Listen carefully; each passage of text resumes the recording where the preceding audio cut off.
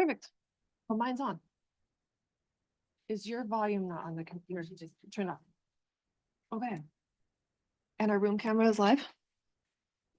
Great. Let's go. Can we go to the second slide, Tessa? Good morning, everyone. We are just getting started. We do have Spanish language interpretation for today's meeting, both in the room and online. And if you're joining us on Zoom and you would like to listen in Spanish language, here's the instructions. So in your meeting controls, you click interpretation at the bottom of your screen. And then you select the language that you would like to hear, Spanish or English. And you also have the option to click mute original audio if you only want to listen to the interpreted language. Our interpreters online with us today are Maya and Claudia, and I believe Maya and Claudia are also running through those instructions right now. We'll just give that a moment.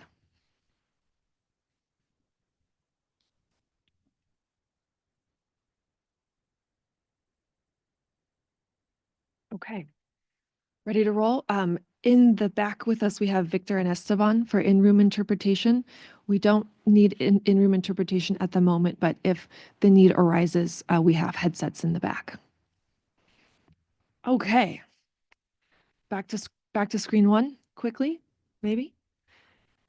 And Chair Hawkins, are you ready to commence?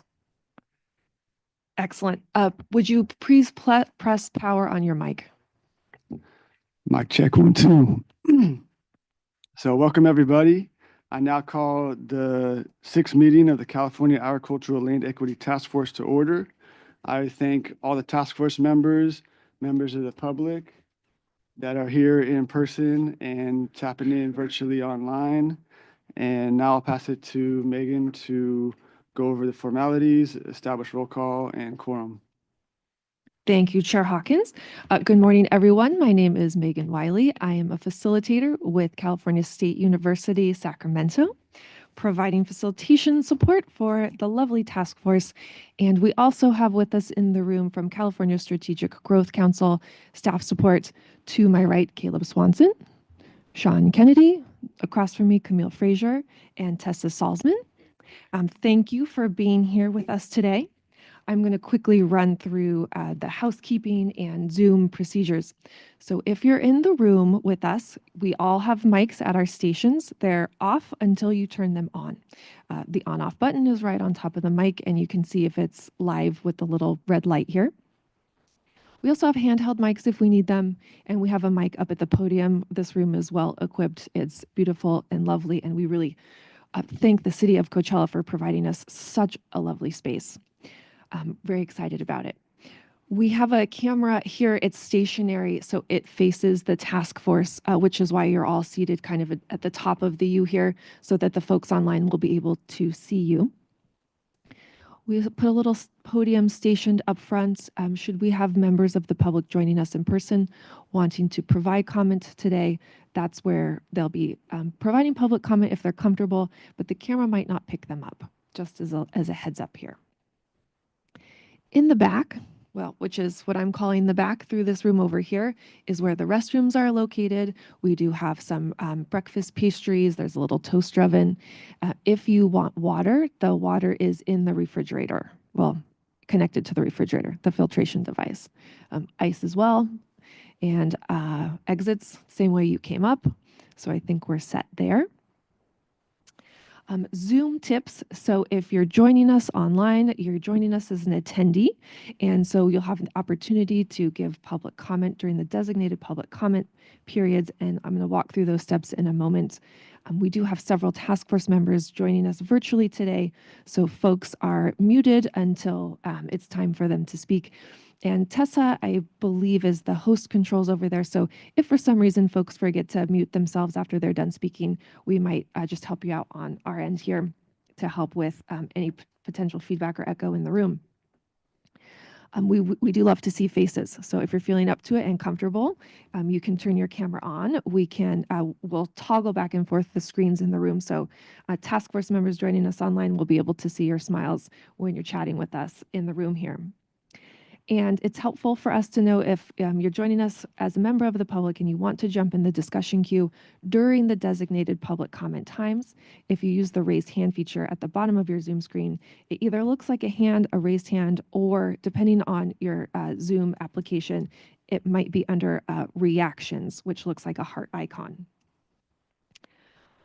We do not have use of the chat for these meetings. You will see Q&A, but Q&A is really for us as staff to provide technical support to you all. So I know that it might be compelling or intuitive almost to put your comment or question in the Q&A. We do need to read those for the record. So no problem if you forget, we'll remind you and we'll just ask you to come off mute and read your comments out loud for the task force members. Next slide. More on the public comment process. So if you're joining us in person, we do have comment cards in the back, and you're welcome to fill out a comment card for each of the agendized session. You can comment on those specific topics. And we do reserve time at the very end of the meeting for general public comment, which you're welcome to speak to anything related to task force business. Otherwise, we request that you keep your comment to the agenda session that's under discussion at that current time. Virtually, we have a comment form available at sgc.ca.gov/meetings-events. And same applies. You can fill out a digital comment form for any of the agenda sessions of interest to you.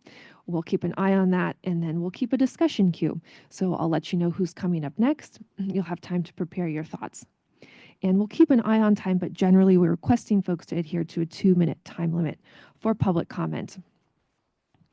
And just as a reminder, task force members are not obligated to respond to any public comment, but they may do so if they feel it's important or necessary at their discretion. So even if a comment is phrased as a question to the task force, you might not get a response. But we can follow up as directed for the task force members. I can make reminders of this as we need to go, if necessary as we go along. Okay. Participation guidelines. We are here to share, listen, and learn. We are a collection of experts in the field, and everyone has a lot of experience, a breadth of knowledge, and come from different interests and areas. And so this is a wonderful place for exchange. And we are committed to creating a space where we respect all different perspectives. We do that by using appropriate and respectful dialogue and language. And this last one here is to stay on point. So these meetings are open to the public and subject to Bagley-Keene Public Meeting Act rules, which means we have to keep our discussions to the agendized sessions as they're, oh my gosh, I totally spaced that one out. As they're posted, as we have posted in the agenda. So if we go on to off topic, I'll help us come back on point there. Next slide. All right, what is our plan? So today is a full day. We're scheduled until 5 p.m. We're going to start with approval of the meeting summary from our last quarterly meeting, which took place in November the 13th and 14th of 2024. Then we'll turn to the staff report. We've got some updates there for you. And then we've got 2 presentation discussion sessions today. One before lunch, which will focus on land consolidation, land markets, and policy responses. Then we'll take a lunch break. And then we'll come back with another presentation and discussion sessions, which focuses on local conditions in the Coachella Valley, which is where we're meeting today for this task force meeting. Then we'll have outreach and engagement updates. And then we'll have a 1-hour working session at the end of the day. Then we will make space for general public comments, and we're scheduled to end at 5. So thank you in advance. We know that this is going to be a full day. We promise to keep you fed and caffeinated, task force members. Day 2, next slide, is a half day. We start early. I believe it's 8:15. Is that correct? Start 8:15 on day 2, and we're scheduled to end at 12:30 so that folks can travel back home and make their flights. So we're packing it in today, and tomorrow is heavy working session, interactive discussions where we're focused on draft reports. Then we'll make time for work planning and next steps, of course, general public comments, and that will conclude the 6th quarterly meeting of the task force. All right. Thanks for hanging in there with me, everyone. Let's do roll call to establish Quorum, I will start. Please unmute yourself and say here for the record. Chair Nelson Hawkins. Here. Vice Chair Emily Burgueño. Here. And I'm going to go with folks in the room, and then I'll turn to folks online. Member Lawrence Harlan. Hi, Lawrence. Hello. Here. Member Dorian Payan. Here. Member Chi Zhou. Here. Member Doria Robinson. Here. Member Thea Rittenhouse. Here. Member Irene De Baracuya. Here. Member James Nakahara. Here. And online, Member Darlene Franco. Here. Member Leah Schwartzman. Here. And Member Ruth Dahlquist Willard. Here. We have achieved quorum. The only member absent today is Member Nathaniel Brown. Excellent. Okay, may I turn it over to Sean Kennedy for a few comments. Thanks, Megan. Morning, everyone. Good to see you all. So just to begin, I'd like to acknowledge that our meeting today is located within the ancestral lands of the Cahuilla people, who have been stewards of this region for millennia.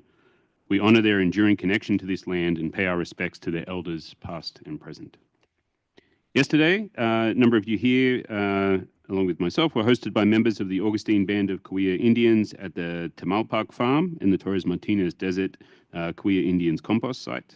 We thank them for their hospitality and sharing their knowledge, and look forward to hearing about those visits later this morning. I also wanted to take a moment to acknowledge, and this may go without saying, that these are unusual and extremely challenging times. The changes that we're seeing at the federal level are having profound implications already in many ways that connect directly to the work of the task force. And these actions may also produce real material and emotional impacts on those gathered here today and those that our task force members represent. I want to assure you, however, that the entire task force facilitation team and myself are here to support you. And I encourage you all to take space and time as needed, and also ask that you be here for each other, showing grace and giving space as required over the coming days. But the work, to me, the work of all of you, not just on this body, but in the deep and rich experiences that you bring to this work, is testament to what can be achieved in the face of challenge. This room is filled with potential, which brings me hope, and I hope that brings you hope too. So thank you all for being here. With that, I'll turn it back to Megan. Thanks, Sean. Yes. I would just like to take a minute to see if any other task force members wanted to offer welcoming remarks or reflections before we jump into our agenda sessions. All right, let's get rolling. First up, easy breezy, hopefully, approval of meeting summary from November. So we're ready to bring up the draft summary if requested. Let's see if there is any conversation, any proposed edits to the draft meeting summary from November. Yeah, I had some question clarification and potential edit. Wonderful. Would you mind pulling up the document for us, Camille?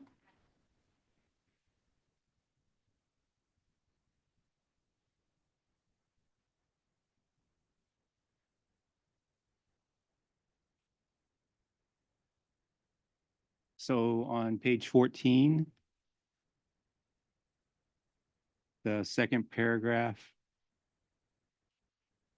the final sentence about finally the group agreed on the importance of involving tribal nations. I wanted to just clarify that and kind of revisit that discussion. I kind of remember it, but I think my understanding was that I wanted to emphasize the importance of involving federally recognized tribes versus non-federally recognized tribes in California,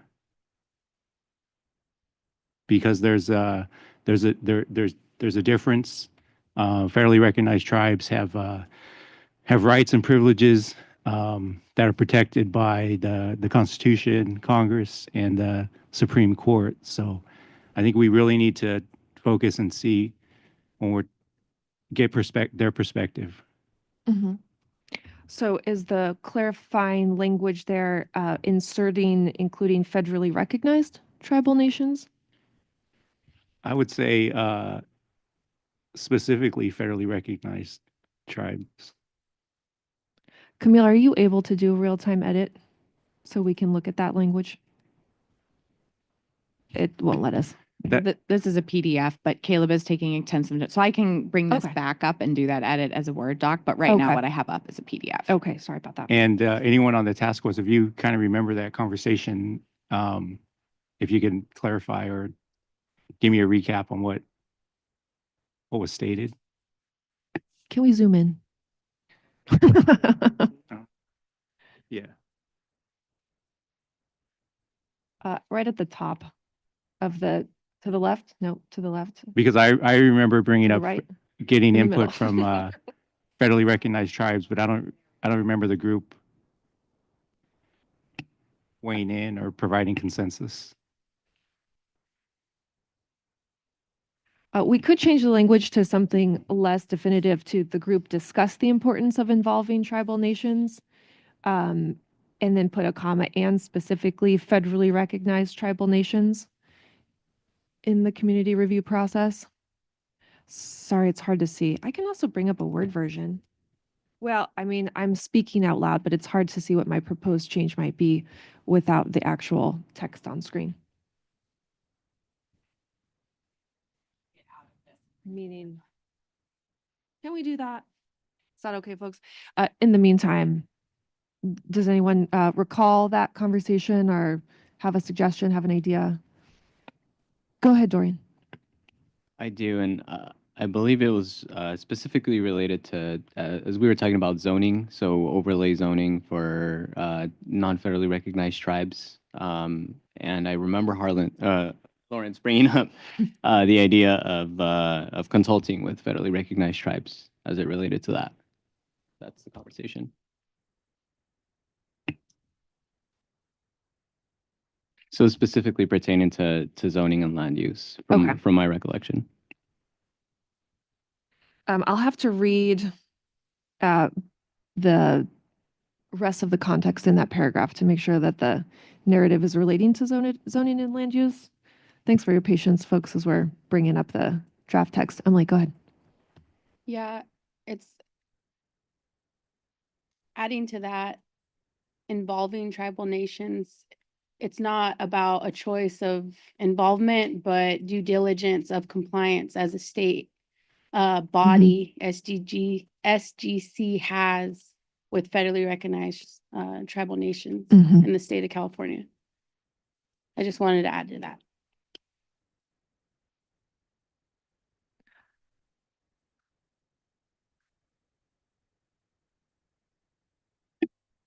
So will you again remind me what we are at with the language here? Yes.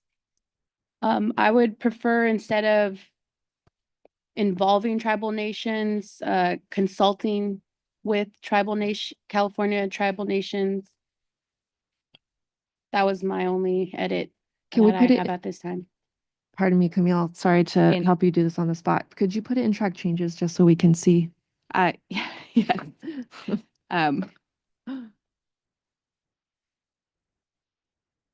Well, I'll now. Or just put it in red text or something? Yes, that's better.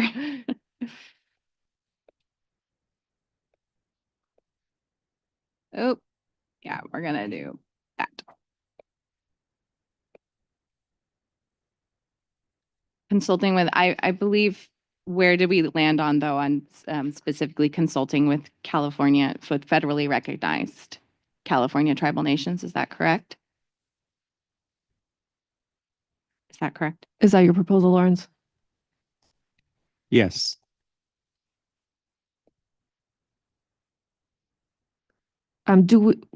Is it important to put clarifying language at the end as it specifically relates to zoning and land use?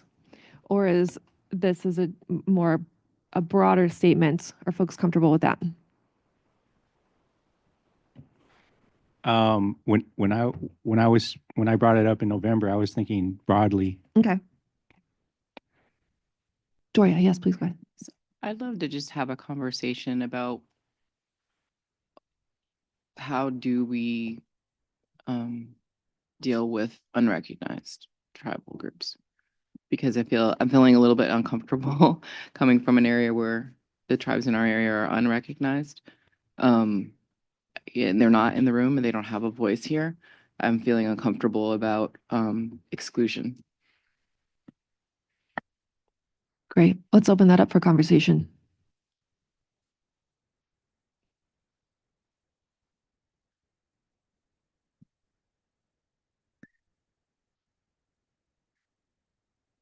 Yeah, I'd love to hear feedback, but and I respect I respect the unrecognized tribes, but then I also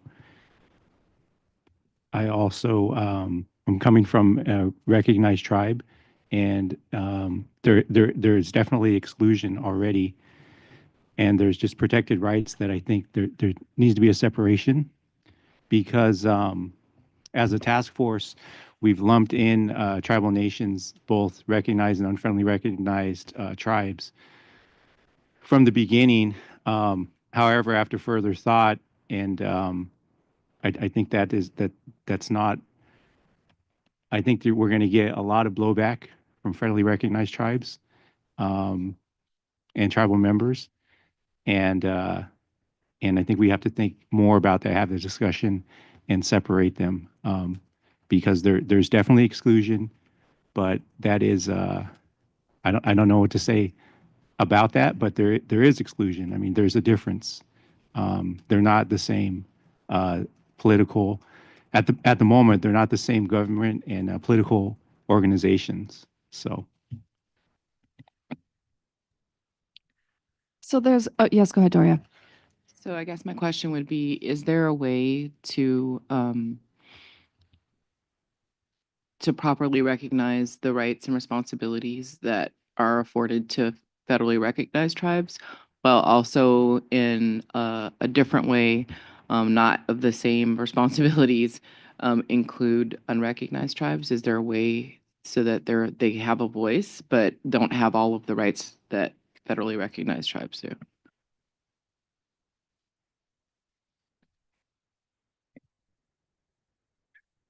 I'm sure, yeah. I mean, to simple answer is yes. I think just by noting the difference between the two in our documents is one way, and then we can decide how we address the unrecognized, the tribes that are not fairly recognized or on the journey to get federal recognition. And Dorian knows, Dorian's an attorney. He might know better language.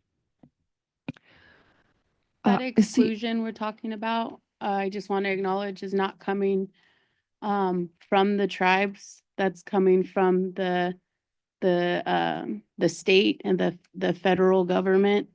It's nothing new. It's already, state recognition, federal recognition. That's something already in place. So what are the Harlan's acknowledging is pretty much the system, right? That's already at place when it comes to the recognition. So his request, I think, is appropriate within our document so that it ensures the acknowledgement of both, not the exclusion. Thank you, Darlene. Thank you for your patience. Can you hear me? Yeah, you sound great. Okay, thank you. I wasn't at this meeting, so I didn't hear all the context of what was discussed. However, as a member of a non-federally recognized tribe, I do, I know that there are,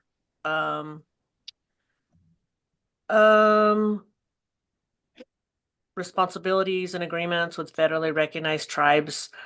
However, I agree we should not be excluding any Native people here. I mean, that's what this task force is set up for. But consulting with federally recognized tribes, that's probably the best language because it is important to consult with federally recognized tribes, but it's also important to consult with with everyone. I mean, all California tribal nations. So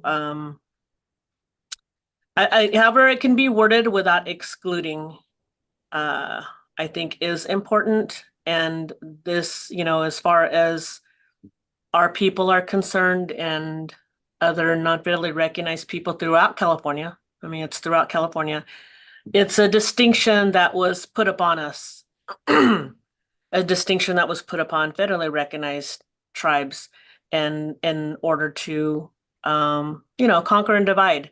So it's going back to a lot of colonization, a lot of distrust, I guess. So I really, I wasn't there, so I can't say what's going to happen with these minutes because I wasn't even on the discussion. Because these are just, notes from that meeting. So that's just my input. I don't feel good about exclusion. Thank you. This is obviously a very important conversation to keep in mind as we continue drafting pieces, not just the meeting minutes, but the recommendations component themselves. And I think we can come back to this conversation as well when we talk about outreach. But for the purposes of the meeting minutes, we changed a word to consult with federally recognized tribal nations. There's, of course, a difference between a big C and a little c, consult. And then I have one idea, we might not like it, but just to be inclusive, because of this falls towards the end of the meeting summary and it feels like it's in a kind of a high level area. What if we said, finally, the group agreed on the importance of consulting with federally recognized California tribal nations and involving non-federally recognized tribal nations in the community review process, to make a distinction between the consultation process and to be inclusive. Does that feel comfortable or is that a horrible idea? It's a good idea. I would just say, like, if we're talking about the minutes, I don't remember like us coming to an agreement. I remember we just had the little flip charts. We wrote down things, other things, and the one thing I mentioned was let's get more input from federally recognized tribes. And there was no disagreement, but there wasn't like a vote or there wasn't a call for consensus. It was just a comment that I had made at the end of the meeting. Good catch. So let's change that word to discuss. And then one other thing too. I have some other notes too when we're talking about the draft and with more kind of deeper discussion. Great. What was that, Irene? Were you trying to get in or someone online? We're talking about the draft report later today or tomorrow? Yep, both days. Okay, yeah. So it's kind of to be continued, but for the minutes, I just remember bringing it up, and I don't remember an agreement from the group about it. How does this look for you then, Lawrence? It's specific to the topic at hand in this meeting. It changes to discuss versus some kind of implication of formal agreement. But the conversation is not over here. This is for the meeting summary, and we will make sure that we come back to that discussion in the draft report as you've suggested. Yes. I can barely read it. Zoom it a little bit. Let's get closer. Mm-hmm.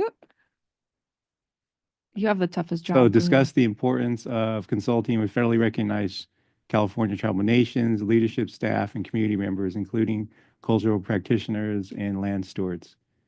Yeah, that looks good. Thank you. Further discussion by task force members on the draft meeting minutes. Yeah, I have some edits and suggestions. I didn't see where we list staff attendance, so I would want to include that. We only list the task force attendance, and I think it's important to include the staff on further summaries, our future summaries.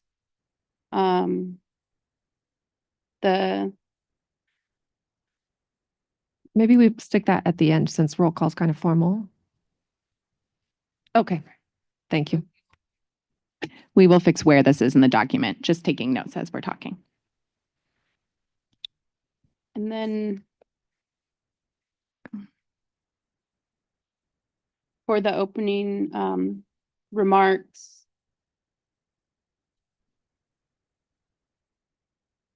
I believe the discussion when Chairwoman Ramirez was talking also included how their non-federally recognized status limits their access to resources such as funding or, other factors.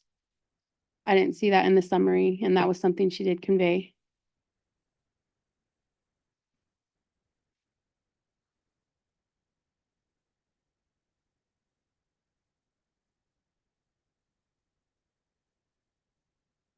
Okay. I think it's important to just list when we're reporting out, when we go to events and table, we list that.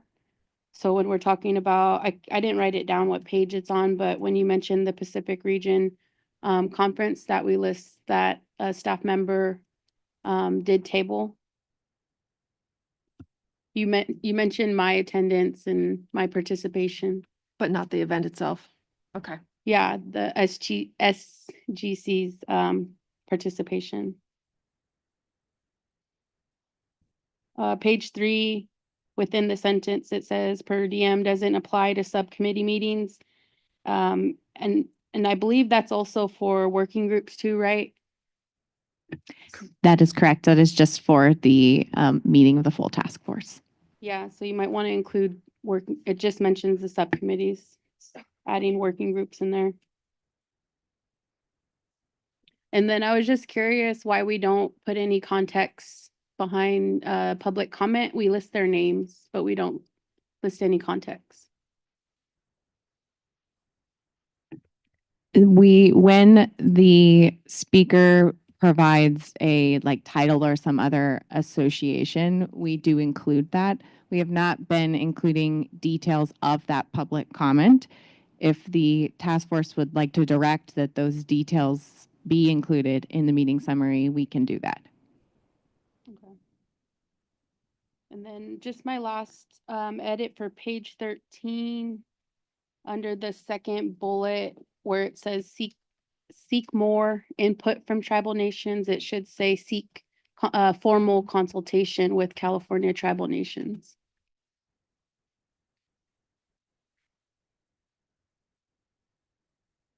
That's all. Thank you. Okay. Is it in the working session area, Emily? It's on page 13 under the second bullet. Okay, the PDF and this is different. So I will make a note here at the top of this and we will just make sure that that's in the correct place. Will you please again state, so formally consult? Oh, it was under the land use and governance sovereignty bullet Oh, thank you. points. Yeah, Okay. it was the last one. Thank you. I appreciate that. Thank you.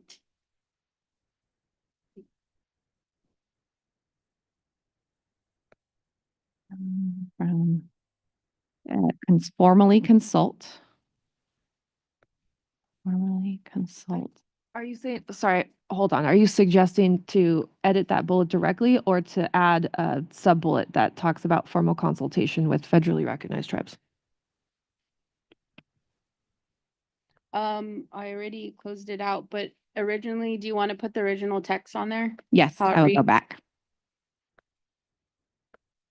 So I was just strengthening the language in that bullet point because it's reading optional, seek more input, seek more formal consultation with California tribal nations. Okay. If that Yes. makes sense.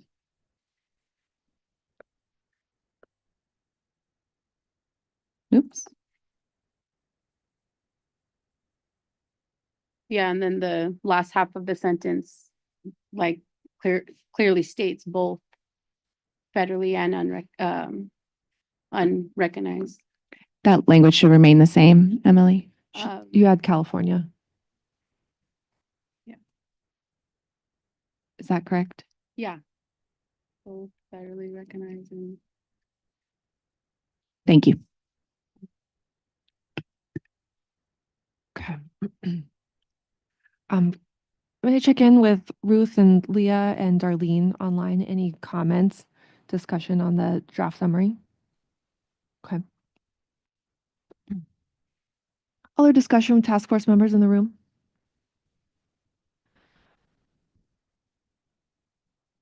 Do we have a motion to approve the meeting summary of November 13 and 14 task force meeting? With including the edits that are just discussed. Anyone want us to summarize the edits that were just discussed, or is everyone tracking? Okay. I make a motion to approve the meeting summary. Motion, do we have a second? I second that. All right, further discussion or debate among the members for the meeting minutes? Online? Nope. All right, then we will vote on the motion. Oh, wait, let's just see if there's public comment. Yeah. Any public comment on the draft meeting minutes? You see anything, Tessa?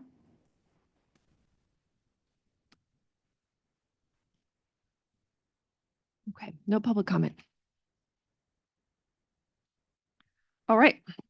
So we have a motion, Member Harlan, a second by Member Rittenhouse to approve the draft meeting summary with edits as just discussed and captured on screen. I'll go around. Please state your agreement with aye or opposition with nay or abstention if you would like. I will go around the room here and then to folks online, and I will start with Member Robinson across from me. Yes. Member Rittenhouse? Aye. Member De Badakua? I'm going to have to get help pronouncing Aye. your last name. So sorry. It gets stuck every time. Member Nakahara? Aye. Member Zoe? Aye. Chair Hawkins? Aye. Vice Chair Bergano? Aye. Member Harlan? Aye. Member Payan? Yes. Online, Member Franco? I abstain. Member Schwartzman? Aye. Member Dahlquist Willard? Aye.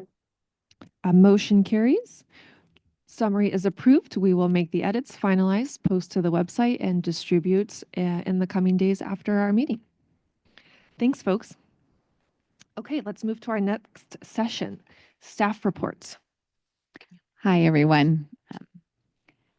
This is actually going to be a bit more substantial staff report this time because we have some exciting updates for you all and some things to discuss with you and hear your comments on.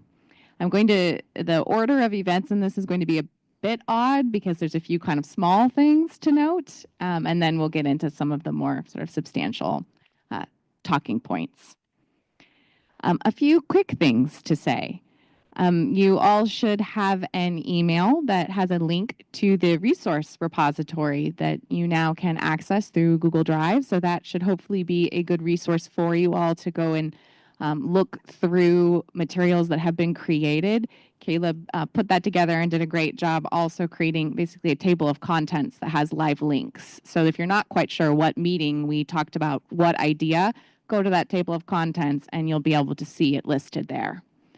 So hopefully that's a helpful resource to everyone. We will continue to keep that updated. If task force members have feedback on ways that can be made even more useful to you, we welcome that.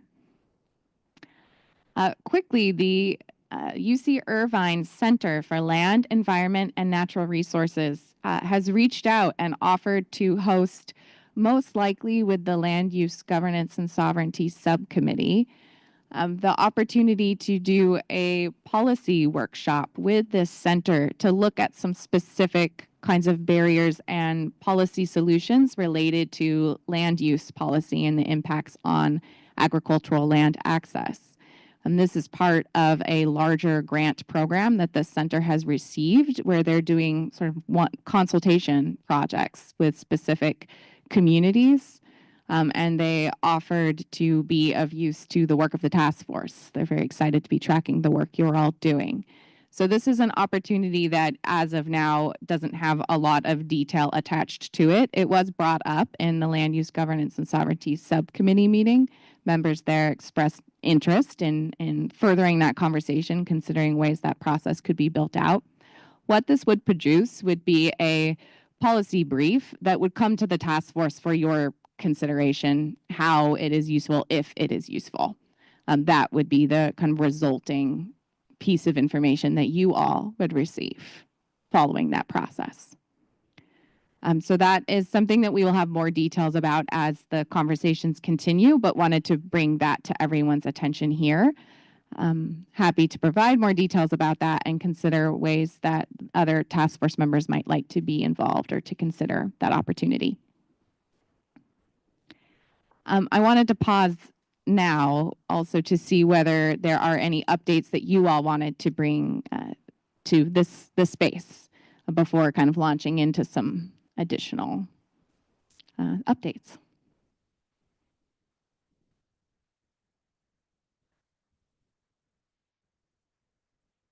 Any exciting updates to share? Anyone online?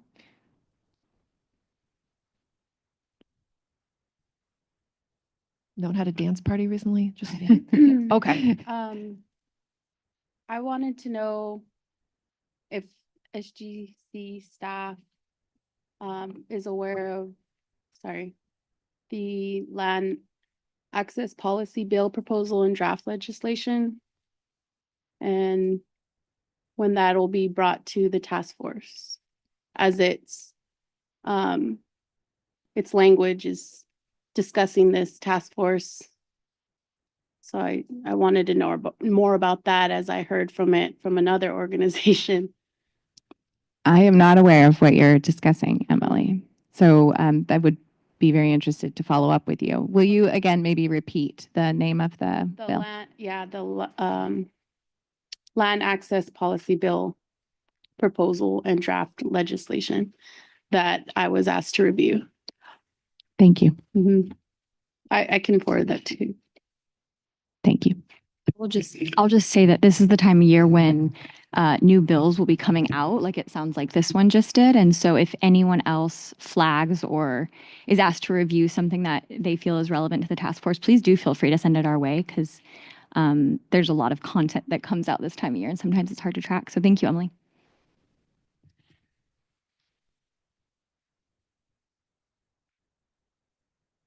Other comments or updates to share here?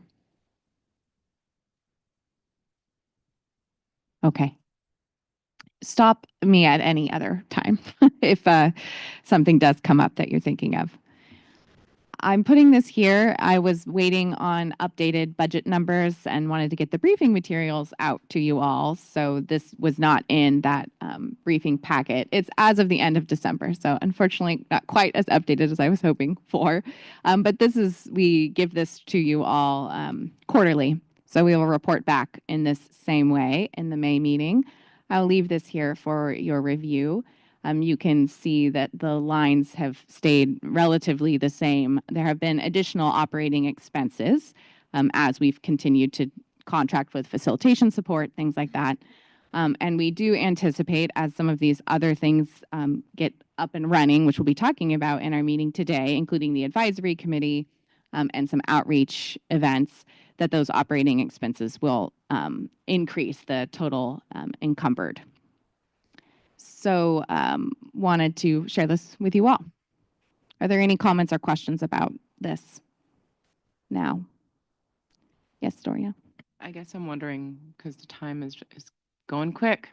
I'm wondering if we're still planning on doing the line item that has pilot projects and grants, and what the plan is, because not that much time, right?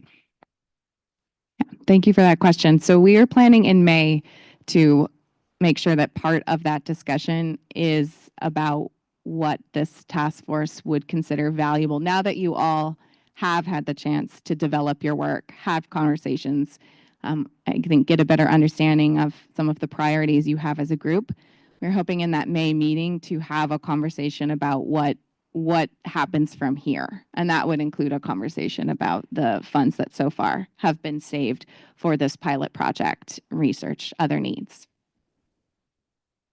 Do you want to jump in, Sean? I was just going to say, regarding the timeline as well, that those funds can be used post submission of the reported recommendations to the governor and the legislature. Yeah. Oh, sorry. No, I just wanted to maybe to clarify for the group, the task force, like the the timeline a little more clear, like how long do we have to spend that? I think that'll be helpful for the group, the encumbrance period, if you know that. For that $1 million, just so we all have a good, so everyone has a good sense of how that will work. I do not have the specific date, but I will get back to you Okay. with that. But those are funds that are from the Greenhouse Gas Reduction Fund, not Yes. from the general fund. So it's a longer encumbrance period than the general fund allocation for the task force. And I guess I'm also wondering, is there any, will we set up any structures so that there can be learning from the pilot projects? If they happen, but we're disbanded, then I'm not sure how we would even learn from that experience. Well, I think that's certainly part of the discussion that we'll be having in May is what those structures may look like. And that would be something that we would be doing in consultation with the task force. So that, as Camille mentioned, that discussion we'll be having in May is about those very things. And we'll get back to you with the specific dates on the encumbrance period as well.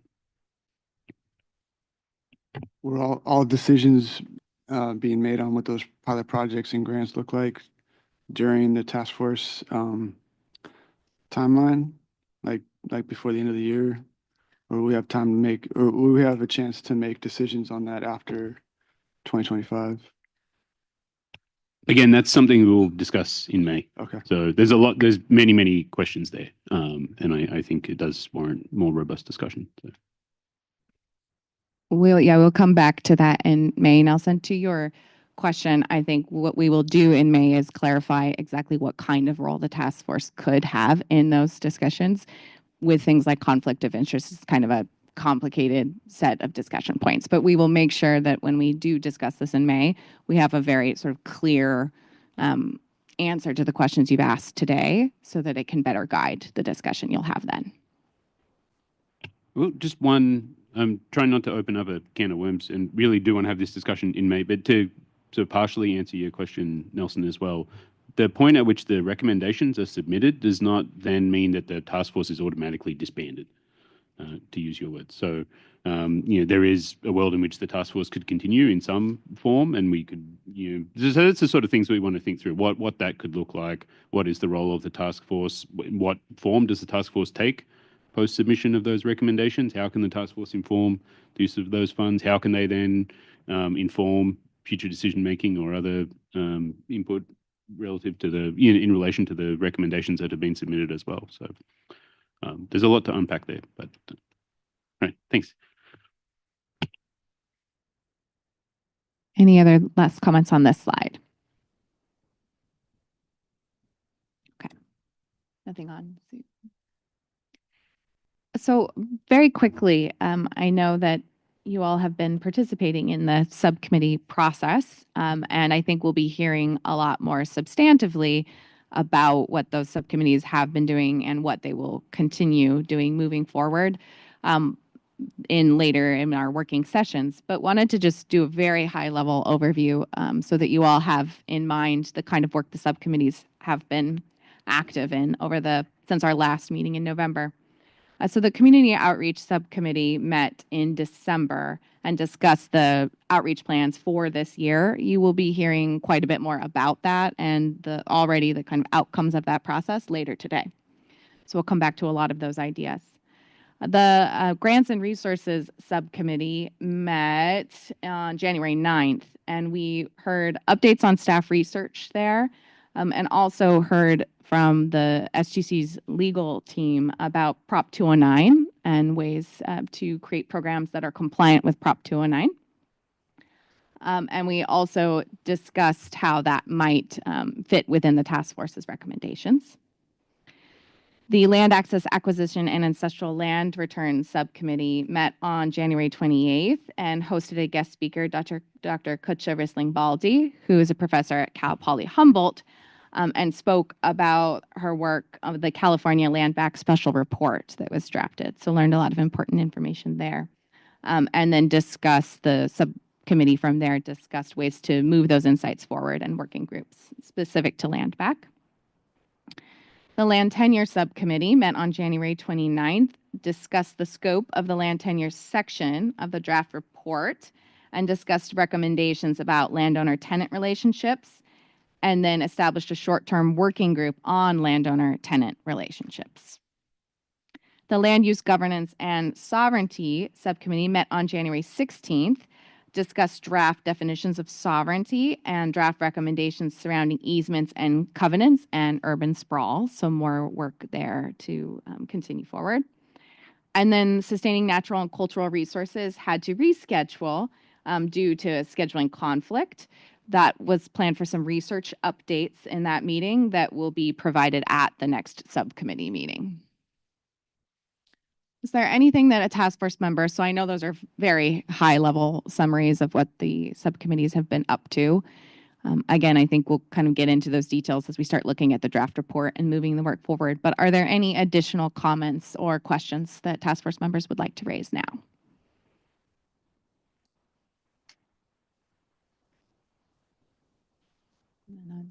Okay. I would love to request some small scheduling in little groupings on break, especially if we get done with this session a few minutes in advance of when our scheduled speaker is coming, because trying to schedule subcommittees over email hasn't always been the most effective. So since we're all here in person, I'm just planting a seed now. I'll come and collect you all at your subcommittees. We'll look at calendars.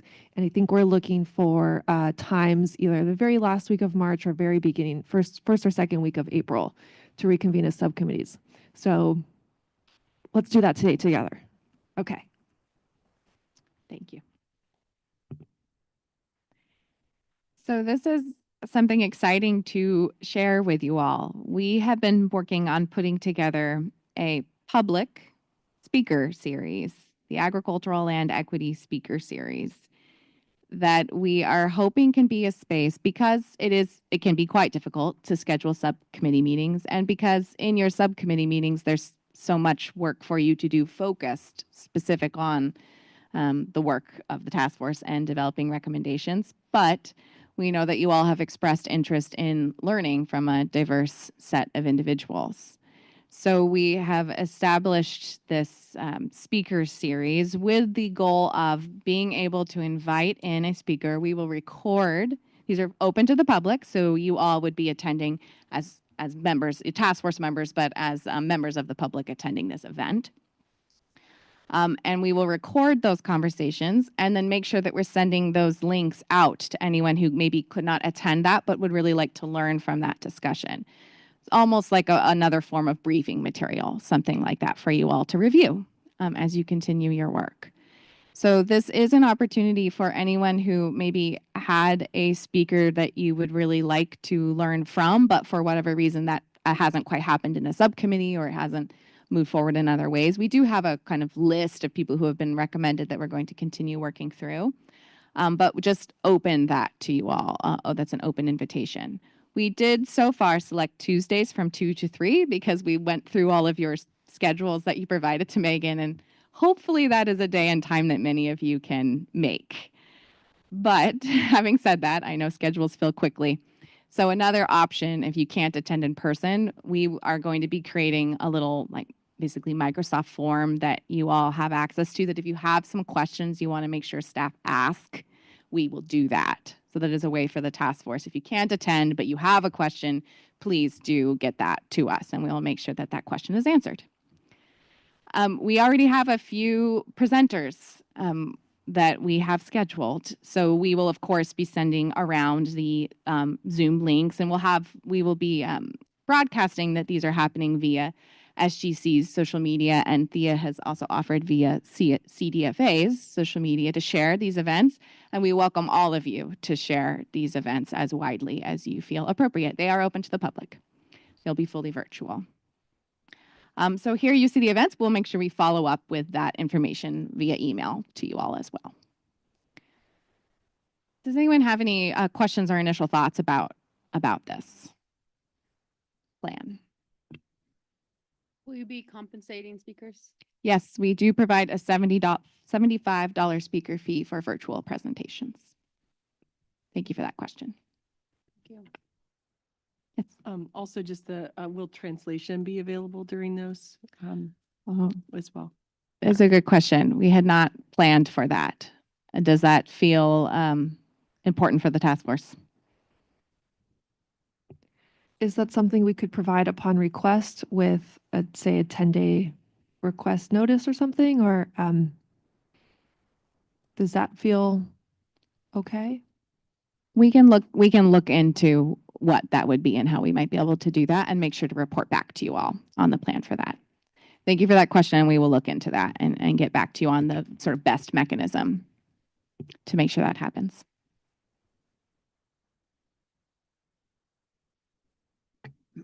Is there an option to add more, or are we sticking with these 3? We can add more. Okay, and are we focusing just in California? Or like California-based speakers or experts? They are. No, No, they're okay. not just California. I think it's a good question, Nelson, and I think that to the extent that the speakers can address the situation in California, right, specific to the agricultural land equity here, that is valuable, but it is not required that those speakers only speak from the California context. Okay, cool. Yeah, we have Zach Ducheneau joining us, who was at the federal level, so we'll be speaking from a federal perspective on some of these issues.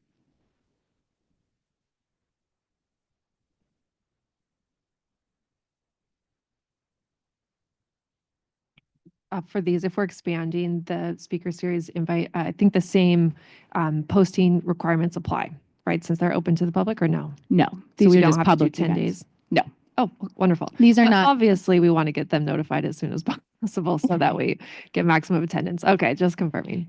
This is a public speaker series like any other public speaker series. You are not all convening as a task force. So really critically to what these are, this is not a space for task force members to consult with one another, right, or move the work forward. This is a learning space, as if you were attending a conference or any other kind of a public event to learn from. So that's, I'm glad you asked that, Megan, because that is an important note. This is a public event that you are all welcome to attend. We're hoping you can, and we can continue to learn from, if you can't attend, via those videos, but this is open to everyone. Okay. All right. So more to come on that, but we're excited to continue working with you all to bring in some important information into the work. So there's 2 more things for me to say here today. So again, I know this is a kind of a big report.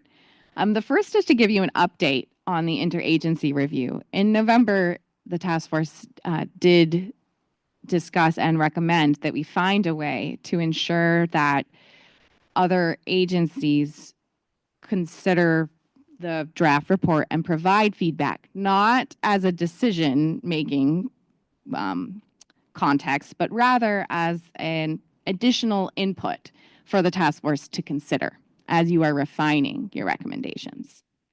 So the way that staff have moved that request forward from November was to work with the Strategic Growth Council member agencies. Those include California Natural Resources, that includes Cal EPA, Department of Transportation, that includes, Sean, you're gonna have to help me fill out, Department of Public Health, CDFA, Community Housing Development.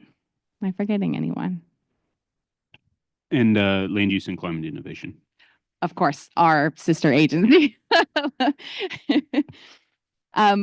So we are leveraging those connections through the Strategic Growth Council to create an interagency review process. So I will have a timeline for you in just a second, but wanted to note that really the goal of this would be for those agencies, their sort of selected individual staff members, to offer feedback regarding the efficacy and feasibility of relevant recommendations for your consideration. Again, this is not at all a process that would result in changes that the task force does not decide whether to accept, reject, refine.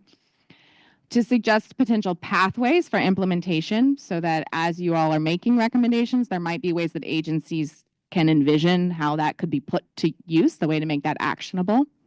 So we'd like to learn that from them. And then identifying areas where agency strategies and programs align with the work you already are doing. So again, I know a core goal of this group from the beginning has been actionable recommendations, and we envision that this could be a process that you all could get additional context for your decisions for refining your recommendations. So we are right now putting those agency contacts together. And we're planning on meeting with those individuals in early March. So following this meeting, following the feedback that you all provide in this meeting, making those revisions and getting that out to those reviewers, receiving that feedback by early April, and then staff consolidate, summarize that, and we give it back to you all, either in the subcommittees, and then of course that always goes back to the full task force. So that'd be the process for getting that initial feedback from those interagency reviewers. That's what I have to say about that. Any questions, comments, thoughts? I have a comment just on the timeline. Just hoping that, you know, we can reevaluate where we're at after this meeting in case that there needs to be some shifting. You know, we want to make sure we have a draft that is appropriate to send to interagency reviewers when the task force is ready for that, you know.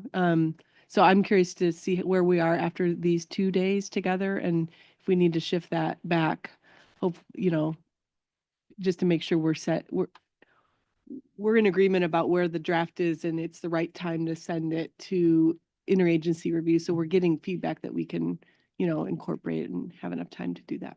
So that's my only comment. That's a helpful comment. I'm wondering whether the task force would want to make sure to bring that question back up at the kind of end of the day tomorrow when we're thinking about next steps. I see some nodding. Okay, so we'll make sure that that is revisited. I will say quickly to that process, Thea, we did request 2 rounds of review. So that's not to say that what you just brought up, Thea, then would shift. That I think the task force should alert staff or decide on when and how they would like these recommendations to be workshopped, to be reviewed. But it is to say that we could go for another round of interagency review later in the process were you all to decide that you want this early feedback and you would like later feedback as well. So that was requested from the start, the potential for 2 rounds. Anything online? Any other comments or questions on this? So the draft that you provided with the meeting materials is what's going to be provided to the interagency reviewers or after the discussions from today and tomorrow, right? That was the plan, would be staff take the feedback that you provide us today and tomorrow, make those revisions, and that revised draft 1 is what is sent. I will have a timeline to show you all. So let's come back to that question, Emily, just, and you can all, you know, offer guidance. I have a timeline slide that really does kind of map out exactly that process for you all. But that, I hope what I just answered now clarifies. Yeah, it does. When we're sharing it interagency wise, will it be made public or is that still internal? Can we share it publicly for further review as well? Yes, we can make materials public at any time the task force wishes to post those materials public. So are you asking, Emily, whether the interagency process itself would be made public, or you're wondering whether the document that goes for that process is Because made right now the public? document isn't public, right? It is public, the It's draft. online? Yes, it is. Oh, okay. It went up Then that yesterday. answers my question. Okay. Never mind. Well, but I do think, to your point, though, the way that we have been posting these materials is in advance of meetings. So if you would like the revised version of draft 1 that is created following this meeting to be made public, that would be something that is not already part of our process. Does that make sense? Because it would be 3 months from now that revised draft would be put online in advance of your May meeting. Is this making sense to everyone? So maybe that's something to think about. Let's check in on that at the end of tomorrow Okay. because we need to see how we feel. We need to see how we feel about the content, the ideas that are being put forward. If everyone's feeling comfortable, there might be components that we need further discussion on at the subcommittee level. And if we're feeling like, hey, we're ready to get a little bit more feedback on this more broadly, then maybe we want to post it earlier. Great combo. I want to come back to this on the working session. Anything else on this? Okay. So, quick- okay, a lot of text on this. Sorry, slide, I have know. quick question. So that's an interagency review, and those are agencies from the Strategic Growth Council.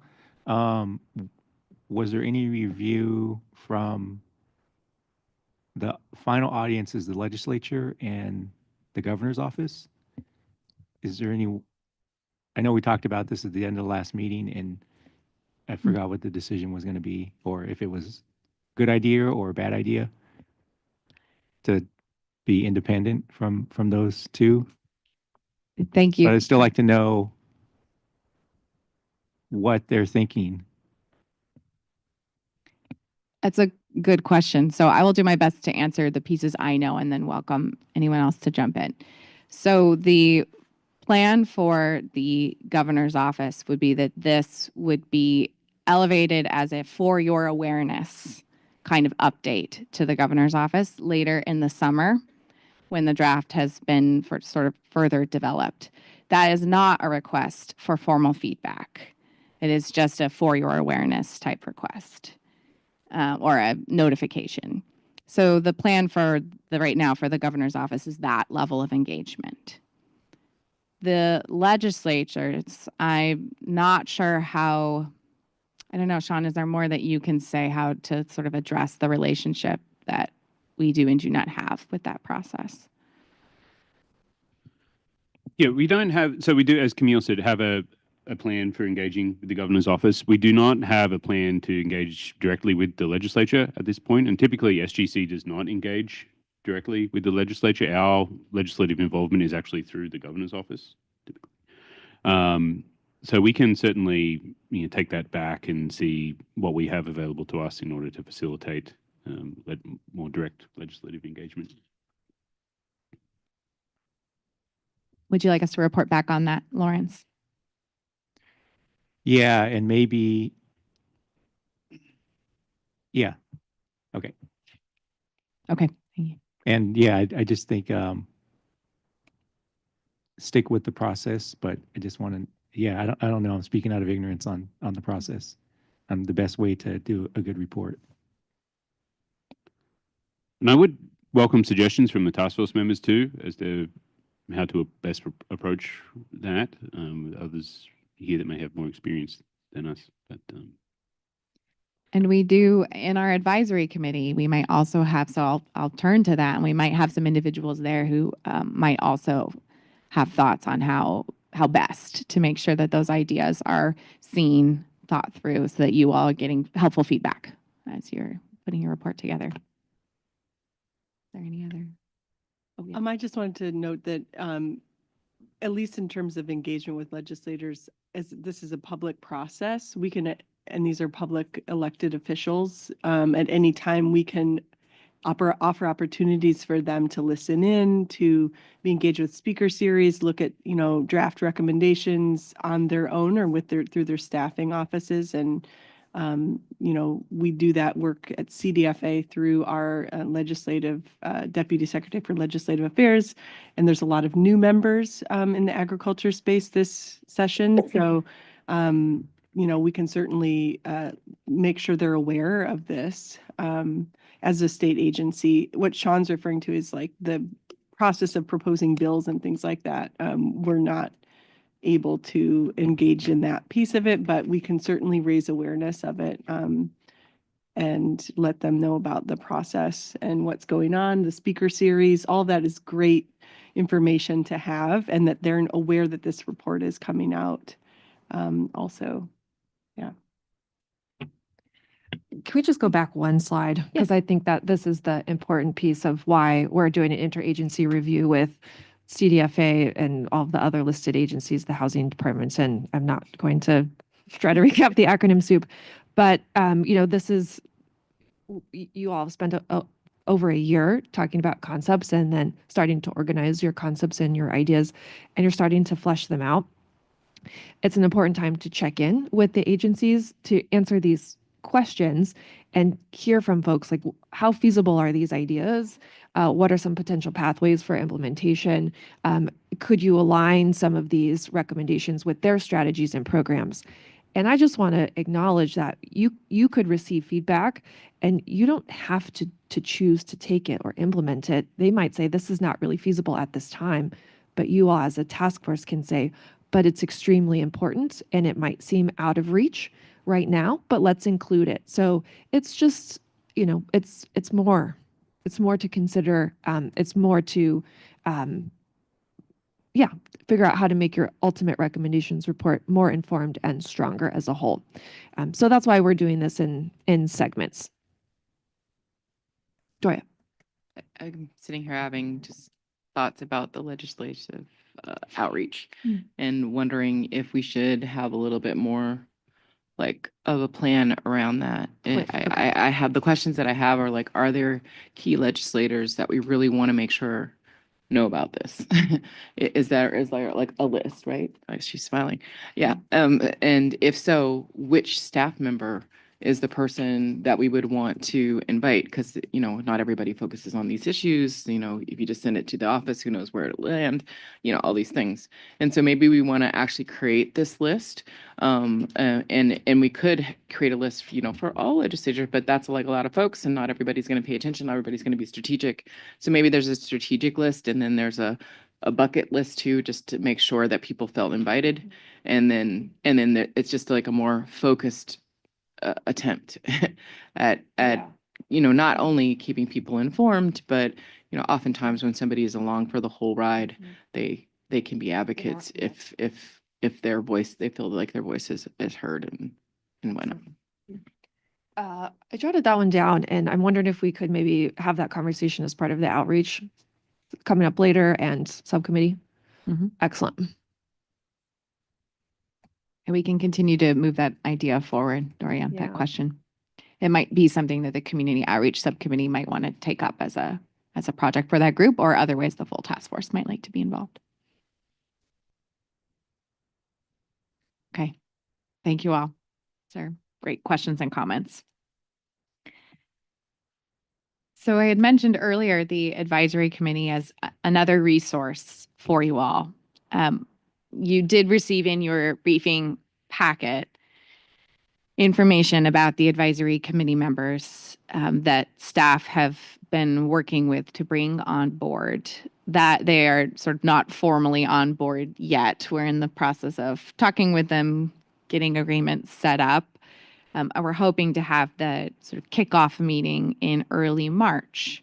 But as you all know, we've been talking about establishing this advisory committee and consulting with you for the topics that you felt were important that we made sure we addressed through advisory committee members who are really intended to support and complement your work, not duplicate the work that you have already done or the experiences and expertise you bring to the room, and also not as decision makers, just as another resource for you to consider if you have specific questions, if you have specific ideas, specific language that you would like to go to someone who can provide feedback.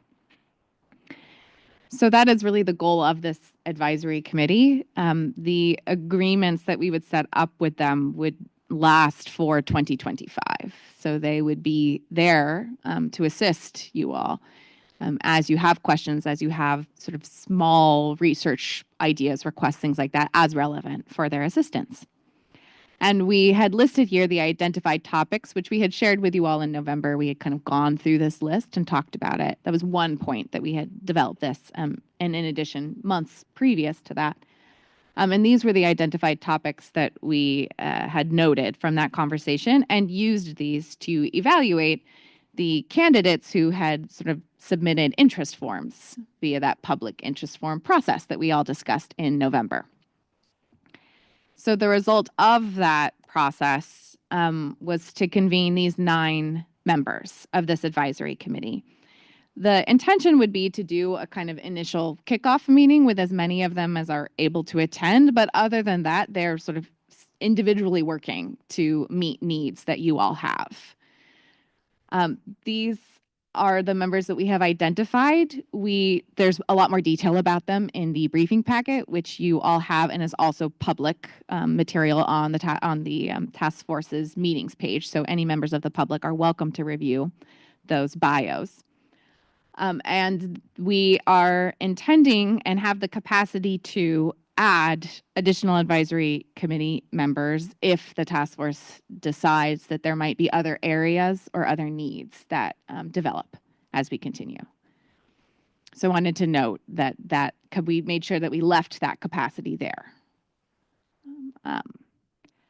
And I would like to open it from here to see if there are any task force members who would like to ask clarification questions, add comments, right? What else we can do to, so go ahead, Emily. Are all the members listed on your slide, folks that applied or were recommended?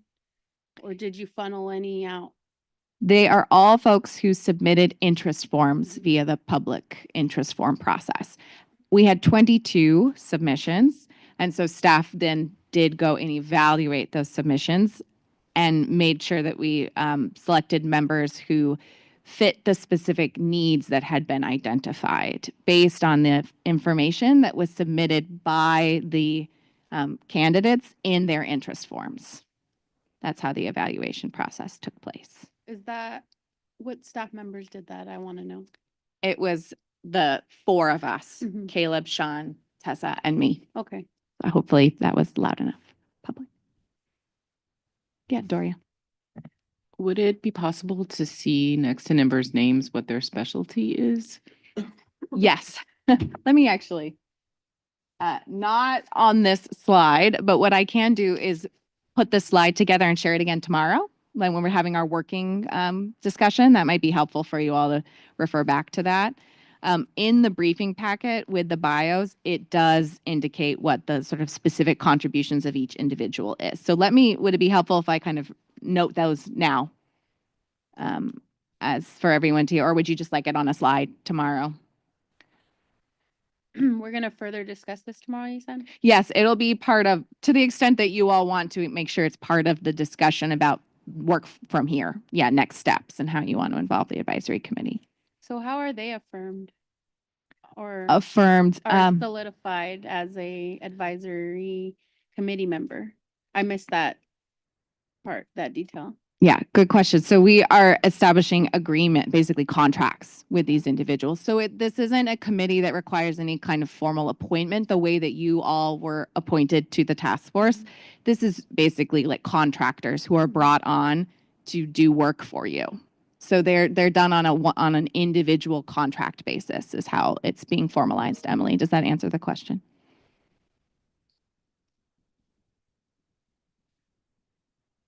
Was geographical representation a part of the evaluation process? It was not. Okay. No. I think it'd be good to listing their expertise, also seeing like where they're located and what regions they represent too, just so that we have an idea, any gaps that we want to fill, or just to get an idea of like where in California they're located and represent. We can bring that geographic information back to you all. I will note that we're happy to make sure that information is included. I'll note that they were selected more for their like experience around a particular topic than a geographic experience. But to the extent that that feels very valuable, I think that's helpful feedback for staff to consider. You might all, as you were thinking about the kinds of feedback you want to receive, how can this advisory committee be made most useful to you? That might be something else that you'd like to consider. Sorry, go ahead. I just real quick, you mentioned for further recommendations, it's through that form you provided, right? It's not any verbal suggestions like here today, right now. The form has closed. So that's a good question, Emily. We have not discussed how we would proceed with any sort of individual recommendations from here if there are people that need to be brought on to fill a particular need. I think the reason why we used the interest form the first time was to allow for this to be as sort of public a contract process as possible. Again, I know I'm always saying conflict of interest, but that's like one of the things that we have to be considerate of as we create contracts with individuals.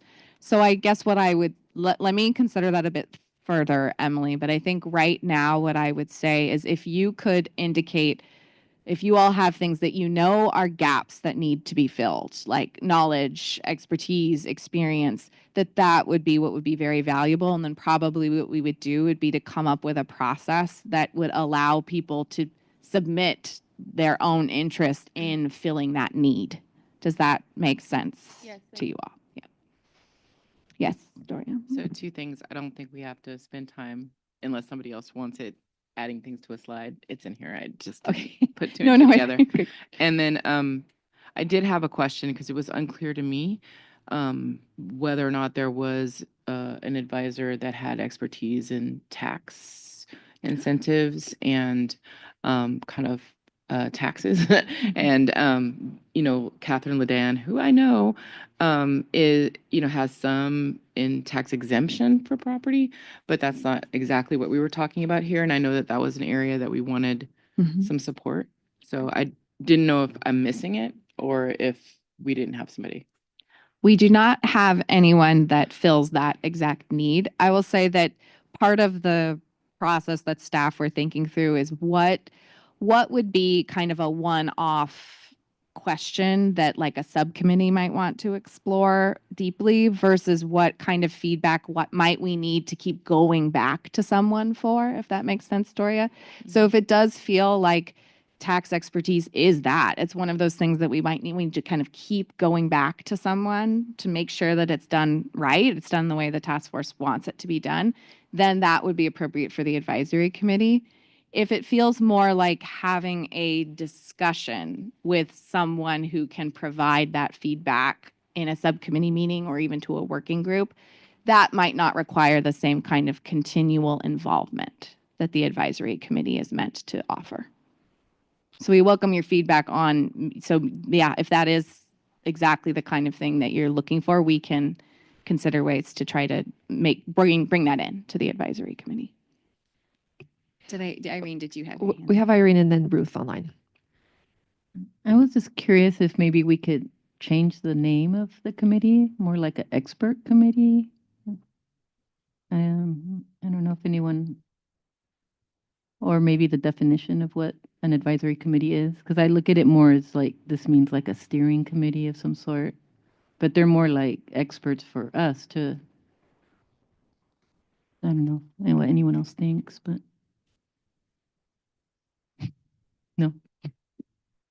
That is a question for all of you, I think. I think the word advisory committee comes from like subcommittees are advisory committees to the task force. It's just a word that's used for like a body that provides then guidance and feedback to the full task force are decision makers, right? So I think that's where the word comes from, Irene. But if people feel that it's not quite capturing what you're hoping this body does. I did just want to say that we deliberately did not use the word expert based on feedback from this task force, that to try to be more inclusive of all forms of knowledge and just not traditional expertise in that regard. So that was a deliberate decision that we made. But again, happy to open that up for discussion. And again, we wanted to be really clear that the task force is in the decision-making role, and that this advice provided by the advisory committee is supplementary, but in no way a final decision or any authority of that nature. So, but happy to explore other terms if others have suggestions. Doria. Not really a comment about the name. I don't have a thought about that, but I do wonder how are we going to engage with the advisory committee? I mean, are they going to attend meetings? Or are we going to give them things like? What does that engagement look like? That is the question for this afternoon. When we talk about the work plan, how do we engage with these folks? So we'll get to that. For tomorrow, I think, is when that discussion will happen more thoroughly. So yes, I'm glad you're thinking of that. And yeah, look forward to talking through that. We've got Ruth. Thanks, Ruth. I think this may have already been somewhat addressed, but I just wanted to affirm, I think it would be helpful for the task force members to be able to recommend additions to the committee.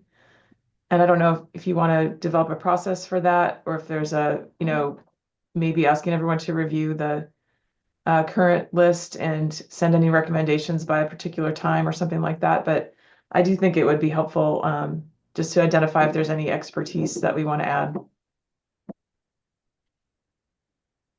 Yeah, that would be valuable.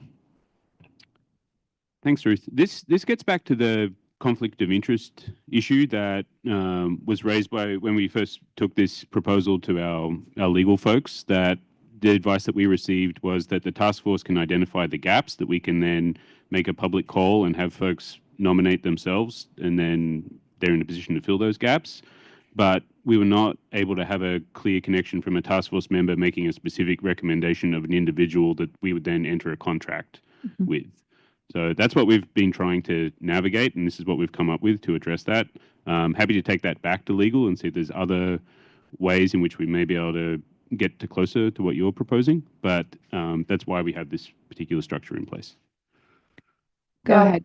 Sorry, I just see Ruth. Sorry. I think Ruth, did you have a follow-up to that real quick? And then I could just follow up really quickly. Yeah, I think I understand the conflict of interest concern. I wonder if there's other ways, as you suggest, to maybe have the task force members identify gaps and then have, submit suggestions and then do a public call or something like that, just to, because I understand it's not the personal connection that's the way you want to go. But I do think identifying content gaps would be helpful. yes, that would be ideal. So if everyone could review this list, identify any content gaps like tax expertise or Ruth, what you have in mind, get that to staff, and we will develop a process similar to the process that was already developed that would allow us to fill those gaps.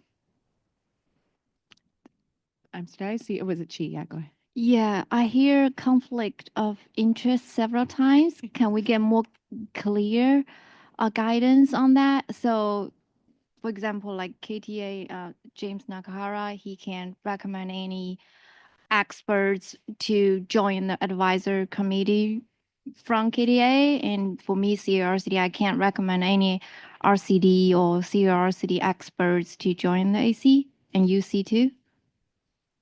James, did you want to jump in there, or you want me to answer that first and then? I was just going to say my understanding of the conflict of interest here would be like, it wouldn't be appropriate for me to be like, I think the best expert on a gap here is like a colleague at KTA, and then they get a contract to work with as like an advisor. Like that would be, and it would probably, even if like one of those colleagues independently like submitted to be, there would probably still be like, even if it didn't come from me, that would still just relationally be potentially a conflict. So I think it would have to be like, yeah, I mean, so that's kind of my interpretation of that. And I do think if we're focused on like finding skill set expertise for this advisory committee, then I think there are enough expert skilled folks in the areas that we want to have to be able to get it without necessarily like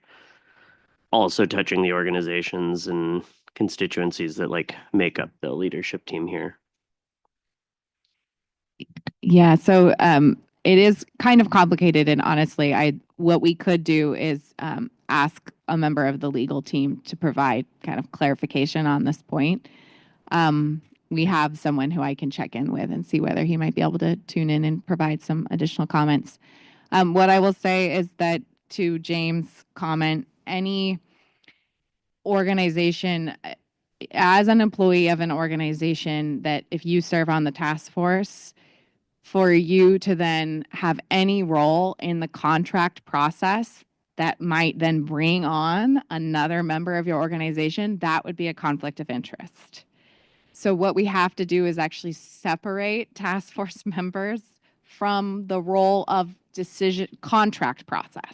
And that then relieves the inability to engage with anyone else in your professional networks. Does that make sense? But then that raises another question. CRCD is not the same organization with our local RCDs. That would be different. It really is about like employment. It's about dollars.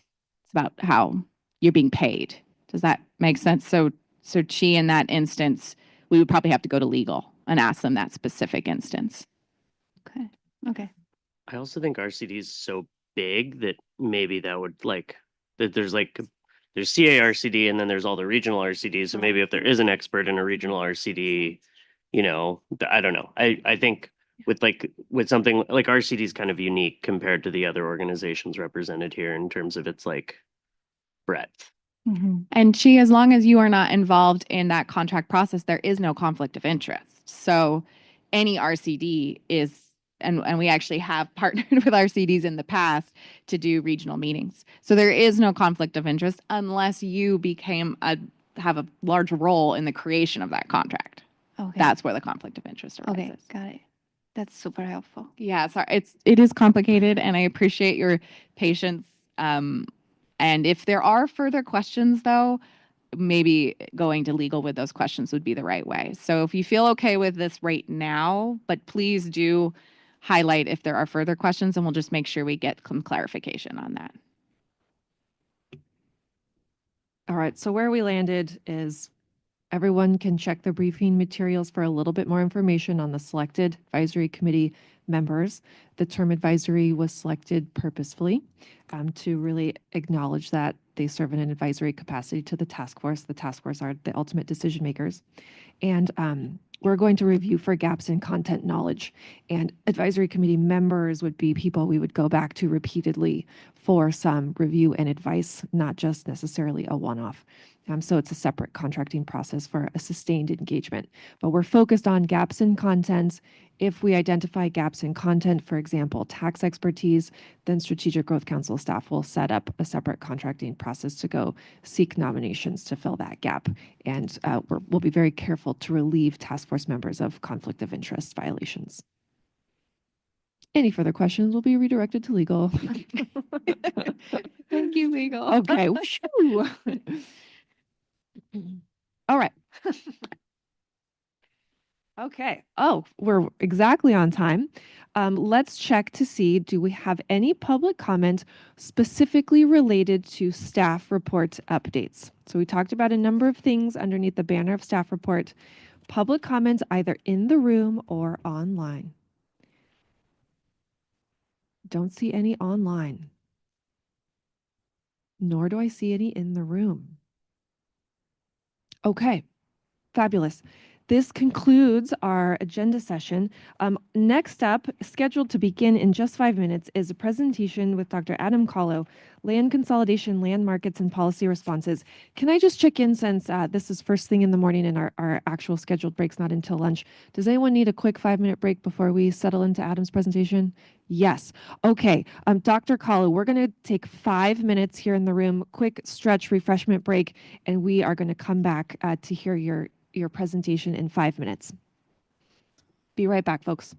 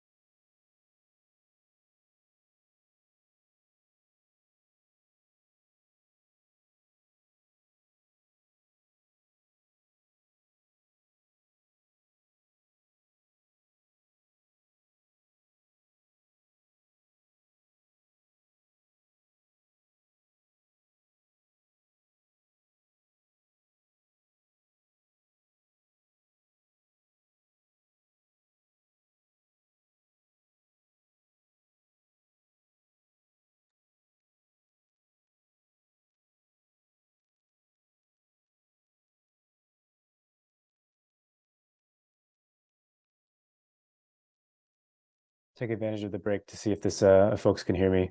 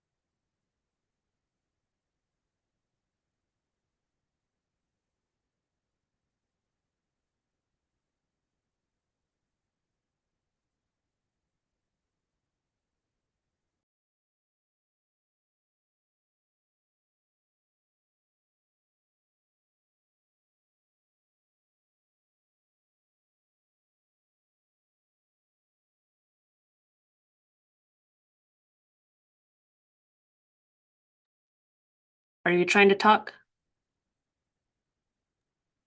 I am now. I can hear you. Okay, great. How about the folks in Coachella?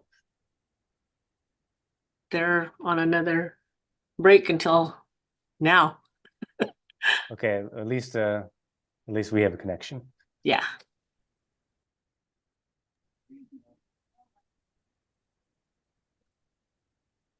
Can you hear us now, Adam? Okay. I can hear Are we you. all systems go? You can hear us, Dr. Kahlo? Yeah. Okay. I think we've got 90% of the folks are with us, but folks in the back just refilling their coffee can still see and hear you. You just can't see them at the end of the table just yet. So I think without further ado, we're ready for your presentation. Sounds good. Well, thanks all for having me. It's a real pleasure. Just happy to advise this committee. I've been following its existence for a while, and any way I can support, let me know. So what I was hoping to talk about today is a little bit about the property framework, we'll call it, and then what are existing land market interventions that we know about that try and intervene into that framework. And in order to get to that moment where I am reviewing some of my favorite land market interventions to you all, I want to first spend a little bit of time trying to summarize, what we might call the nuts and bolts of the dominant property system. And the argument I'm going to make to you all is that the way we construct property, culturally through institutions and in the law, creates some inevitable paths to agricultural land consolidation. So if we're trying to intervene in something like consolidation, for example, we might have to ask, to what extent are we getting at the nub of property? Are we really shaking up property relations? Otherwise, those trends might continue. So to set up that framing, I like to say that there's kind of three main strategies for changing land use patterns. And the first two, they're all legitimate, but the first two I'm going to talk about are more common. And then the third one is going to be the main focus of the presentation. So the first one is that if we want to change how land use patterns are, we can incentivize existing owners to manage their land differently. We don't change ownership at all. We just use incentives, advice, guidance, trainings to try and get existing owners to treat the land better, to choose who they rent the land to in a more inclusive way, for example. And I think the Danish model is an interesting example of this, where all the owners stay the same, but they're doing stuff differently to try and match the values of what the Danish government thinks is good agricultural land use. The next very common way is, well, we can try and get newcomers to access the land that might have different ways of managing it. If we look at the beginner farmer and rancher development program, then we can think of, maybe some tax incentives, a lot of funding for training to try and get newcomers to diversify the existing land ownership structure. And again, we don't really challenge land ownership here. We're just trying to encourage a kind of a natural churn. And then by far the least, especially in what we might call the global north, we could try and rework the way land markets function, the rules of the game, such that they are naturally facilitating diversification. And when I talk about the Scottish Land Reform Acts, I'm trying to set that up as an example. So the reason I think all of this is important is because we have a dominant conception of that the way we treat property is natural, it is set in stone. This is Sue Pritchard, a food systems reformer in England who I look up to and trust, and she says, if you really want to change the food system, this is what you should do, and you're a philanthropist, you should buy land. There's so much uncertainty to resolve, but nothing happens without land. And I think Sue is right. The power of land ownership is so great that if you really want to change what's going on, you need to own the stuff. You need to own the soil. But at the same time, if you think that people who are on the outs of land ownership are going to change the food system through the power of ownership in a parcel-to-parcel battle, I don't think that that's a winning solution for bringing about some kind of great new wave of land equity, for example, especially if you're competing against highly financialized interests. So property is a strange thing. Property scholars like to talk a lot about it. We like to call it a social relation because it's actually a relationship between a private individual, the land, and a state that will back up an individual claim.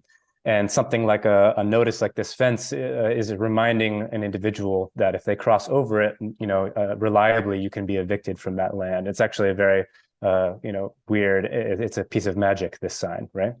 And the message I'm giving to you is that out of all the potential ways that we could organize property, and that people do across the world, and that how our relationship to land and things was managed before the idea of property rights ever existed, we like to say that there's one that has kind of come to dominate our legal systems, and we call that the ownership model. And that's one where the entitlements of individual owners are favored over public interest. And a good summary for this is property to which the following can be attached.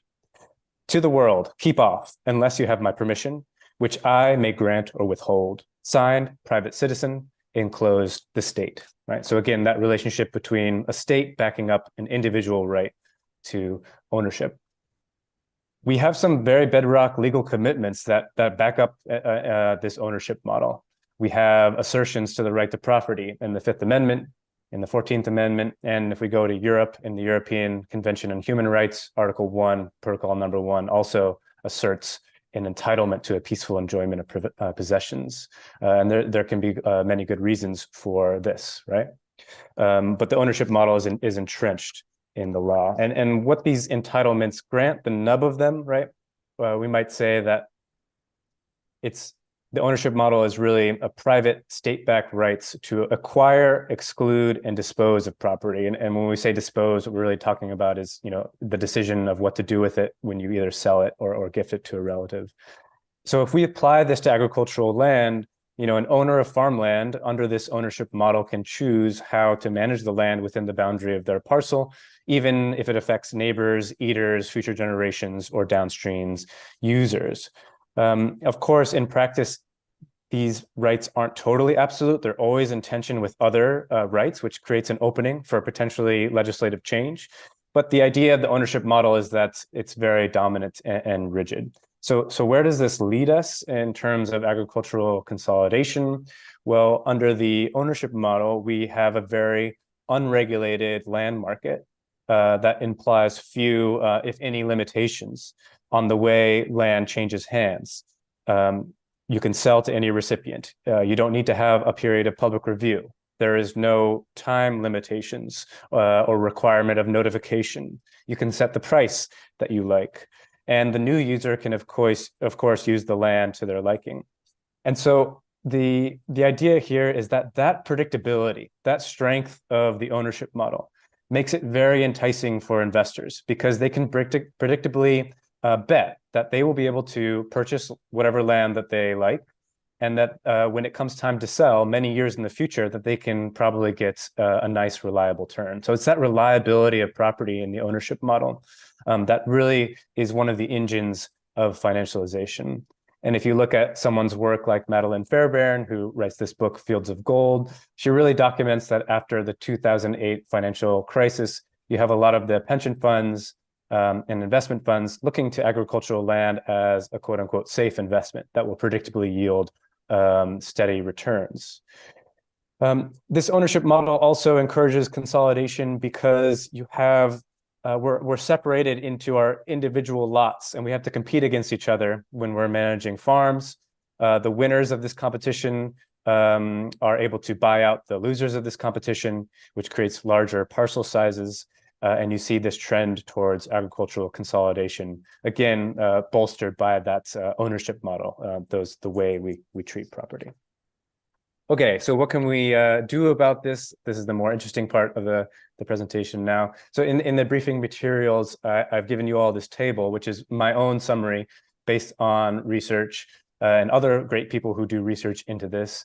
That look at, especially my research is focused on what we might call the global north or wealthy countries, industrialized countries. How do they intervene into land markets? Because we assume that property rights, will never be challenged there, but there's actually a lot of different examples of different strategies. And I want to highlight, there's more on the table, but I want to highlight a couple of them for the presentation for conversation starters. And the first is going to be something about we can prevent foreign ownership. So we're starting in the US. This is the one that is really most relevant to the US. I think it's 9 Midwest US states do have preventing foreign ownership on the state law books. Iowa is one of the leaders, continually passing legislation. If you look at Australia, there's a landmark case where this large cattle ranch wanted to be sold to a Chinese investor, and the federal level at Australian government blocked this sale. So here, again, that's getting at that right to dispose, right? So instead it says, actually, you can't sell it to whoever you want. We have some kind of concern with a foreign entity owning agricultural land, and we can intervene in that right to property to some other deliverable, right? These, especially in the US, this is kind of it, as far as I can tell, in terms of intervening into that right to dispose. And so we have to look outside the US for other examples of different policy ideas.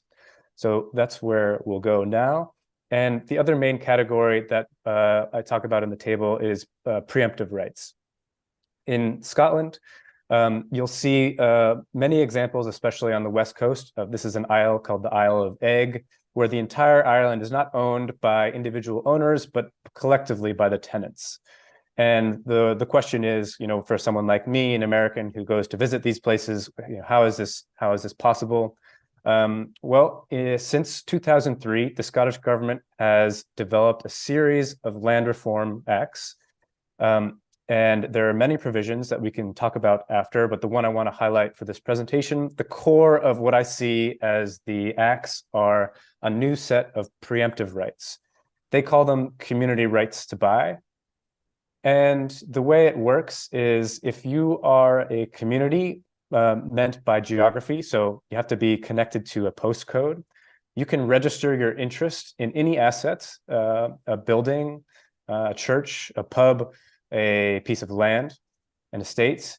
And when that land comes up for sale, you get the first right of refusal, or the preemptive right. The community gets the first crack at buying this land, and the Scottish government will put up to £1 million from its lottery fund to help subsidize that chance for the community to buy it.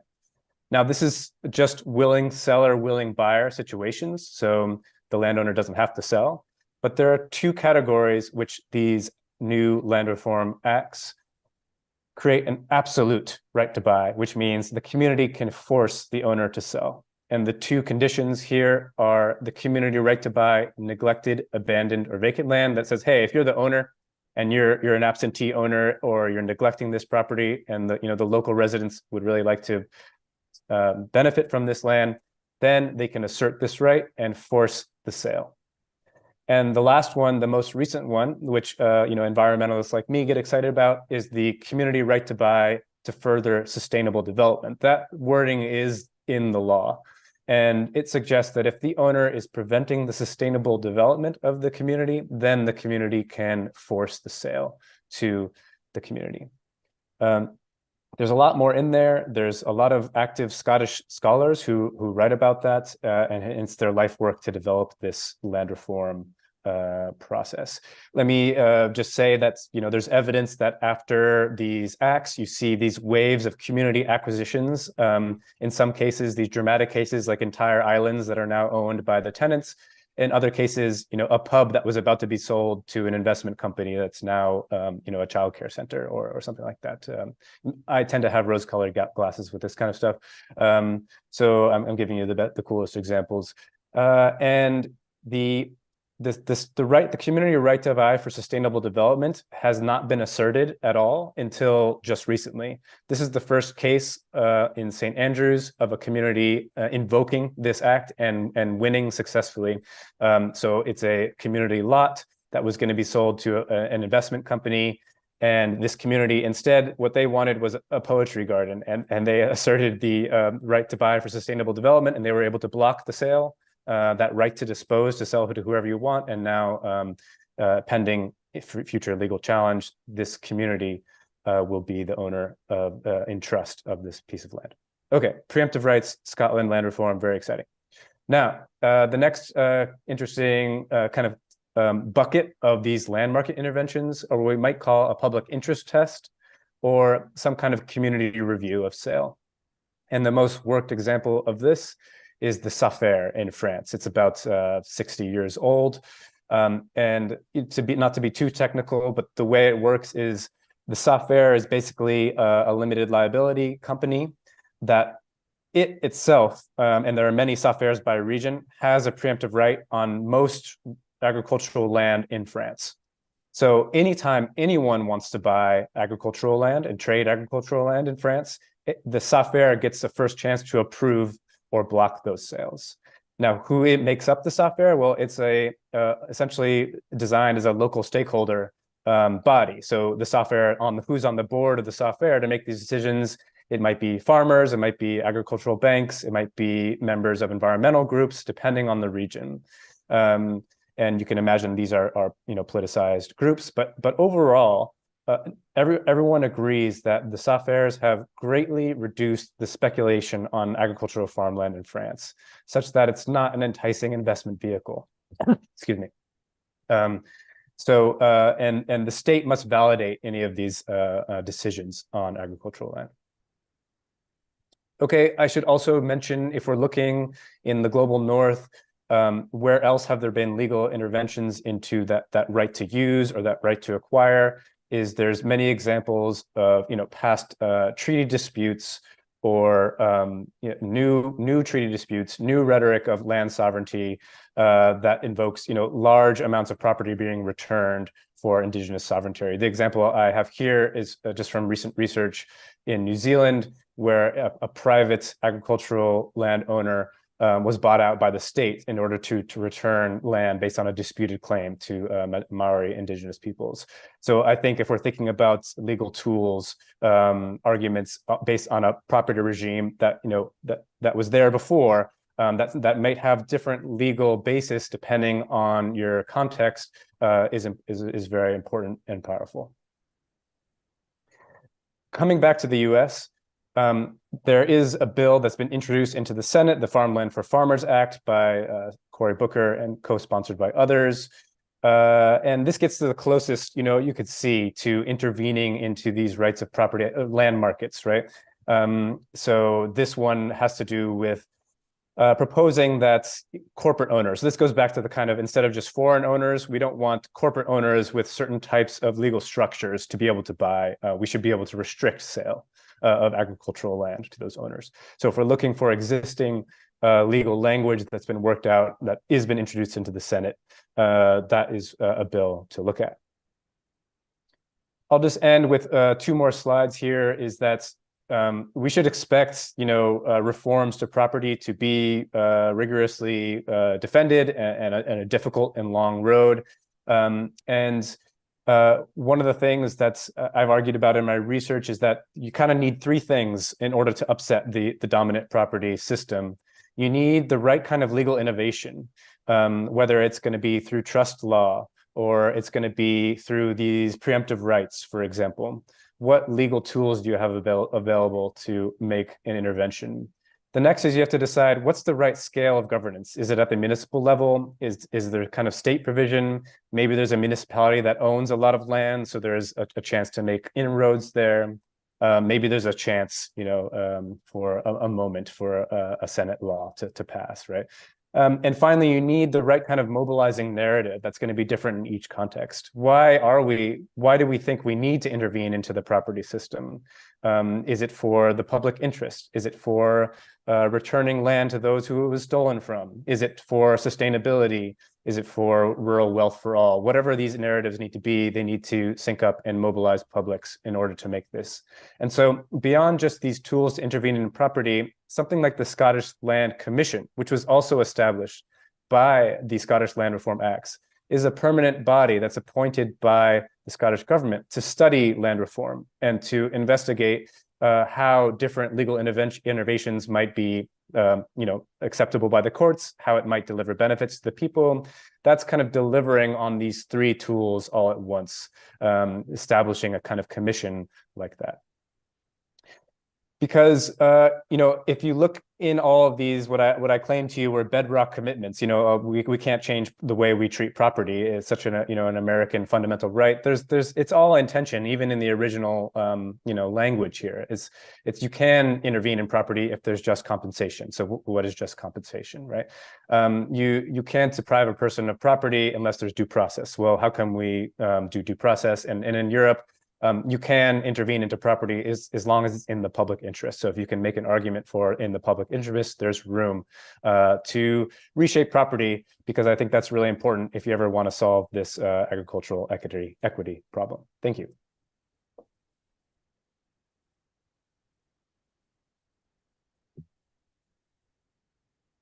Dr. Kahlo, thank you. Should we leave this slide up, or would you mind being large on our screen here? We can put you in on the focus. Wonderful, thank you.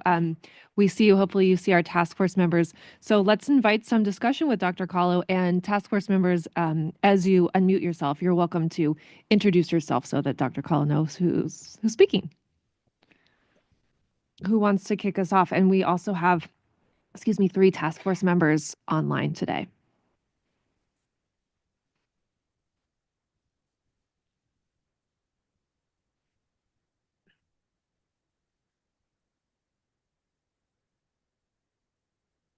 Hi, Dr. Kahlo. This is James Nakahara. Thank you for the presentation. There's a lot to process, and some really innovative and amazing things happening over in Europe that I think we can learn a lot from. One question I have, I've got many, but one is just around what kind of pushback do you see from either corporate interest or kind of the status quo apparatus of landholders, kind of in response to is there legislative efforts to kind of repeal some of these things? Is there kind of widespread what's been happening afterwards for the folks who used to be able to kind of purchase land in a different way, I guess, for lack of a better term, is my question. Yeah, there's lots of pushback. Those who benefit from the existing land ownership system, they don't like this stuff. And I'm talking mostly from the case that have done research in, which is in Scotland, right? Speaking as an outsider, what I'll say is that you have an extreme land consolidation in Scotland, right? So you have a very few minority of very large land owners that are reacting to a legislation that benefits the vast majority of other people in Scotland. And so therefore you have a huge power imbalance, but you have strong popular support. And I think the risk is, getting to the place where Scotland is now, where you have a few owners owning the vast majority of Scotland itself, and the rest of the people living in the central belt, and the city regions to the south. That's do you want to wait until you get to that point, right? But at the same time, if that's the political window. What I would say is that's that piece, it's an academic jargon, but this kind of mobilizing discourse. So the part of the land reform acts have been to establish what they call a universal access right, meaning as long as you treat land responsibly, you can cross over a fence.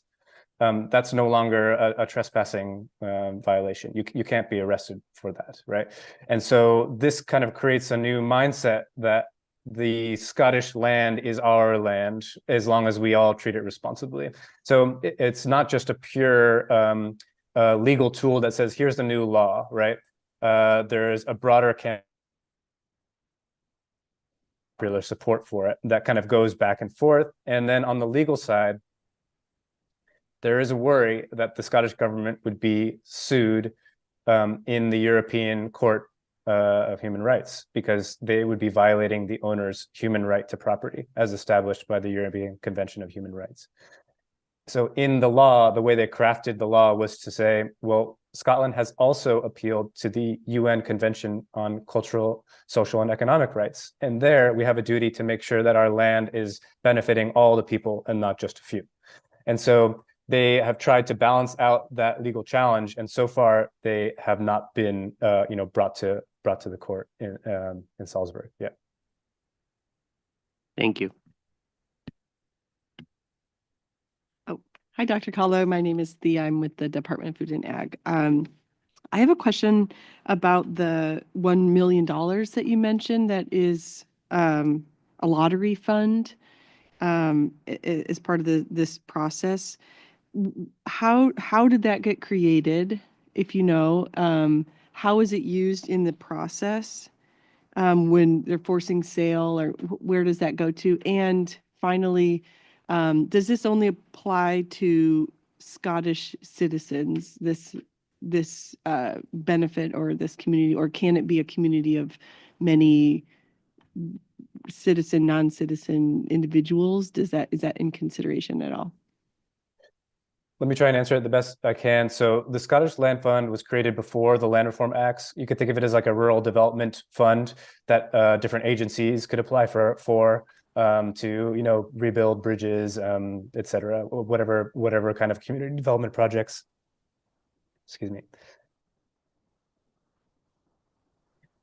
And it was just written in that in the community right to buy process, that they would be in the moment where a community does get that first right of refusal and they work out a market price for the land, that they, if they're able to raise that price, those funds, they will become the owners. So in that moment, they then can apply to the Scottish Land Fund under the same rigors that the Scottish Land Fund, has for all of its applications.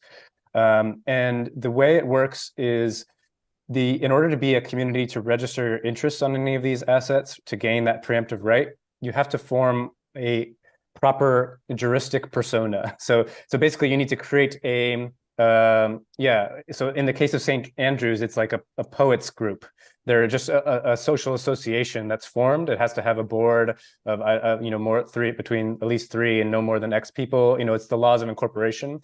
And as long as those people reside in that area, then they are the legal juristic persona. So it doesn't have to be a Scottish citizen. It can, as long as they're a resident. Yeah. Thank you very much. Mhm.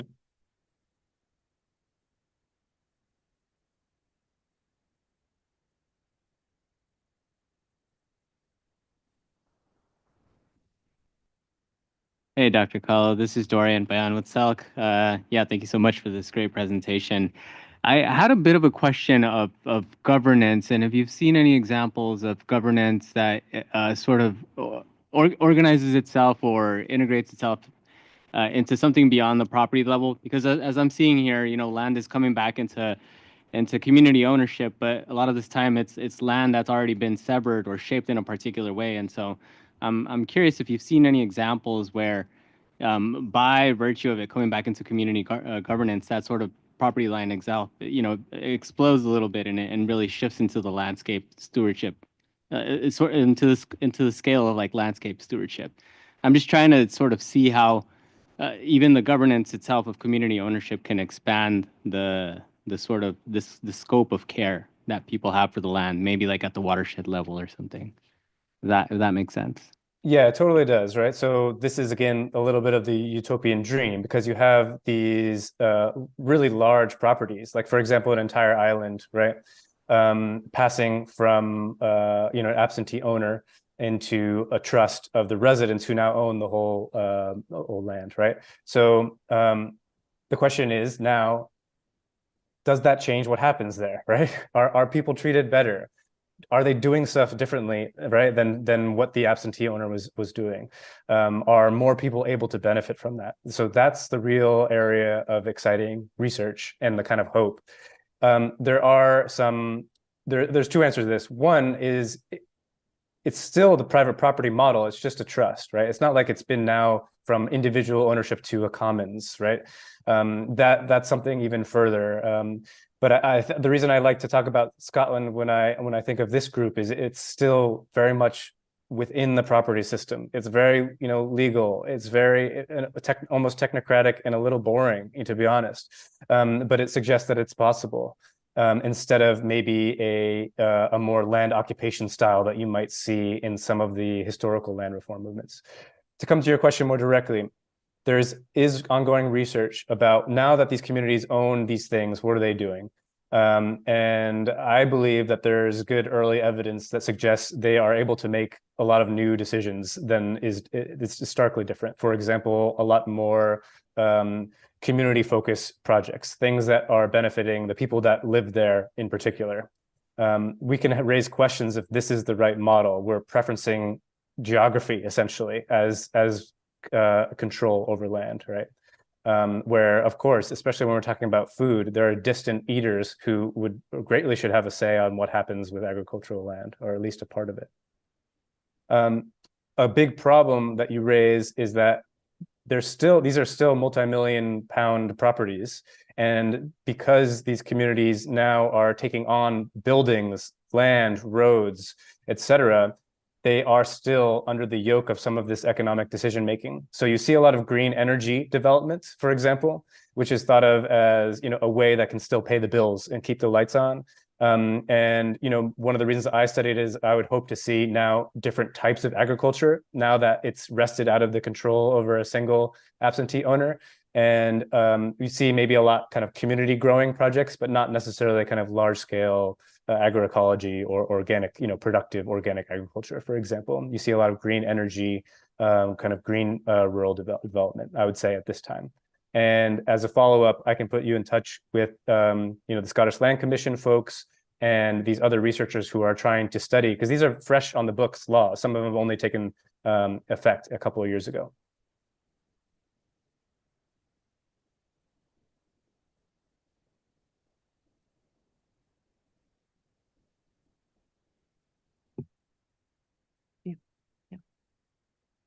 I feel like I do want to ask a question. I'm trying to form it.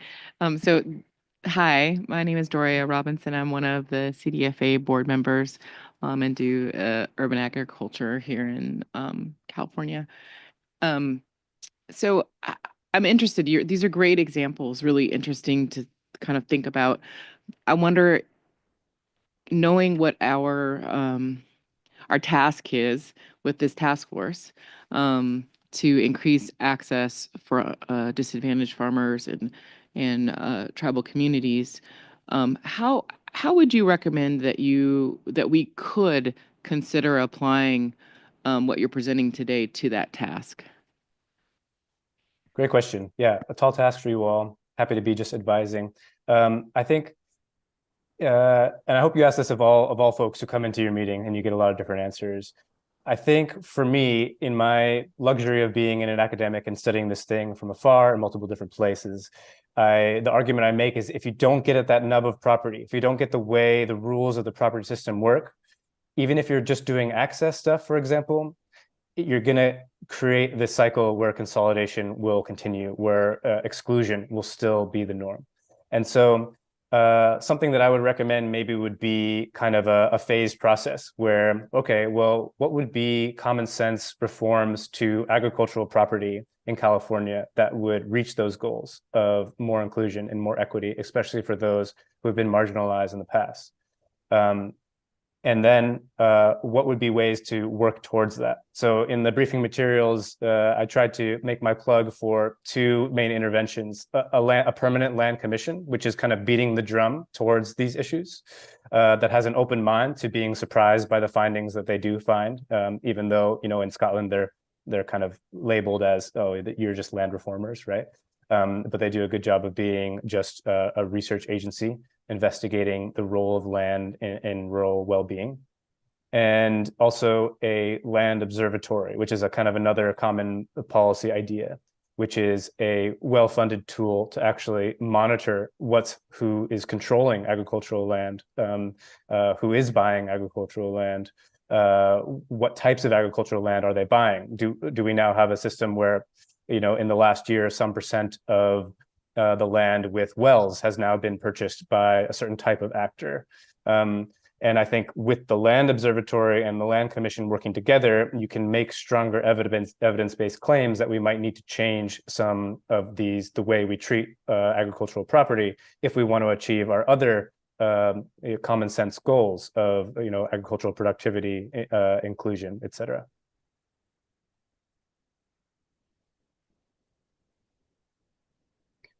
Yeah, and the reason that those two is those two, you don't have to change laws to not necessarily, you don't have to fight the property fight to create those durable bodies that can win some future legal victory at a time, unbeknownst to me.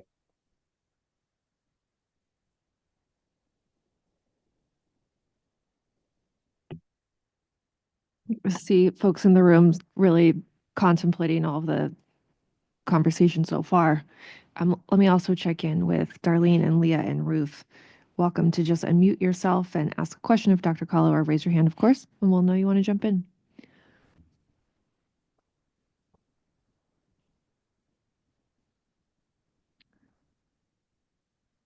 Other concepts that we want to explore with Dr. Kahlo while he's online with us. Anything that came up for you when you were listening to his presentation that might relate to some of the recommendation concepts that are under discussion right now, where we could use some insight? Yeah, I mean, this is not a question, it's a comment, but I would really encourage us to take some of these interventions and investigate their legal application in California.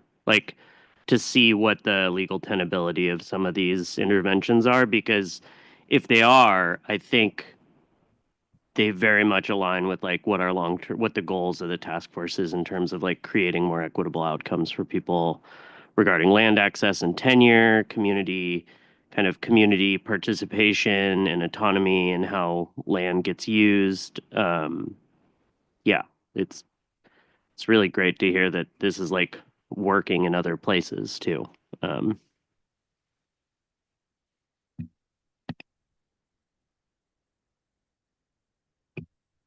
I see Leah, but I'm just wondering, Dr. Kahlo, have you thought about that at all? Translating some of these successful new pieces of legislation or concepts to application in the United States, specifically California, if not at the federal level?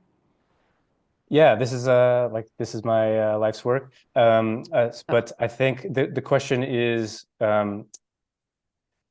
whenever I give these international examples, it's kind of like, well, we have a different legal context, and I think that's right. And so the property system unique to California, it's got to be a unique process of unwinding. And I caught a little bit of the conversation of, who else can we get on the advisory committee?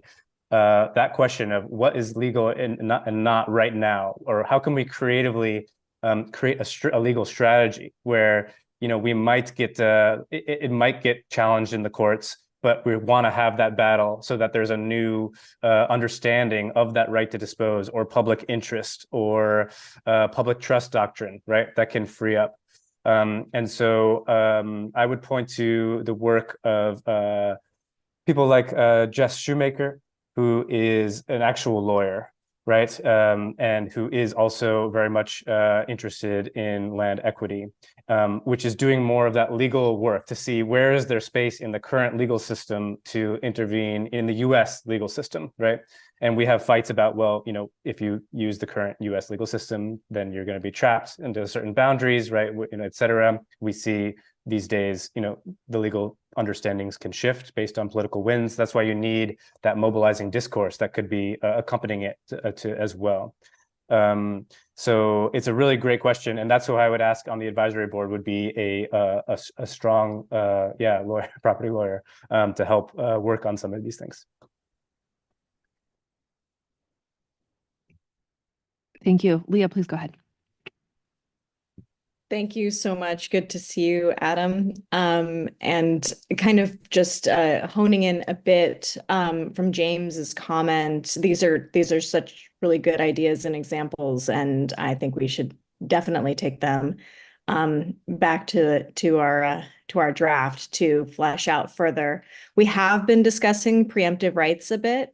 And this is maybe a really broad question, but I'm wondering if you have any specific considerations for us between creating a preemptive right for public lands versus private lands.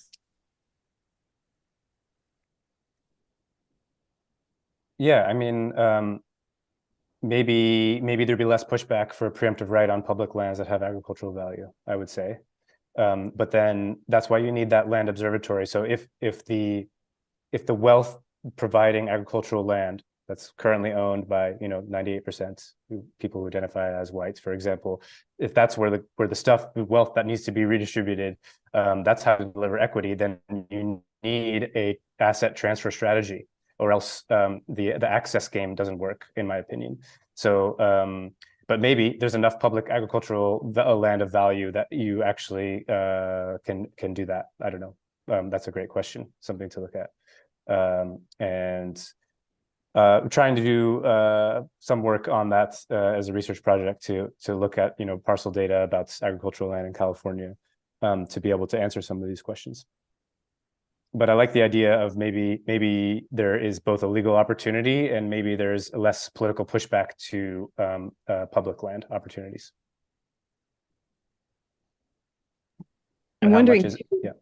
I'm just wondering too, is it all the same mechanism? Like, is it just some form of a right of refusal for both, or are there different structures that we should apply to the different landholders or landholding institutions? Yeah, so I think there's a what is the basis for creating a preemptive right in California state law? I think that's an important question that should be considered, because that will help you answer how you would structure it more conceptually. Again, looking from like the Safair case and the Scottish case, there are some interesting ways that they structured their preemptive rights. So in France, you kind of have a post-World War II effort to keep farmland as regional as possible. So you really are focusing on regional farmers and stakeholders. It's similarly in Scotland, you have to be this kind of regional connection to the land, but there's in Scotland now you have urban parcels that are also under these preemptive rights. So where is the region for some of these urban parcels where people are living in different parts of the city? Who gets to be included? So you actually have a possibility of introducing a form of exclusion through creating some of these preemptive rights, because when you determine who has them, right, that's that decision of how to structure it. Do they have to form a group? Is it an individual? If you look at the Justice for Black Farmers Act that also Cory Booker introduced, there was a mechanism proposed of financing to purchase agricultural land from the public market and then deliver it through a third party to individuals, right? To Black farmers. And so that's a different way of kind of structuring, preemptive right basing, there's a kind of a class that we want to have this preemptive right rather than a region.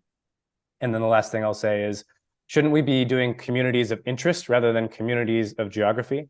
Why, if there is a group that forms in the south of California and they have a vision for an agricultural productive activity, and there's a piece of land in the north of California, why can't they have some way to transfer that asset into their hands, right? They're not necessarily living next to the land, right? And I think in California that's especially interesting because we have extreme urban concentration. So that the Scottish model doesn't really work directly applied straight off the bat.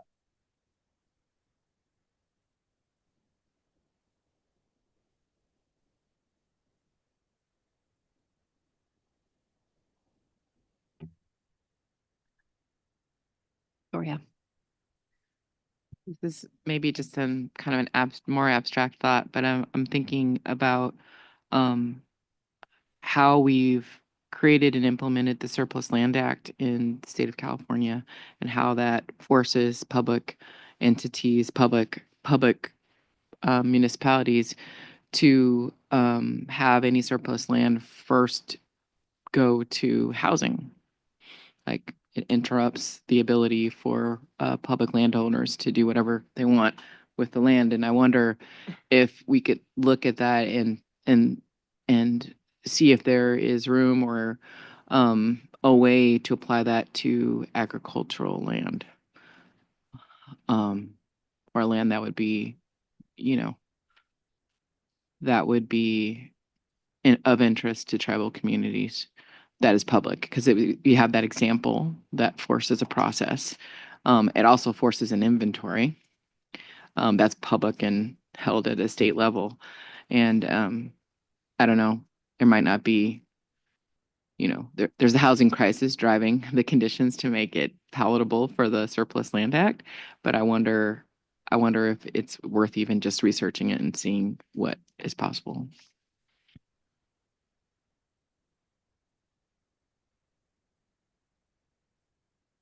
And it would be great to hear your thoughts on that if you had any. Sorry. I mean, I think that's brilliant, right? I think what you're doing is you're looking for existing law, accepted practice that does say, hey, this piece of land, for whatever reason, isn't just purely on the open market. There's certain public oversight here.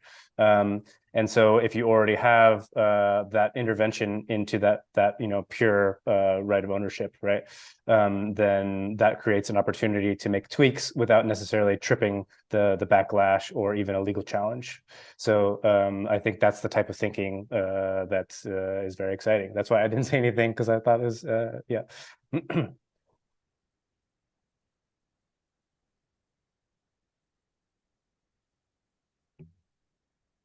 Go ahead, Chair Hawkins.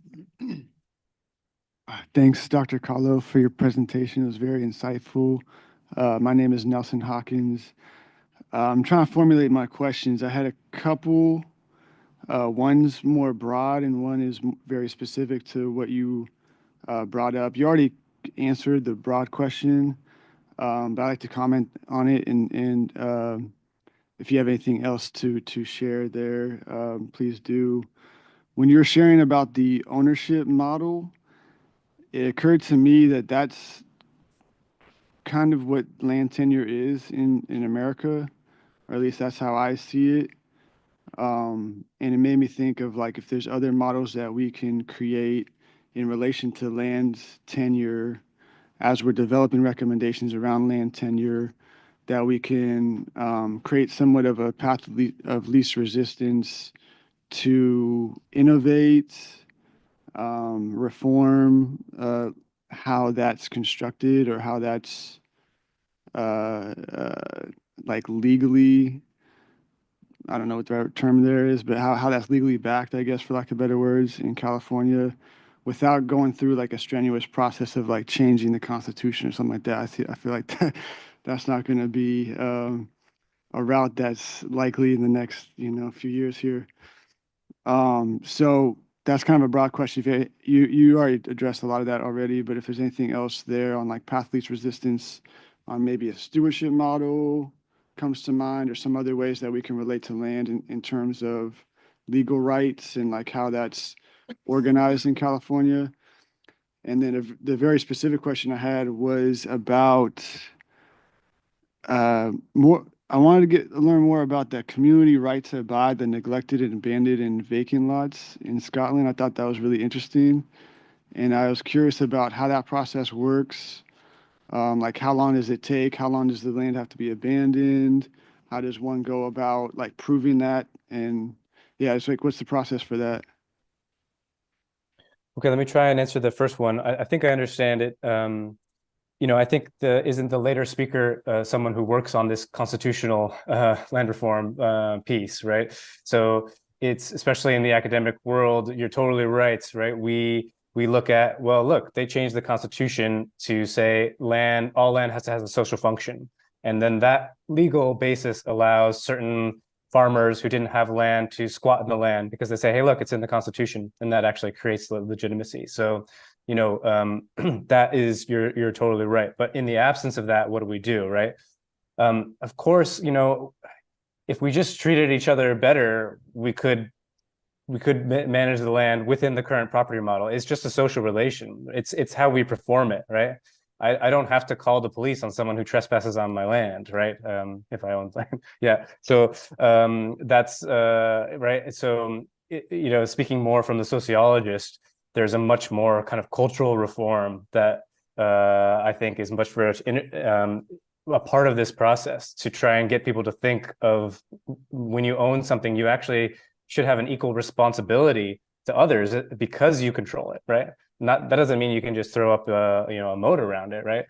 I could imagine that also becoming a cultural norm, over the sands of time. Speaking more practically, in the briefing materials, I talk about 3 cases where this sense of the ownership model of property was kind of entrenched, which obviously I'm attaching a moral badness to, or rethought or challenged, right? So in these climate lawsuits, you have state constitutions that often have language to the public trust, or in the case of Montana, it was a state constitution that said, line that said that the state of Montana has to be for the benefit of all. And that was the basis of essentially intervening on the property rights to continue certain types of fossil fuel extraction, right? So, there's existing case law to play with that's not so radical or out there. Of course, you could think of, unfortunately, in California, when union organizers wanted to access farm workers on farmland, the Supreme Court ruled in favor of the farmland owners, saying that the access of these union organizers counted as a taking against someone's property, right? So that's an example of a potential case that might have opened up, the meaning of property, but went the other way. And then I think you have this case, the Flannery Associates California Forever example, where you have the idea of what seemingly of the investors say, well, if we own all the land, we'll be able to get what we want in terms of land use. But it so far has turned out not to be the case, where existing zoning laws have prevented, the shift from agricultural land to development. So hopefully those examples suggest that, like I was trying to say, the ownership model is always in flux, right, in people's minds and institutions in the law. And so finding those right pressure points could be something exciting that comes out of the task force. To get to your second question, so the communities have an absolute right to buy. abandoned, neglected, and vacant land. So what happens is the community will form their juristic persona, the group of 12, the new farmers, whatever they call themselves, and then they can assert that right and make a claim to the Scottish ministers. And they say, look, this land that we have geographic connection to is abandoned. And we're going to prove it by our evidence as we submit to the Scottish ministers. So the Scottish ministers will then rule on if that right has been appropriately applied. And the owner will, of course, come running back, from wherever they were and say, no, it's totally fine. I got some big plans here. They duke it out. First, the Scottish ministers will just take a decision based on their application. And if they award that application, then that community can then apply to the land fund. They often do some kind of crowdfunding. And they, if the owner and the new buyers, the community, cannot agree on a price, a third-party auditor will set a price at fair market value, and then they purchase the land. Yeah. Is there like a time frame that they have, or like a length of time that they have to prove it's been abandoned or neglected? Yeah. So I think I don't know the exact answer to this question. I can come back to look at that for you, but the wording in these acts are really what have been determining the legal argumentation of these things, right? So that's why to put sustainable development in a law is a fairly bold, because what the heck does that mean, right?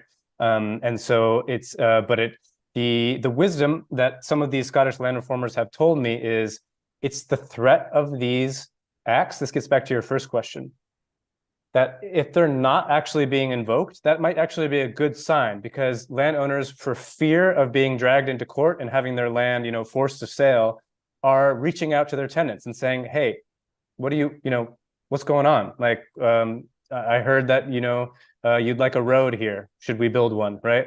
And so suddenly you don't need to transfer the assets going against my original claim, but that threat of these transfer laws is creating more engagement between owners and tenants.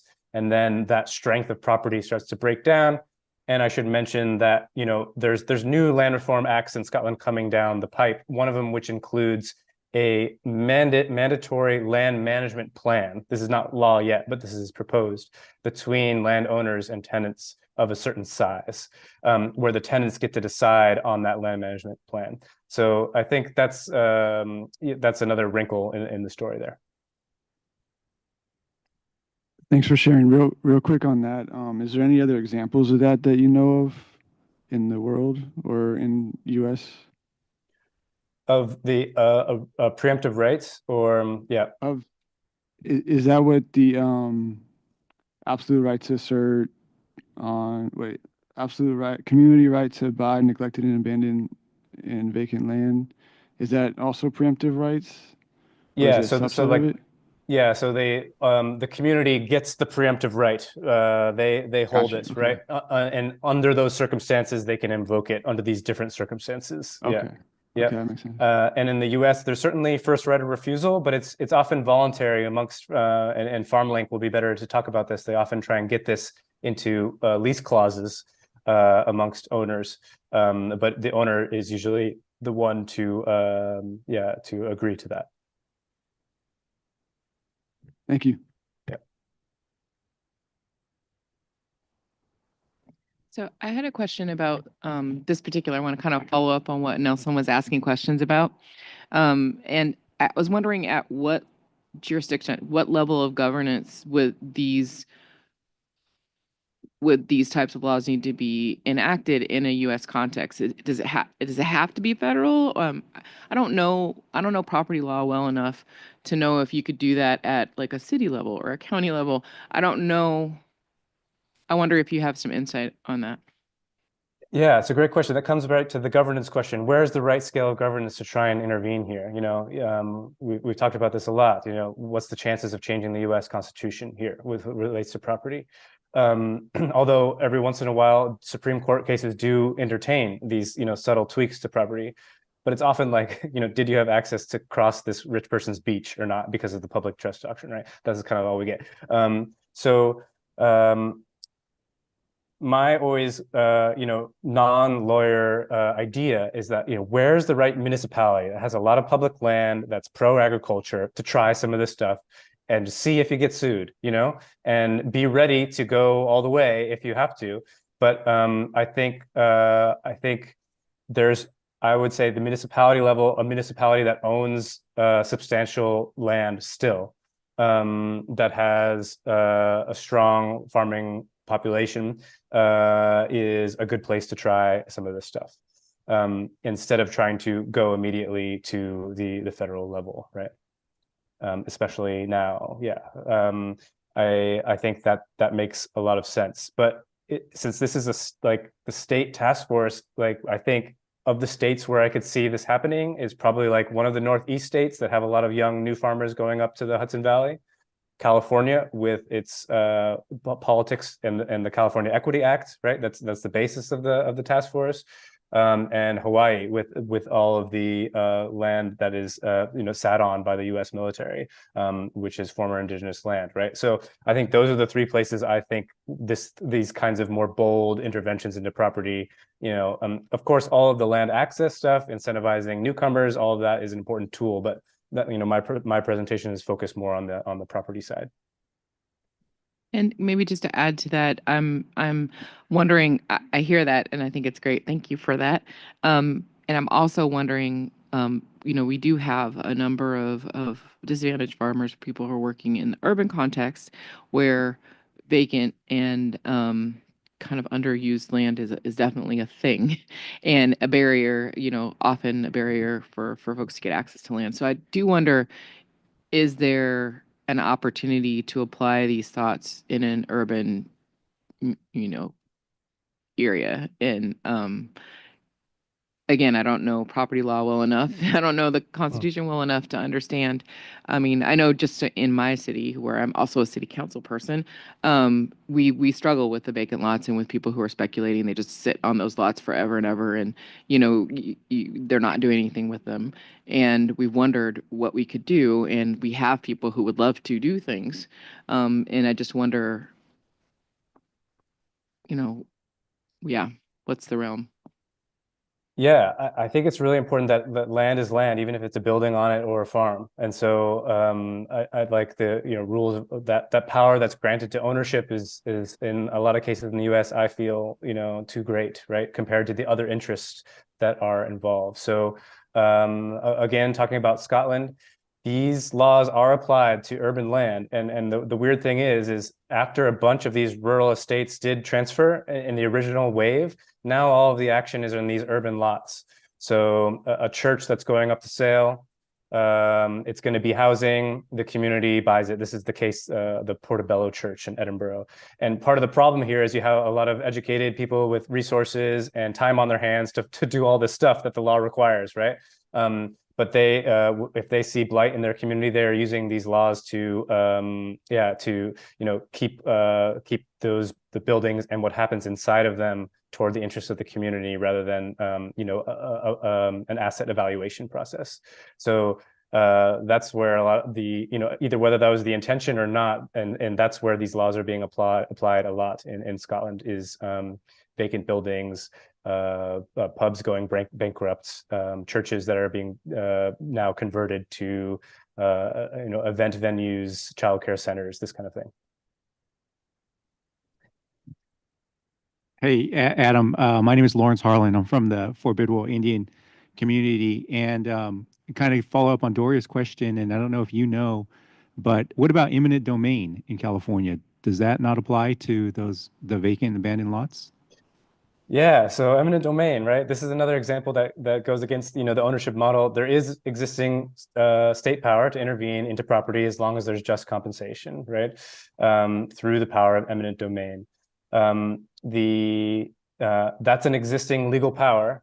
If captured by the right's political winds, could certainly say that's blight. I'm invoking eminent domain to pass it to community interest, right? That agricultural land is now being, the soil is being degraded to make maximum profits for shareholders. Eminent domain, right?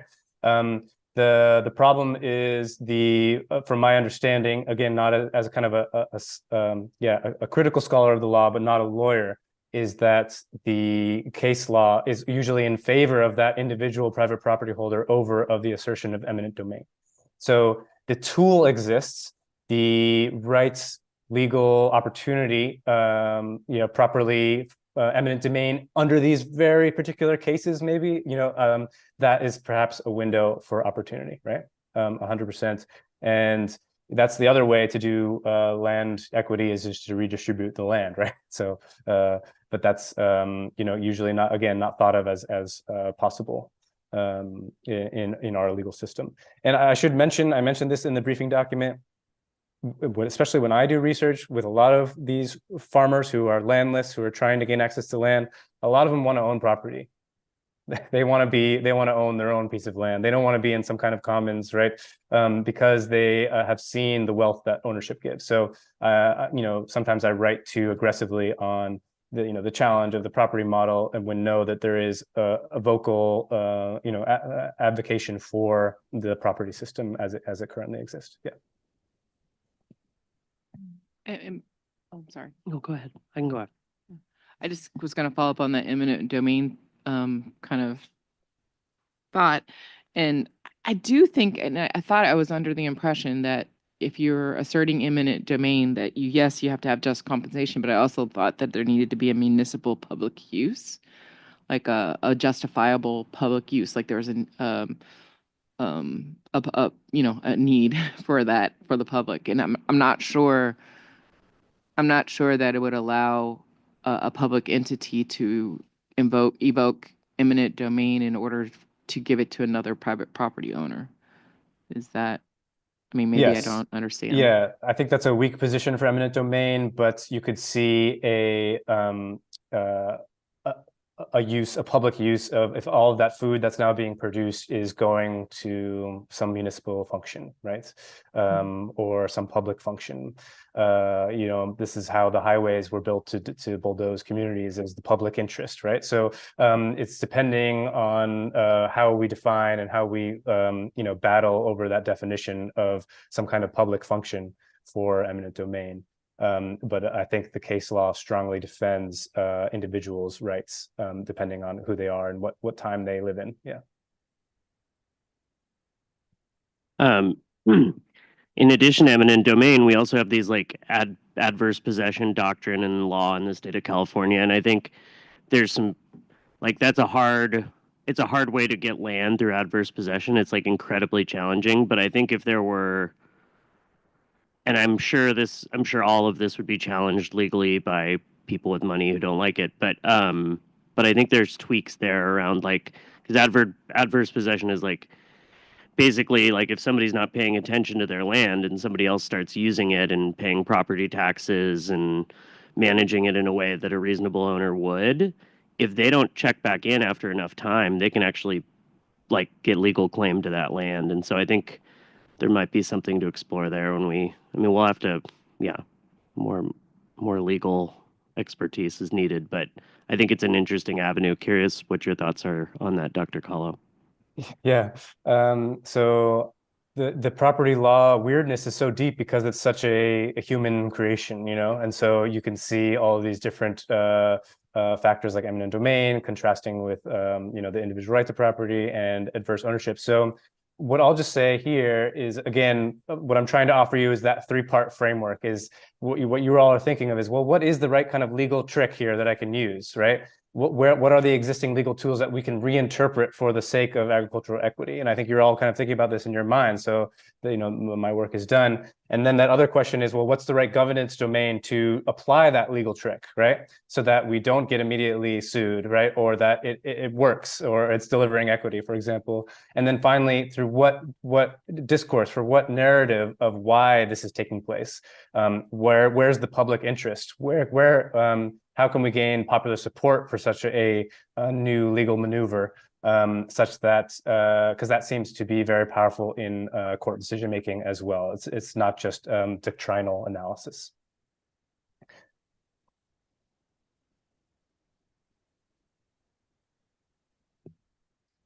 just wanted to check in on time. We have under 15 minutes left in this session.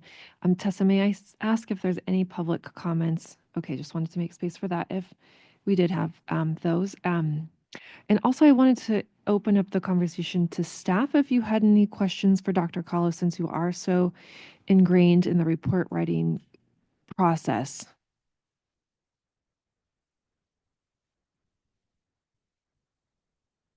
No, I was just going to say, for me, all of the questions the task force members are answering have been really insightful. Excellent. Task force members, anything else you want to elevate for conversation with Dr. Kahlo? Hi, Dr. Kahlo. This is Lawrence Harlan. So what about for in California, the middle class, just California residents who own property, rely on that kind of as their wealth? What is this going to do to property values throughout the state? Yeah, great question. So I think we're thinking about what's the political virtue of some of these changes. I think the focusing on which lands would apply to these new types of rights is the key question.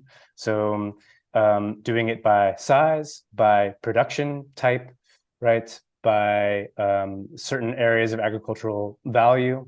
I think that's the kind of interest. So I think there's plenty of room to carve out exceptions to try and make sure that the transfer that's envisioned is one that's serving the goals of equity and the California Equity Act, and not necessarily putting at risk someone's home or someone's smaller farm. Again, even those statements are loaded, right? But I think you're thinking in the right way that there's probably should be exceptions carved out for certain types of property. If you look at don't read all the words I wrote, just look at the table that I made on page 19, where it talks about different ways that different countries are dealing with this issue. And you can tell they're favoring certain types of usage and certain types of owners and certain types of farming over other, whether it's France, whether it's kind of rural, small farmers. In Poland, you see a strong attention to size caps, trying to make sure that newcomers can gain small parcels of land. You can see this, a version of foreign owners for whatever reason, for national security. So I think if you read into each of these rules, you'll see a certain vision for who ought to be controlling agricultural land and who ought to be included in that conversation. Thank you. And I had a follow-up question. You had mentioned at your recommendations would be a permanent land commission and a land observatory. Can you explain what those are and what they would be doing and what's the difference between those two recommendations? Yeah, sure. So this is at risk of betraying my own advice, which don't just copy paste other international examples, make something uniquely Californian based on the task force. But the commission would be some kind of democratically appointed body, whether or not it's just the head of the commission is somehow either democratically appointed through the gears of the state, but maybe the staff would have funding for the staff. And it's a research arm to investigate and monitor any kind of changes to the fate of California's land, for example. So they could say, hey, I'm curious if indeed there are a new wave of corporate landowners buying up almonds, right? We would tender for the Scottish Land Commission would tender research and then analyze it and produce a report, including policy recommendations to the state, for example, right? And there would be staff researchers, a small team that can carry out that research and set the agenda for the questions of what is wrong with California's land if it needs equity, and how to get it there. And say, oh, a new preemptive right was created. Well, let's commission an interview study of the people who are involved in this and whether they find it useful. How do middle-class property owners, are they seeing property values change? Is it creating a freeze on the market? No one wants to sell land because they're worried of these laws being tripped, right? So it's a commission that, and if you could look at the website of the Scottish Land Commission to get some ideas, it's mostly a communication arm of the Land Reform Acts, essentially, and it's established through those. The Land Observatory would be a mandated aggregation of parcel data such that the information available to understand agricultural land ownership is more readily available. So parcel data, who owns land, is available publicly through the tax assessor information, but it's often produced differently by each county. Some counties have a little bit more cash. They can give it to you easy. Some, it's a bunch of Excel files, right? And so when you want to do research on this, it could be old. And so the Land Observatory has the ability to answer these questions about large-scale changes and could potentially produce some kind of quantifiable answers to if equity is happening depending on how it's measured. For example, we're seeing an increase in ownership among, or management among Indigenous peoples. We're seeing an increase in the decrease in white owners of state agricultural land, which suggests diversification, right? So the Land Observatory is would mandate the state to actually collect and service that data to interested parties.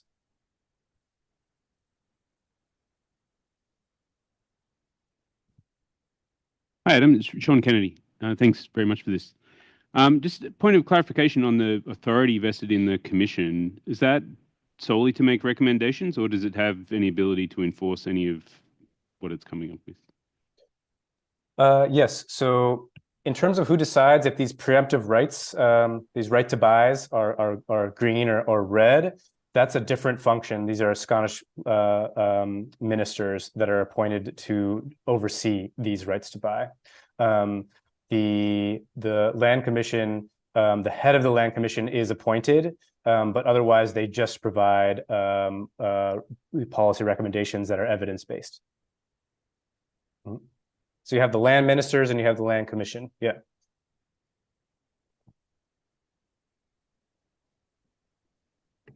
I had one more question that came to mind. In California, I understand it that an individual or a family can own land, but people can't collectively own land unless they have like a legal entity, often a cooperative, farmer cooperative, LLC, or some other type of business entity. I'm a part of a farmer collective that we had to form a 501c3 nonprofit to receive state funding to purchase land.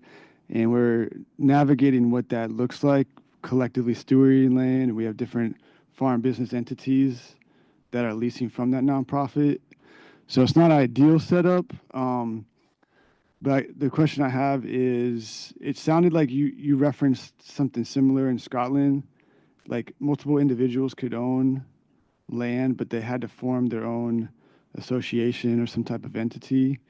Is that the case there in Scotland too, or can individuals or multiple businesses own land without having like an overarching entity that like owns it, if that makes sense? Yeah, so speaking from just the Scottish case, it very much kind of respects the normie rules of property. So it's these groups form a trust that then buys the land, and the trust can lease out to different agricultural land businesses or tenants. But the trust is now the owner.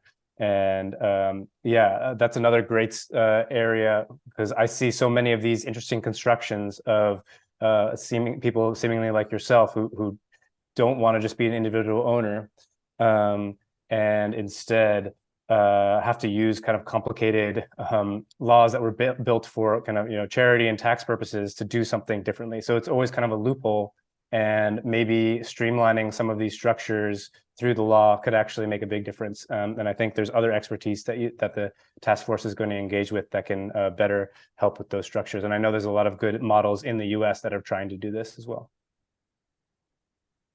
Thank you. Yep. Adam, I have another follow-up question to the Land Commission. Would you recommend that be only for agricultural land or all property in general? Yes, so especially for the California Agricultural Land Task Force, I would recommend focusing on agricultural land, unless there's a political moment when land reform is on the agenda in the United States. Yeah. Because the reason I asked that, how would we define agricultural land? Wouldn't all land technically be worthy of agriculture of some type? A great challenge, yeah. So yeah, we're sitting on the ruins of agricultural land, right? So I think you can define it if you want. If you're looking for land return, then you would have to be more aggressive on what counted as what is under your definition. So you could look back in time. You could look at productive land based on assessment of watersheds. You could focus on just what's in production now. You could focus on forest land that could be computed to community forestry. You don't want to be tripped up by definitions of what land is and what it should be used for.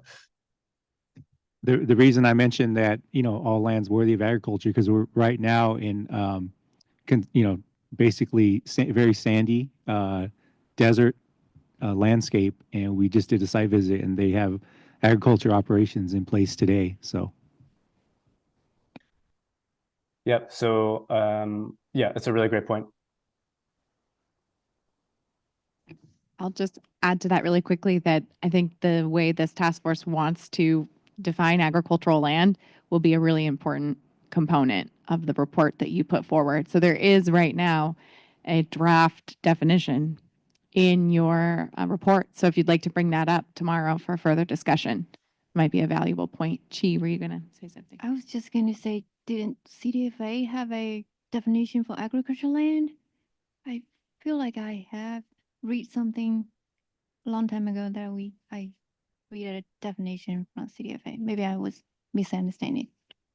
I'm not aware of a general definition. I will say that if you look at something like the SALC program, Sustainable Agricultural Lands Program, that is funded by SGC and DOC, it does have a definition of agricultural land that then is used to award funds. There is also the important farmland. What is the word of that classification? I always forget the name of the map that is created by the Department of Conservation. That maps California's farmland according to various classification systems. The web soil survey, like the NRCS's, yeah. Yeah, it's called the FMMP, Farmland Mapping. I'm sorry, I'm forgetting. We will get that. Oh, there we go. The NRCS has a definition. Farmland Mapping and Monitoring Program, and which is actually done by Department of Conservation. So we are just at the top of the hour. Dr. Kahlo, we've kept you for a full 90 minutes, and we really appreciate your time. One final check to see if any public comment came through specific to this session. No. Okay. We are scheduled for a lunch break from 12 until 1 for task force members. We're bringing lunch in. It's about 15 minutes behind schedule, but you can still enjoy some time to break, and lunch will be served in this back room over here. While you're doing that, please think about this robust conversation. That was very deep, very insightful, and how you might incorporate the insights that you gleaned from this conversation into your recommendations. And this is definitely not the last time we'll have to speak with Dr. Kahlo. But for now, I really want to extend on behalf of the task force our gratitude and thanks for joining us today and all of the expertise and insights that you shared. Thank you all. Thank you. Really exciting. Good luck. Yeah. And I'm here to help however you need it. Okay. Farewell. Thank you. Okay. So we're on break for the next hour, 12 to 1. Lunch on its way. I'm not really sure if there's anywhere to walk around here by way of stretching your legs. There's no place to dine in immediate vicinity, I don't think. You could go for a jog, but fresh air if you want. Also, if anybody wants to come huddle with me to do some scheduling, since we have a few extra minutes before lunch gets here, that's an option. So I'll turn off my mic now. So if you're joining us online, lunch break, and then I'll circle back with Darlene and Leah and Ruth on scheduling.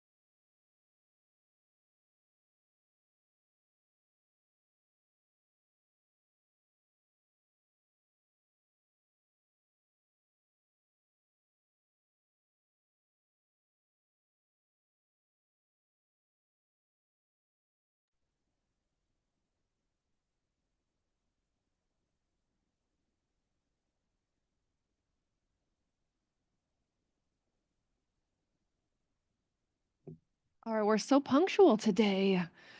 Back in action. Would you go to the next slide for us, please, Camille? Okay. So for the next, how are we doing? Everyone's feeling full? We ready? We're not ready.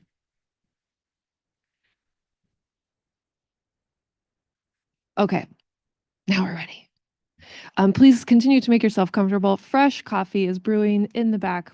Please keep enjoying your lunch while we enjoy this next presentation session. So we're scheduled with 3 presenters. We'll go for 90 minutes again for this session if we need the time, and I suspect that we will. We're talking about local conditions in Coachella Valley and community-driven solutions. We have 3 speakers. We're going to start with Elias Aceves, and then we'll go to Irene, and then we'll go across to Sergio Carranza. And I'll ask the speakers to provide a little self-introduction, and their talks are also supported by slide decks. So let's get going. Your mic on? Do I go up or do You can just talk from there wherever you're comfortable. You're. I guess like I have a lot of maps and I kind of want to point.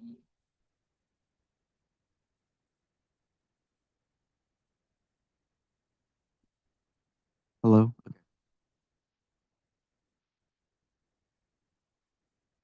So, hello guys. Can you hear me well? Okay.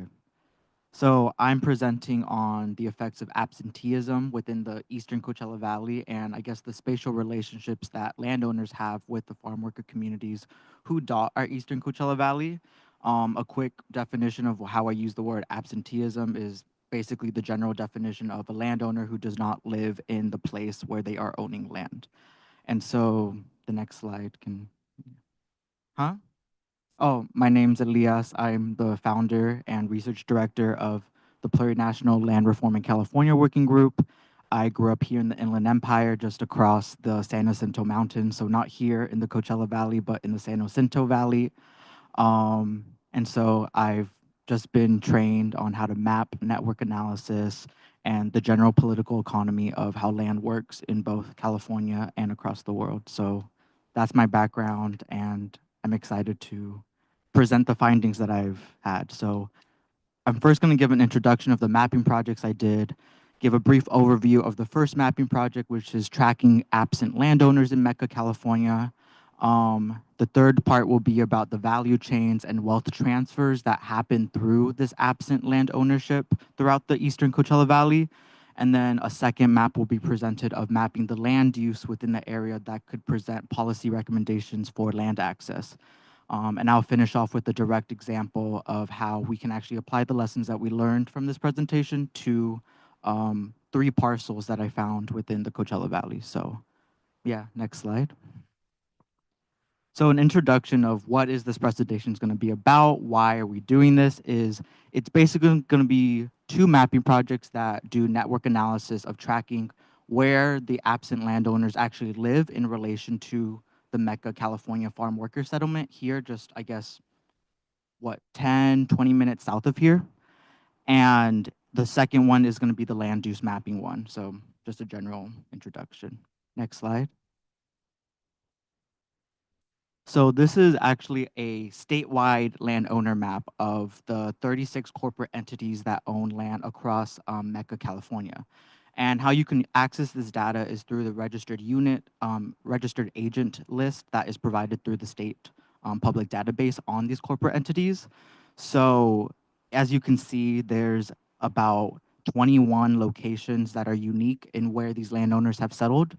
And so you can range all the way from the Lake Tahoe Valley in Incline Village, Los Gatos in Santa Clara, Salinas, Bakersfield, Riverside, La Jolla, Mission Viejo, what have you. But on the next slide, I wanted to focus more so on this particular area that we're situated in, which is the Coachella Valley, and the spatial relationship between the western and eastern parts of the Coachella Valley, and how these relationships kind of function at the crux of the inequality that exists within the region. And so luckily enough for us, La Quinta is actually the link that has the highest amount of landowners that are absent within the Coachella Valley. And so there's about 6 registered agents that actually settled in La Quinta despite owning land in Mecca, California. And this relationship can signal a wealth transfer between the two cities that I'll go into later regarding the other diagrams I made. But just to give some data points on how this wealth transfer works, you can see this through the median household earnings within both of the respective regions. In Mecca, it's the first percentile in the USA. It's one of the most underdeveloped communities in the country at about $27,000, whereas La Quinta has a median household income of $97,000, which is about the 84th percentile. But that data is kind of skewed given the fact that it doesn't account for the fact that the average household that is making $200,000 or up is about 20% of the households within La Quinta, which is 5 times the national average. And so you can see that there is a certain particular property relationship happening here between La Quinta and Mecca, as shown through the regional linkage map that shows how many registered agents are actually located in La Quinta, but also subsequently in the other parts of the Western Coachella Valley, such as Palm Deserts, Indian Wells, Bermuda Dunes, et cetera, et cetera. And so the next slide. For your maps, can you acknowledge the years that it's associated with? Is it an up-to-dated map? Is it a historical map? Sorry, can you repeat the question? The maps you're using, if they have dates, usually when they're developed, they have dates associated with them. Is this an up-to-date? Oh, yes, this is the 2024, 2025 satellite Thank data. you. Yeah. And so the next slide, that's actually important to the following one. So you can actually see this property development and settlement happen since the 1990s. This is actually not a map I made. This is from the Department of Conservation that I think you guys were talking about earlier in the session regarding the farmland mapping and monitoring program that shows that a lot of residential development since the 1990s actually happened within the western part of the Coachella Valley, such as right here around La Quinta, and other parts in northern India. And so this kind of shows how since the 1990s, there's been a transition from the agricultural land in western Coachella Valley to now become prime real estate for residential development, oftentimes for the absentee landowners that own land within the eastern Coachella Valley. So next slide. And so this is a Sankey diagram that I made using data from the 2023 crop report. I am particularly focusing on a vertically integrated citrus and table grape farmer that owns about 2,000 acres around Mecca, California. And so how I calculated that data is through public information on percentage of crop use per acre. And by using that data, by multiplying it by percentage of acres and percentage of crop cover, we can get at about 1,000 acres of citrus that are farmed and about 500 acres of grapes. And using the 2023 crop report, you can actually calculate how much acres per ton are produced given this, and then the subsequent value produced by those tons. And so that's how I got to this initial calculation of about $13.8 million being, I guess, produced at the farm gate value. And the most interesting part that I think was something we discussed in our community hearing yesterday was that most of the value addition within agricultural production actually comes after the harvesting of this production. And so given industry averages, you can actually calculate how much these logistical operations would actually add to the value given to this citrus or table grape farmer. And just to clarify, like, words about what is vertical integration, it basically just means like you don't just own the seeding and harvesting of fruit, but you also own the warehousing, the packaging, everything associated with farm to market, basically. That's what a vertical integrated company is. And so you see that most of the money actually comes from these logistical operations and not just from planting and harvesting. And that adds up to a total value of $35 million. And this can show the wealth transfer that I was initially discussing between Mecca and La Quinta. Because right here, if you look at the labor cost associated with all of this, you would see that the field workers would get about $3 million, which is about $34,000 per capita. And the packing house would get about $1.8 million, which is about $36,000 per capita. Whereas the registered agents, given industry averages, have about 2.5% of the revenue given on whatever year or quarter that they're working with. And so with this working data of $35 million, that would mean that the registered agent living in La Quinta would have brought in between $706,000 to $1.7 million. And so if you can go back up to the slide, to the Mecca and La Quinta map, up one more, you can see how this wealth transfers between this property relationship of who owns the land, who owns the warehouses, who owns the packaging centers, who owns the shipping logistics hubs, and how it leads to this wealth transfer between the farm worker community of Mecca and the subsequent absent landowner settlements in the Western Coachella Valley. And so just in that one case study that I did, it was about $3 million, or with the packing house, it would be about $5 million staying in Mecca, whereas the other $26 million would be leaving and going to wherever corporate registered agent or middle managers live. And so that's kind of what this first map is trying to communicate, is how these property relations lead to the reproduction of inequality due to the fact that it leaves money, it lets money leave the communities that a lot of these companies are settled in. And so you can go back to, yeah. And this was actually something that our past speaker talked about, Adam Kahlo, and I'm actually referencing one of your other speakers who's gonna come speak to you guys, called Madeline Fairbairn, on her book on the financialization of farmland. And why I wanted to talk about that is there's a role that absent landowners play within the increasing financialization of our farmland. And so I made this diagram to kind of, I guess, visualize what is the relationship and role that absent landowners play within this grander matrix of land appreciation, and how that cuts off small and medium farmers who may feel pressured to sell their land, and even close off aspiring new entry farmers to be able to access land.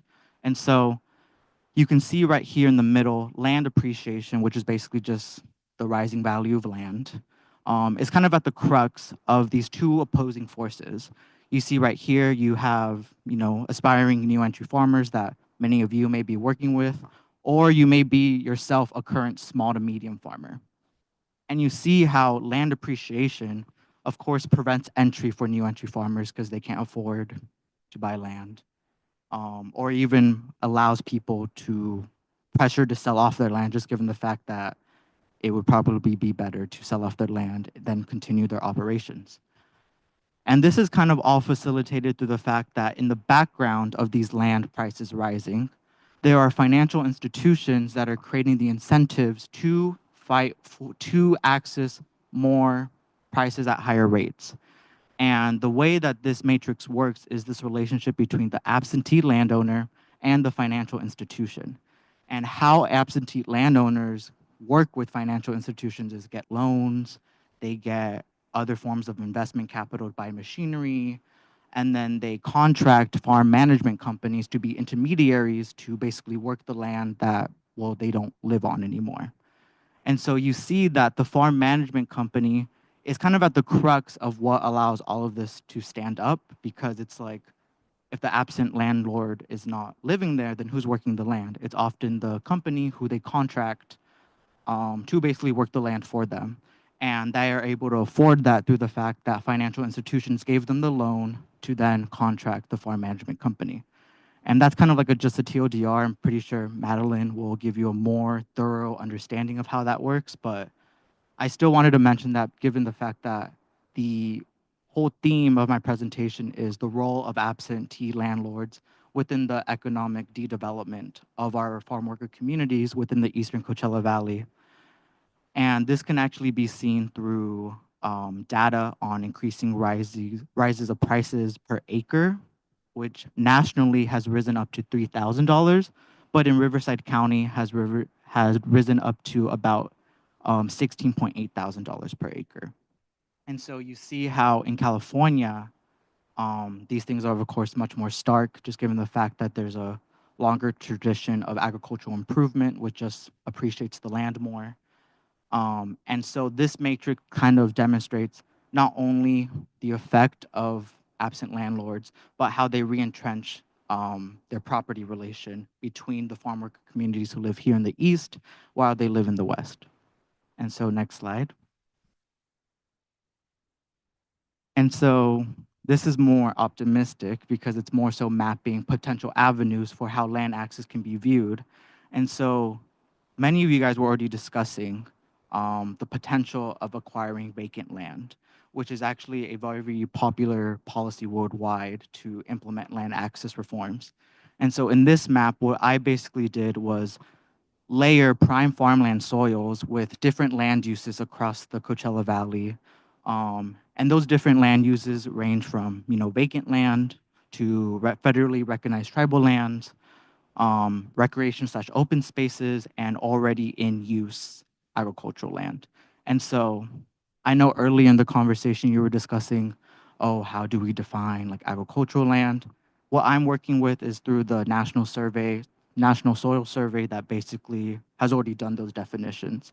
And so all of this land would actually already be ready to function in agricultural use if, of course, there's improvements, irrigation methods, et cetera, implemented by a case-by-case basis.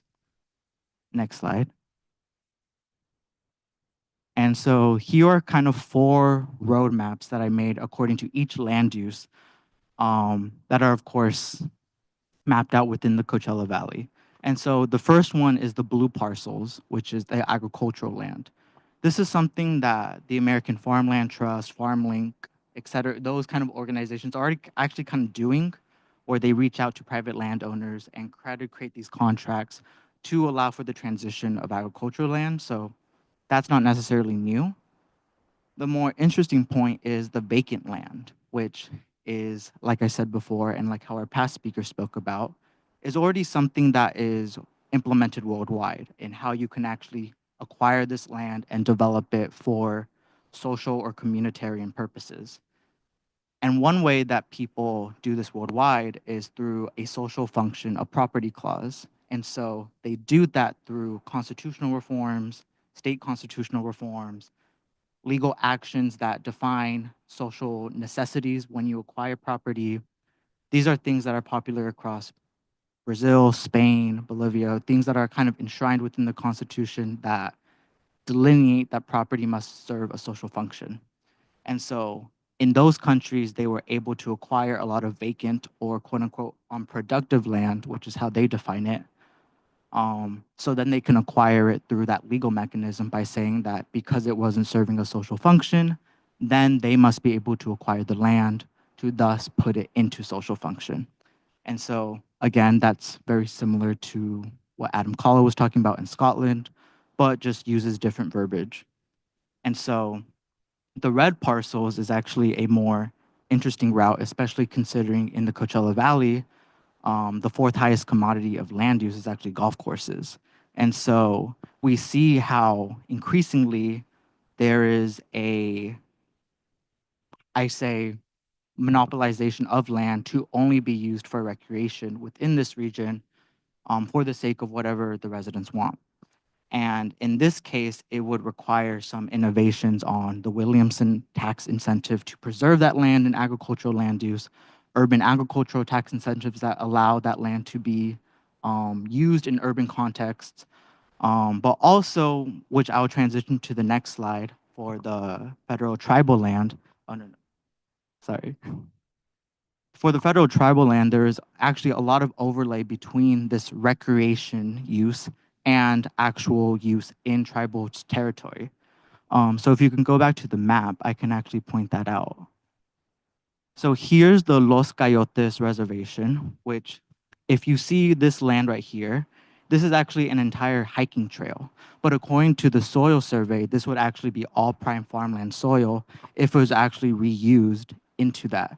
And so it shows what happens when tribal governments may feel as if they need to appeal to recreational users to get, revenues and money for their tribal governments, and yet without the necessary capital to invest in agricultural land use production, they may continue to feel pressure to continue acting in this recreational industry rather than build, let's say, food sovereignty projects. And so that would be one way that tribal governments may navigate this, is trying to find out where does recreation and federal tribal land overlay with each other to allow for the development of new kinds of industries and diversify their economic activities there. The similar thing happens here in the Morongo Reservation, where there's several hiking trails within the mountains, and yet it's only reserved for recreation use instead of for agricultural use. And so those are kind of direct examples of how tribal land has been pushed into recreational industries as opposed to being reserved for their tribal members to engage in food sovereign projects. And there's also down here, this is Torres Martinez Reservation, where there's actually a lot of vacant land that's actually held within tribal trust that can be subsequently developed for whatever purposes that they see fit. So next slide. Next slide. And so from these concrete lessons, we can actually see a direct example of how we can apply these lessons to the current context in the Coachella Valley.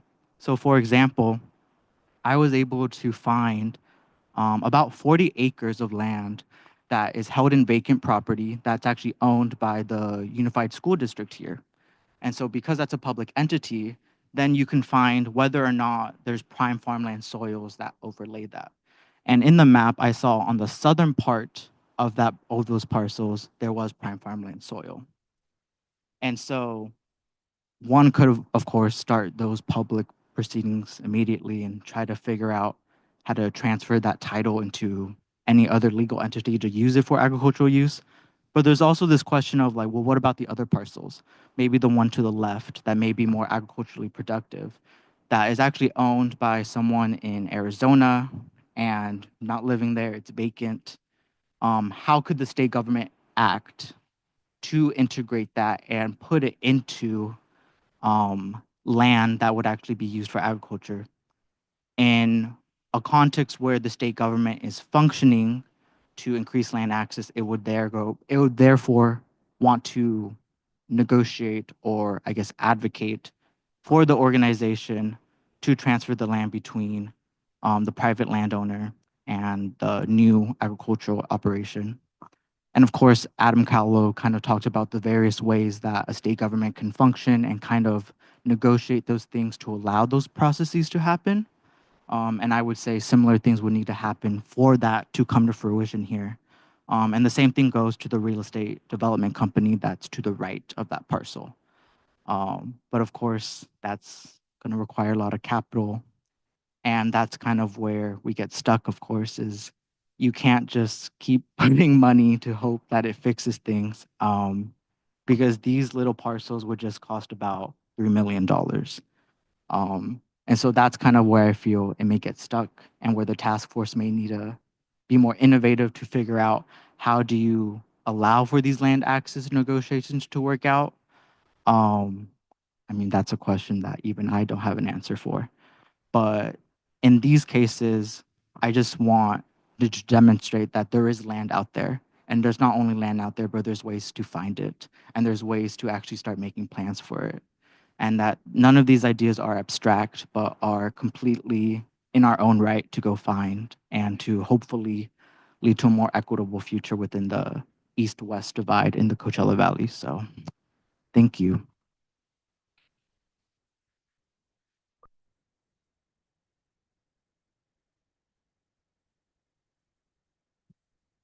Maybe we keep you up there or on your desk mic. You can join us at the desk mic. Let's just see if there's any immediate questions for Elias before we transition speakers while this content is fresh in your mind. We can also come back. We'll have opportunity for full group discussion.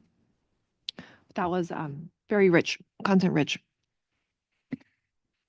Yeah, I had a question for Elias. Could you go back to that linkage map? I didn't understand how to read that, what the lines were.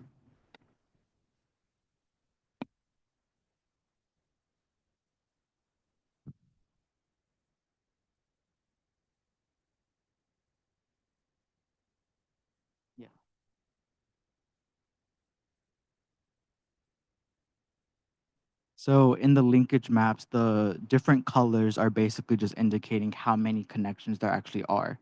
So yellow signals 1 connection, orange and red indicate 2 to 3, purple indicates 4, and La Quinta, which was the only 6 node. So that's why it's dark blue. So the different colors of each line basically signals how many linkages there actually were between Mecca and that corresponding city. So the darker the color, the more links that there were. And then where are the endpoints of those that are going off of the map? So if you go to the slide above, this is where there are. So they range from Santa Clara County, Lake Tahoe area, Oh, okay. San Luis Obispo, Bakersfield, Salinas, La Jolla, Beverly Hills, San Marino, et cetera, et cetera. Okay, thank you. Can I ask a clarifying question too? When you say absentee landowner, that doesn't mean that they're not engaged in business activity, does it? Because I believe you're saying that they have contracted with these kind of contract farm managers, and so it's not that they're not doing anything with the land, though the land is not being used. It's that they have other folks working it for them. Am I understanding that correct? Yes, so the description is more so just about where they're located, not necessarily their activities on the land. So like how Adam Kala was saying, someone can just own that entire island, but like never live there. But then their tenants got their islands back. So I'm just making a geographic definition of absent landlord. Yeah, I just wonder, I guess I'm wondering if there's a difference between, and maybe there isn't a difference between this, between folks who are engaged in activities on the land, maybe not physically, but through business interactions, and those who maybe own land but aren't really engaged in any or minimal activities. I wonder if there's a difference. Maybe there's not. I would say probably the difference is absent versus abandoned. I think that's often the terminology, but I could be wrong. But that's how I've heard it before. So what you're displaying for us are more absent, like folks Yes, that exactly. that Not are abandoned. engaged in activities but are not living on the land, and so they are siphoning wealth out of the region. Precisely. Okay.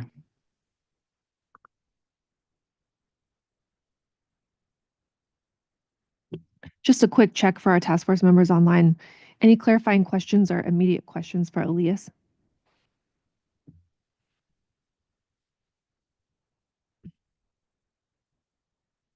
Hi, Darlene. You are on mute still. There you go. No questions. Okay. Sorry. Okay. I think we'll next turn to Irene. Oh, I'm so sorry. Leah, did you just unmute? It's not that important. I just speaking to just the semantics of absentee landowner.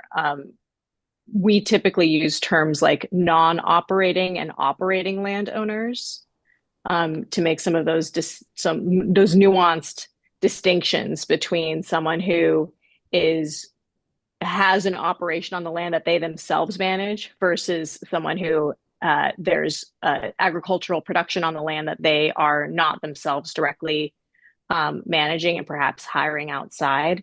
And then the absentee is typically reserved for folks who are kind of negligent in their attention to the land and aren't really actively doing anything on the land. Helpful. Thank you.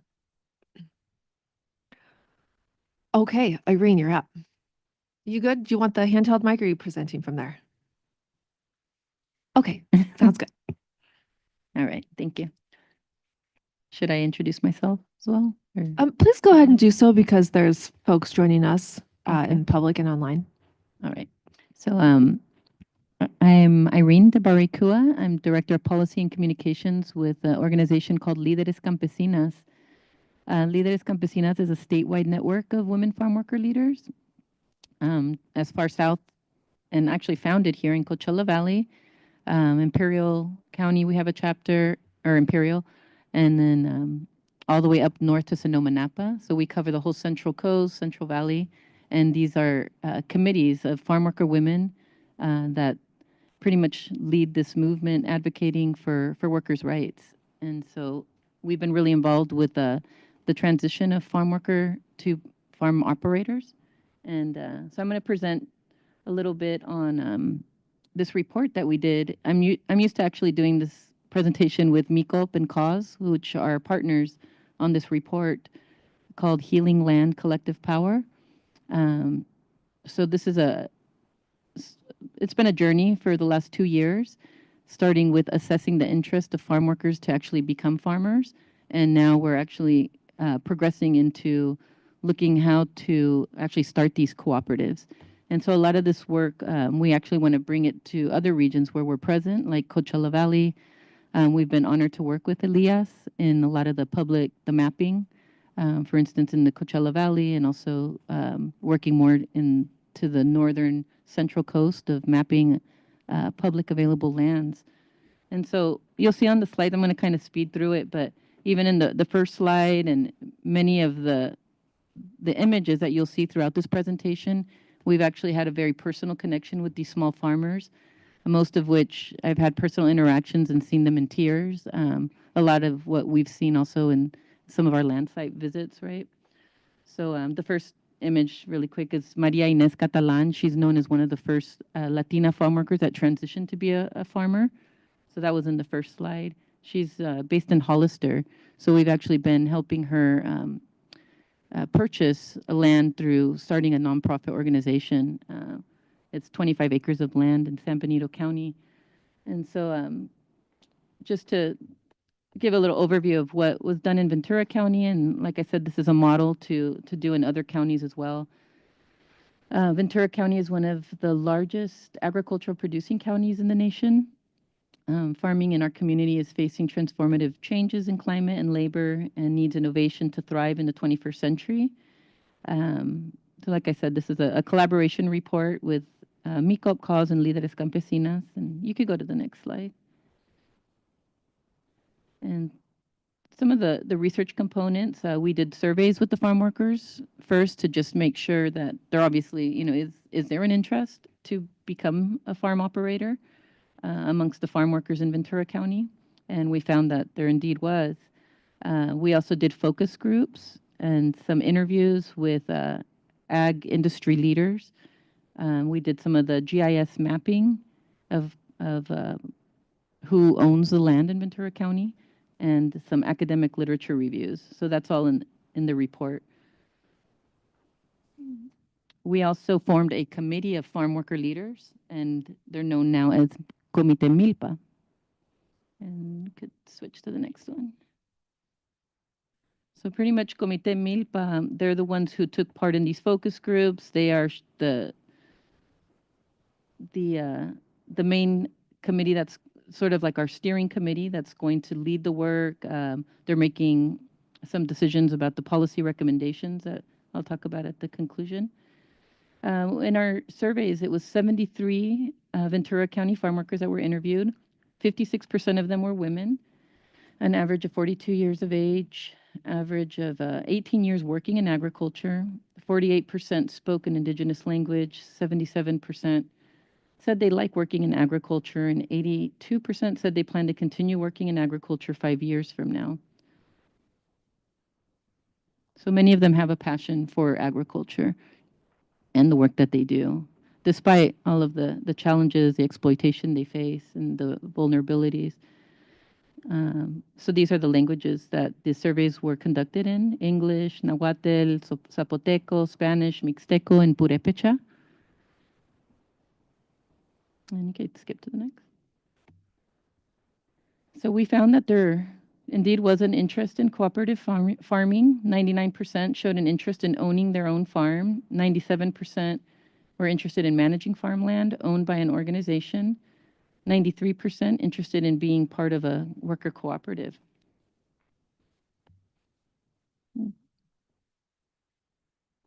Barriers to farm ownership.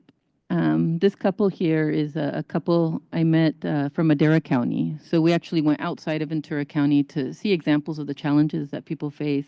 They were displaced from their homes or pretty much, bought out by because of this high speed, what is it, the speed railway, high speed railway. They were living in Merced and owned a home there, but they had to sell that land and they moved to Madera County. They're fig farmers. They started growing figs because they were told they could grow figs, organic figs on this land. And soon after they planted over 200 trees, the county sort of went after them and started actually threatening to put liens on their home and their property. But we've been able to assist them with a lot of that. It was all because of zoning ordinance issues. And so we find that a lot of the barriers are definitely land access, a lot of the legal issues, language barriers, immigration status, access to credit. They pretty much went into debt with loans and just to start this organic farm, which the interesting part is that their land, where this 2 acres that they own is actually surrounded by corporate farms, that use high amount of pesticides. So some of the barriers of farm ownership we explored. And you can move to the next.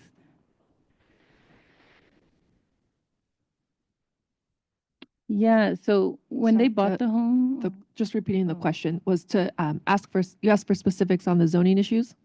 Yeah, the zoning issues that caused them to at risk of losing their land. yeah. Thank you. So it was considered just residential. They were told that because of the amount of trees, it was considered commercial farming. But we started to ask farm bureaus in other counties, and sort of there was conflicting information that wasn't really considered commercial farming because they didn't make over 200,000 a year. So different things, but it was mainly about, you can't do commercial farming there. Yet they hadn't made a single profit. They just had their trees there, and when they purchased the home, they were told they could do that. They actually got all the state certification for organic, so they thought they were doing everything right. So it just shows that lack of guidance, right, for beginning farmers, and so and inequities, right. And so some of the support needed. 54% said they needed financial.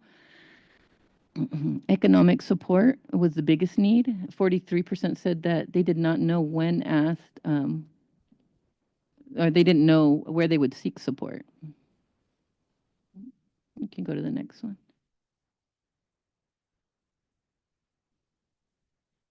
Okay, so we conducted some focus groups, and a lot of this work is still continuing today. This was phase 1 of the project, so now we're moving more onto rather than focus groups, to doing a lot of in-person trainings. But first, these focus groups was 10 participants in each group. One focus group was done in Spanish and another in Mixteco.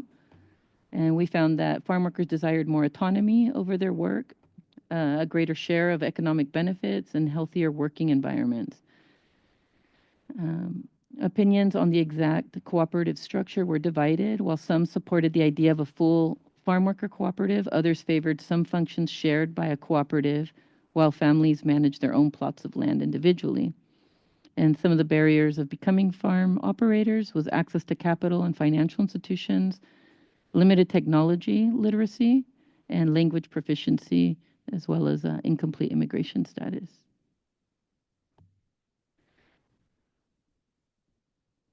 And so we also did some interviews with alternative agriculture practitioners.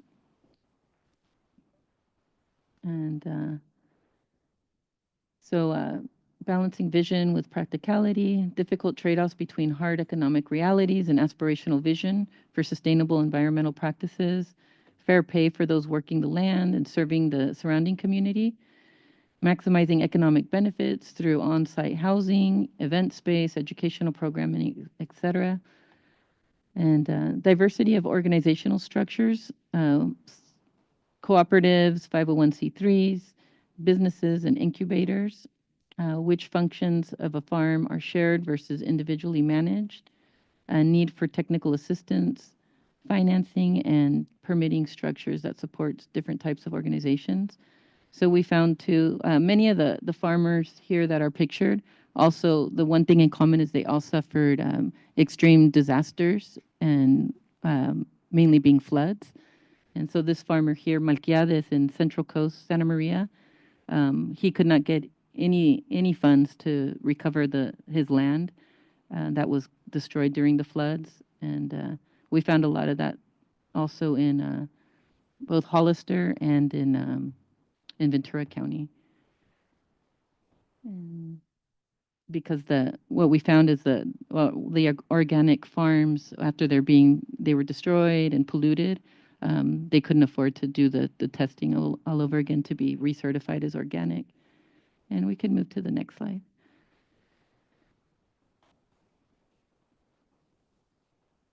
Okay. So interviews with alternative agriculture practitioners.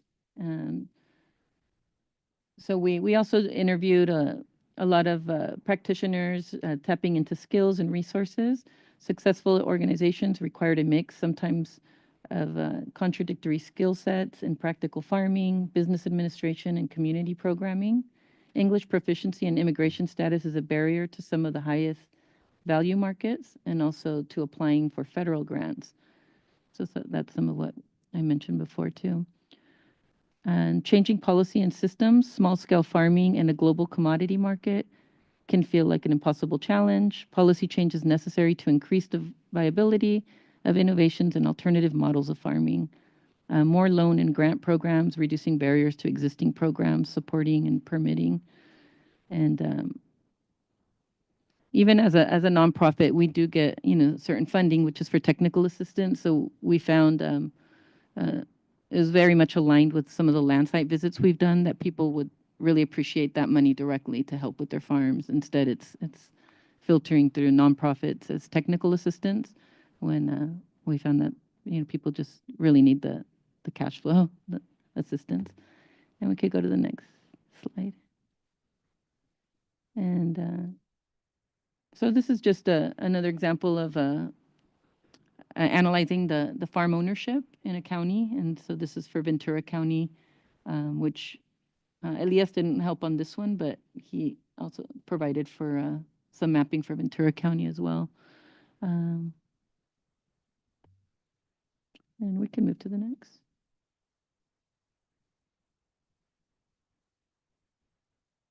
And I could share any of this with anyone if you'd like to kind of look at these more closely, but it just shows the top largest owners of farmland in Ventura County, which predominantly owned by LLCs. And we can move to the next.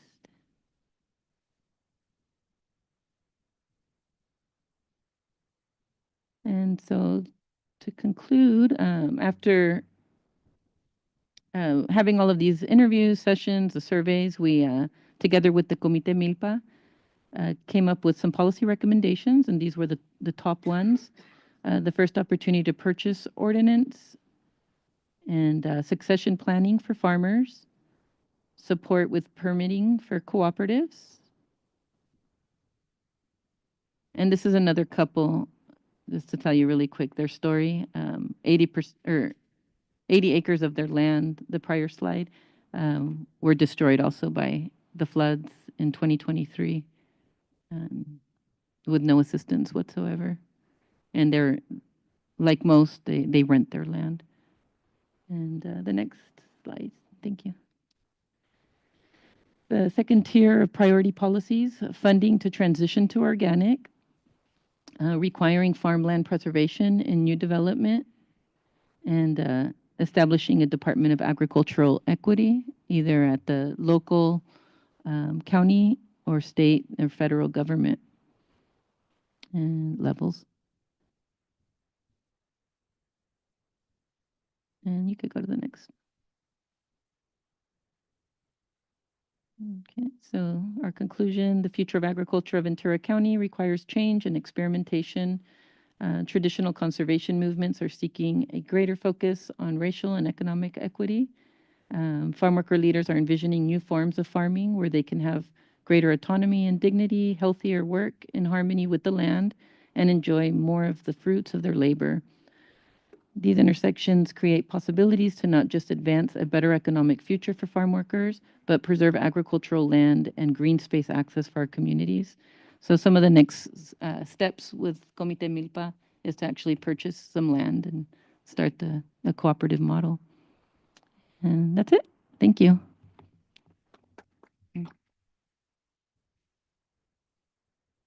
Thanks, Irene. Let's first check, of course, for immediate questions for Irene. Clarifying questions or things top of your mind.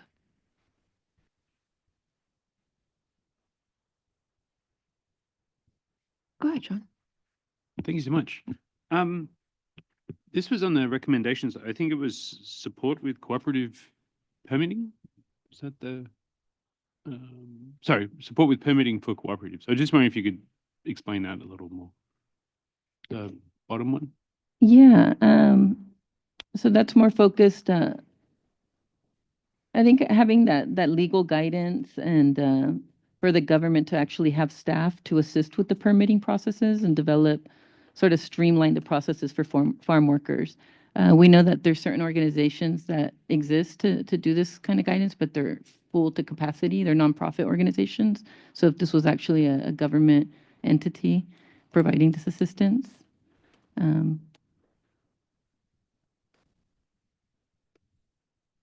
don't know if that answers. Yeah, that's great. Okay. Thank you. On how to pretty much form the cooperative and the permits necessary. Yeah.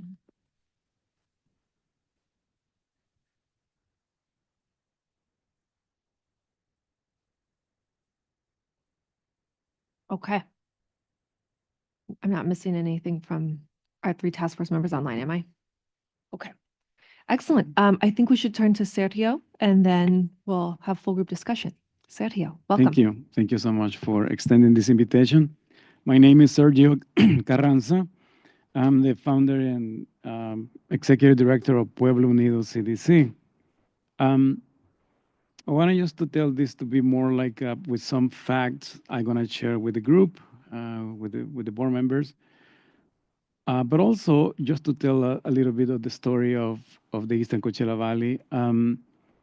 I have an engineering background and a political science degree. And when I basically moved to the Valley, most of my work was in the private sector doing manufacturing and all that kind of stuff. So I came to the Valley and then in 1999, I was invited to be in a meeting with farm workers communities. And I didn't know anything about that. I did it because I was involved in the social justice ministry at the church. And then I had the opportunity to meet some farm workers that were concerned about the actions that the county was taking and initiating a crackdown and closing down mobile home parks in the Eastern Coachella Valley. At that point, I didn't have any clue about what a mobile home was or a mobile home park was. So later, I had the opportunity to transition to a nonprofit organization. And for me, it was completely a new endeavor that I had never experienced. So my first assignment was to actually go to work in the Eastern Coachella Valley. That is 1999. So the narrative that was provided to me was that many people were actually taking advantage of farm workers communities living in those mobile home parks, that they were basically slum landlords and people with a lot of, non-scrupulous attitudes. And then I went to meet with the families. So when I was part of this new mobile home park task force created by the Bishop of San Bernardino, we have the participation of state, local, and federal agencies together with nonprofit organizations to find a solution about what the county was actually doing. So when HUD, actually the federal agency came, did a survey, they found that there were over 400 of those mobile home parks in the Eastern Coachella Valley. So when I start to meet the families at each mobile home, just for me to have an idea of what's going on, my narrative that was given to me was apparently some people are taking advantage of you and talking in groups like we are right now. And I'd say my job is to be a community organizer, and when I help you to organize again these unscrupulous slum landlords. So the moment that I start actually saying those words, they start to look at each other extremely weird and totally surprised, and they stop me right there on the spot to tell me that they didn't know what I was talking about because they were the owners of those lands. And I was shocked because my narrative was totally wrong. Next time I was more careful, but as I was actually moving into the next mobile home park, I found the common denominator that definitely families own those mobile home parks. And what I am going to is basically to the arrival of how culture is important to have access to land. So consequently, they have more opportunities from the economics perspective and also housing. What we do in Latin America, that is in Mexico and in Central America, is the grandpas and grandmas actually invest in land, hire, contractors called albañiles, and they build the houses that become multi-generational. And that is basically what helped for many family members. My case back in El Salvador, I still go back to the house that my great-grandma actually built. So what these communities were doing here was exactly what we do culturally in Latin America. So if we put together all these mobile home parks that we are actually working on, we actually can easily, by thanks to the presentation that Elias provided, over 100 acres are owned by these families, and they are farm workers. How they did that? They actually came together, again, the cousin, the compadre, the tío, the mom, the father, everyone put a little down payment, and they actually were able to acquire the land, brought the mobile homes, and then some of them have become so incredibly sustainable that dedicated another portion of the land to grow dates, which is very common here in the Eastern Coachella Valley due to the climate conditions that we have similar to those to the Middle East. So we are still the capital of date here in the Eastern Coachella Valley. So in other words, what I'm trying to convey is this. These families found a way to organically not only try to sustain the lifestyle, but also to find solutions for affordable housing. When we actually understood that and we started to actually convey that back to the public, there still was not understanding from the public's perspective, and it's something that agencies need to take in consideration when formulating new proposals, new recommendations for planning, for funding, for programs to be more efficient. They need to be culturally compatible. It's important to do that. So when we got to the point that we needed a new nonprofit organization that will be closely working and understanding all the dynamics and cultural, trends that these communities were conveying, that's how we start to introduce back in 2009 a community-driven approach, which basically identified the three main, areas that the community was telling us that they are more concerned of. Number one, the issue of drinking water and infrastructure. We still have a lot of problems in the Eastern Coachella Valley that has pervasive, water contamination naturally occurring. They rely on on-site wells, and we are talking about arsenic and fluoride. That was the fundamental, first priority that they actually shared with us. The second was housing. They live in dilapidated mobile homes that have 40 or 50 years old, and actually is the only way that they actually can survive and sustain themselves. And the third area is economic development, which is mainly agriculture. Those are the three areas that when you go to our website, you will find that that's what the focus is. And every single program that you see under Pueblo Unido is actually coming from the community, because we have the community now formed after so many years of working relationship. We call this a Polanco communities. That's basically the largest community base there is in the Eastern Coachella Valley. Why do we call it Polancos? And here's another thing, an example of how it's important to get simplified, streamlined laws that they can provide access to land and other opportunities. Polanco is the last name of the former senator of California, Ricardo Polanco, who introduced a law back in 1990 to incentivize owners of land, meaning growers, to dedicate a portion of their land for employee housing. The law is still extremely effective, and it was used in the beginning by growers when they start to build those mobile home parks.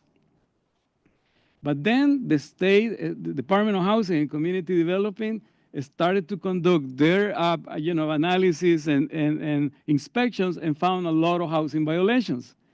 That was not definitely a good note for the growers, and many of them decided to close down the parks. That also contributed for many families to take their own initiative, buy land, and set up their own mobile home parks. What the law actually allows is that anybody who wants to do employee housing, they can go straight to the building and safety.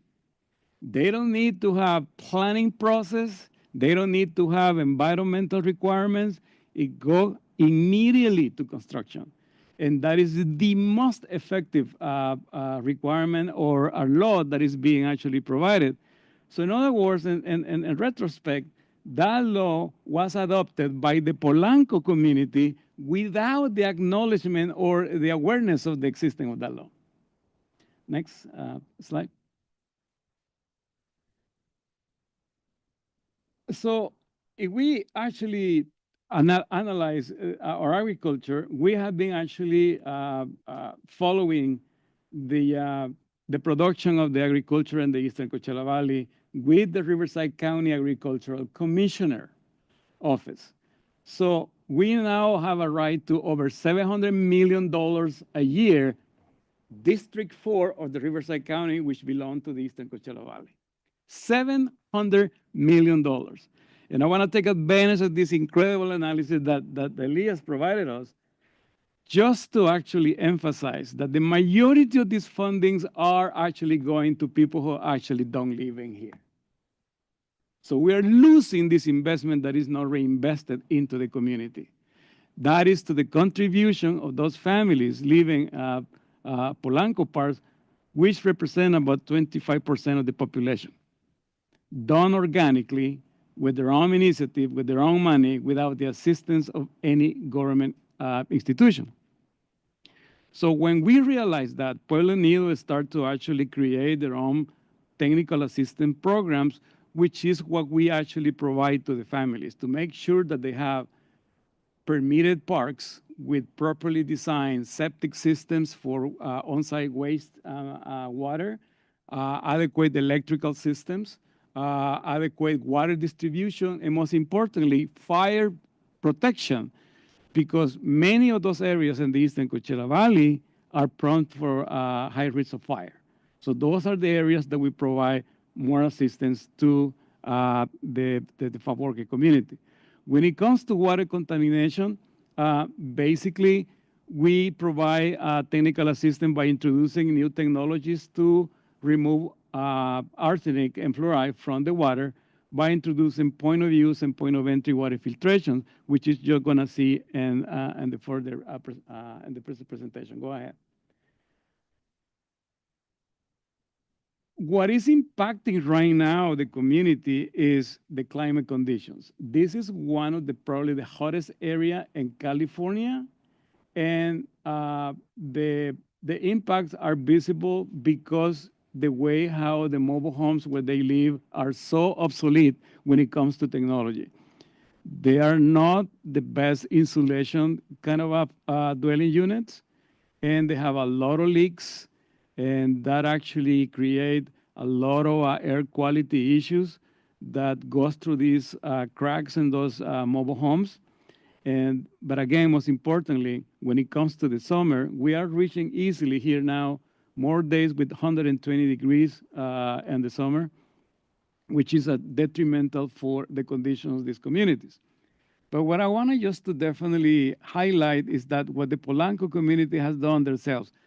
And I want to just to also emphasize that these families that you see here are families that are real, that we work with, that have been working for the last 25 years. These are women that are leaders and they are owners of, with their families about those mobile home parks. Let me tell you quickly what Polanco parks are all about. They are family owned. They use a cooperative approach. They are not cooperatives, but they use that approach because it's culturally oriented. They don't need subsidies from the government. They can sustain themselves. Once the mobile home parks are rehab or properly designed, they don't need any subsidies. So they can afford and control the rent. They don't have any rent burden because they establish how much they need to pay, and it's by a contribution on all the family members and other residents there. They basically have paid off the land. They don't have any debt on the land. They don't have any debt on the mobile home. They represent, as I explained to you, 25% of the available affordable housing in the Eastern Coachella Valley. And that is a remarkable and unique characteristic of the Eastern Coachella Valley. There are no Polanco communities like we do here in California, rural California. This is a very, very unique and distinctive, initiative that we have from these communities. They are the most cost-effective approach for affordable housing because you don't need to have like a multi-million-dollar investments on this. You just require the on-site infrastructure. And actually, with new approaches of building new housing, is now provide a great opportunity to combine both the economic aspect through agriculture and affordable housing. Next. So during these interactions that we have ongoing meetings every month with the Polanco community, with the leaders. And together, we actually formulate new potential opportunities for improve the living condition in those communities.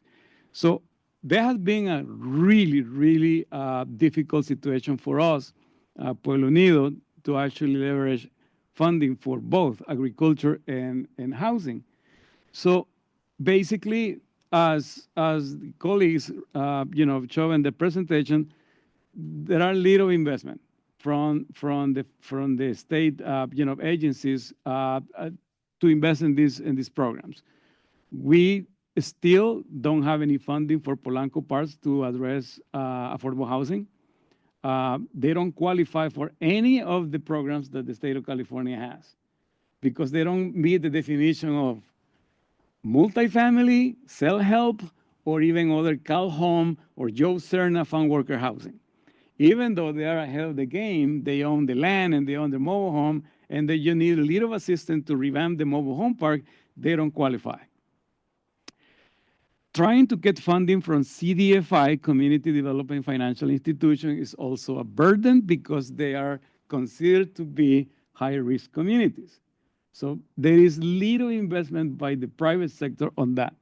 So we have been very successful by tapping some other funding from other agencies, such as the California Department of Water Resources, the State Department of Water, State Water Boards. Recently, I wanted to share that the California Department of Food and Agriculture have provided the first initial funding to promote more small farming activities, and that's what I'm going to explain when it comes to El Milagro Farms, which is a 501c3 under the umbrella of Pueblo Unido, which is definitely the first initiative that we have come out with the Polanco community, and that consists of the following concept. We know that they are the experts on agriculture. They know how to harvest anything that you can possibly have in terms of lettuces, melons, dates, citruses, everything that they actually know the expertise is there. So when we actually start the negotiation, we say, what about we actually get some land, and then we start an economic developing model where both small farmers who has the interest to become independent can have access to the land, but also we can offer employment opportunities to farm workers to do a different kind of agriculture. And we are designing this approach, this initiative, with the mindset to address climate change adaptation. So what you see over there is a potential that we have starting this year. We have a land donation of 40 acres where we are actually investing in all the infrastructure that is required to begin a regenerative agriculture, all 100% organic, using dripping system to minimize the use of water that is required. But also, we are introducing the controlled environment agriculture, other known as CEAs, by building greenhouses. So families can actually go and learn how to do vertical farming through hydroponics. That will be a new combination of the two forms of agriculture that have become so critical now in the United States, but most importantly, to have a diversification on the portfolio of agricultural practices to allow families to have to work in a more controlled, comfortable environment by also getting better salaries and benefits. So the Milagro farms will actually provide training and education to these families and small farmers. And we are partnering with the UC Riverside Cooperative Extension. And we are developing a curriculum for regenerative agriculture as well as controlled environment agriculture. That is coming this year. Also, I want to just to basically state that we realize that agriculture is the foundation to solve the problems of affordable housing. Because when you saw the $700 million that produces, if we can tap into a little portion of that, probably between 2 to 3% of that production, we can start building our own, earned income that will go and transition into our existing financial programs to help farm workers with new affordable housing opportunities. So agriculture will become the cornerstone of finding other viable solutions for affordable housing, and is ensuring that whoever is working in the agriculture, they will know that the funding will return to them to find better housing opportunities through agriculture. We are going to be focusing on specialty crops, as I say before, 100% organic, premium, and we are creating local markets. So one of the things that I want to use to kind of emphasize is that Governor Newsom has been very strong about promoting and supporting new initiatives for local markets to reduce gas emissions. Because what happens is this: normally you have big trucks coming from across the state, picking out the vegetable, going to the Bay Area for these big packing houses, and then come back to the Coachella Valley for the distribution of the grocery store. El Milagro Farm will actually create local markets and integrate programs such as, from farm to table, farm to fork, that is going to be super fresh and organic, and it will minimize the footprint of gas emissions, consequently impacting a real great climate change adaptation and resilience. Next, please. This is one example of the housing we just recently finished last year, and we have a program called the Rural Communities Investment Fund. Once we have these ongoing revenues coming from the agriculture, we will actually expand the capacity, financial capacity of the RCIF, and that will be the one that will provide funding opportunities for farm workers, zero interest loans as a revolving loan to help them actually achieve new affordable housing opportunities. By the way, I forgot to mention that small farmers will have access to the land for $1 a year.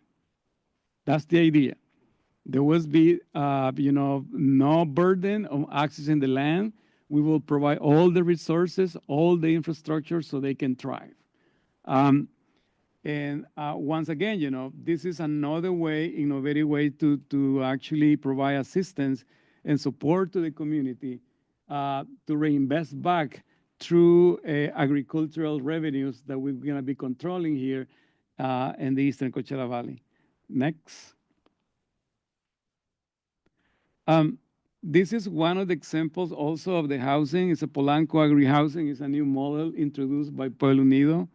I want to just to also highlight, and with this I will finish my presentation, is that we introduced this new construction that uses structural insulated panels, SIPs, that have an incredible endurance and, getting better, air quality and efficiency when it comes to air conditioning. The air conditioning is not typical like this. It's a heating pump, mini split that are extremely efficient, as the picture that you saw this. And this house has the first utility room that incorporates a point of entry water filtration to remove arsenic for the on-site well, and all the water that this is the Benitez family, have free of any contaminant water going into their house, so the families can take advantage of that. At the top, you have the photovoltaic system that is now only using, allowing the house to use only 50% of the utility service from the grid. So the other 50% is generated by the system and is sold back to the power company. So those are the innovative things that we know we can do once we have this agricultural program going on through El Milagro.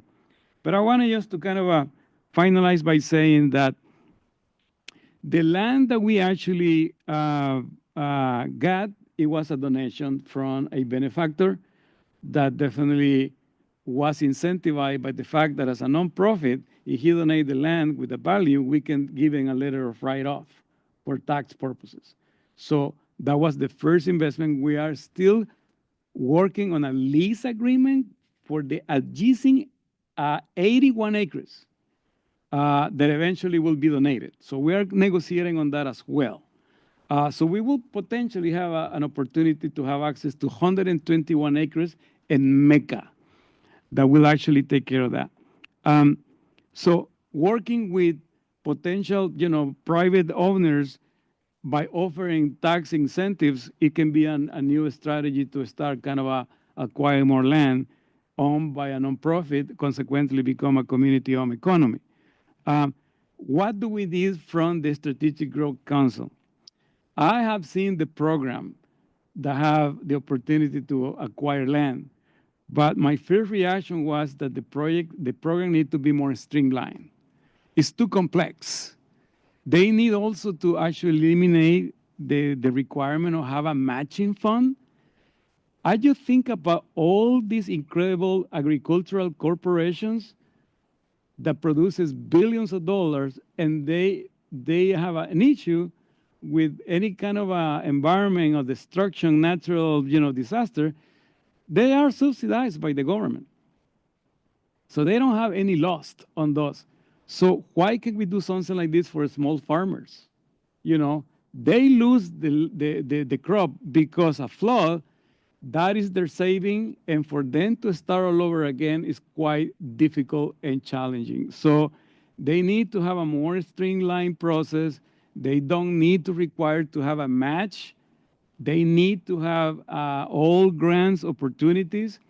Again, they need to actually allow nonprofits to apply on behalf of farm workers and small farmers to create what we're trying to do here through El Milagro Farms.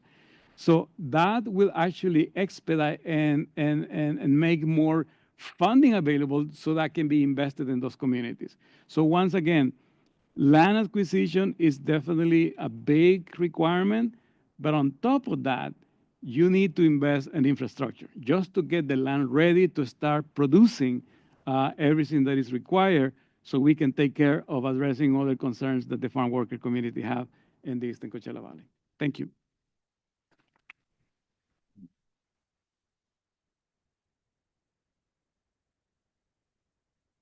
Thank you, Sergio.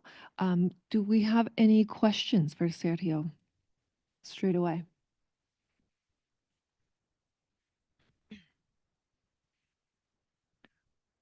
We've got about 10, 15 minutes where we can just have open conversation with all three of our presenters on the local conditions in Coachella Valley, if something is of interest to you all, including task force members online. And of course, we're always going to encourage you to think about what are your key takeaways from the content that they just presented and how might you incorporate that into your recommendations.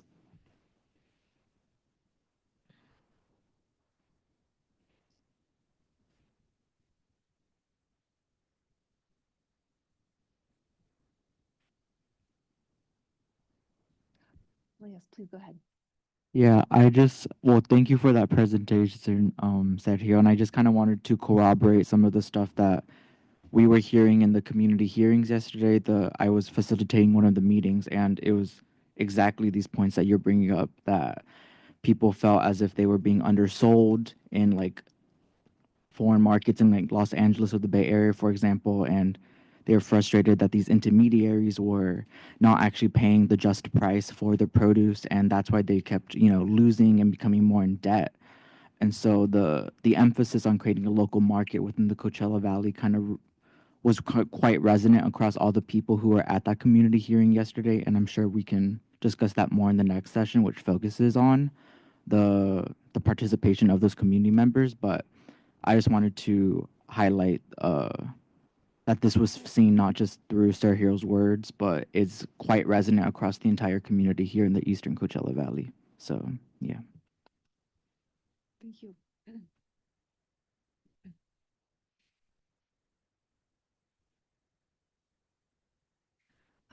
Open floor for any reflections.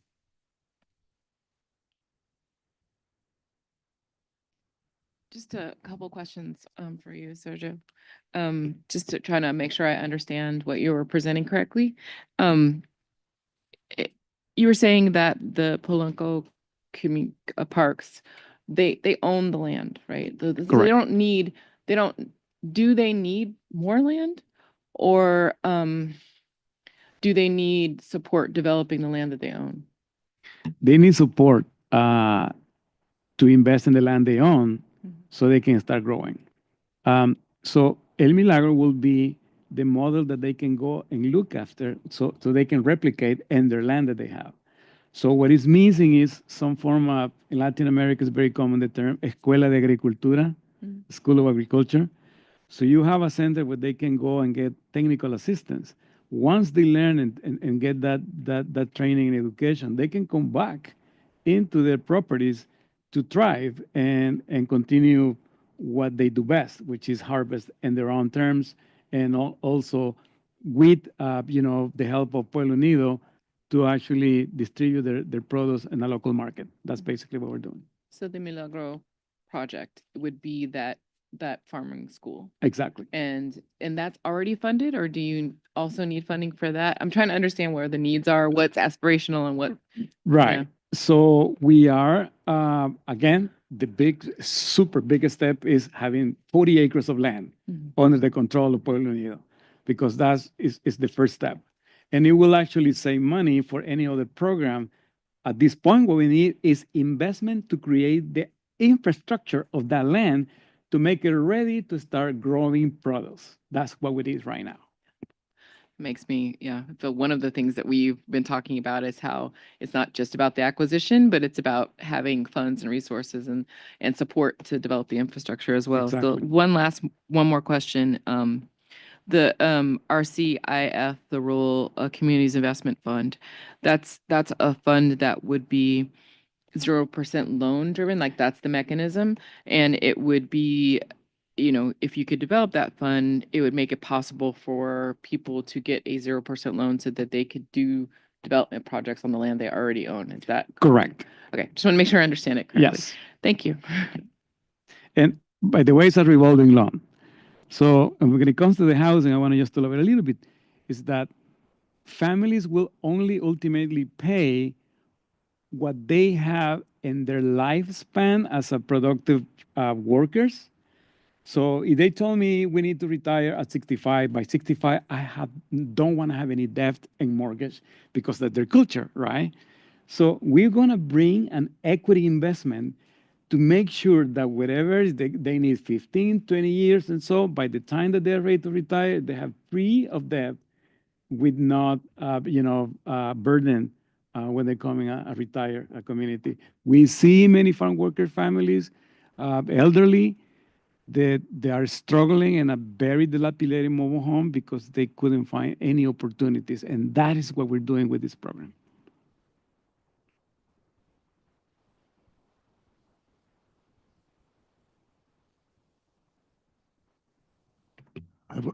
Excuse me, this is Nelson. I got one clarified question on the housing. So do the families collectively own all of the land that the mobile homes are on? Correct. Or do they own like portions of it? The They whole own land. The whole land. The whole collectively? land. Okay. And you will, and I wish we could have time, I could give you a tour to those communities.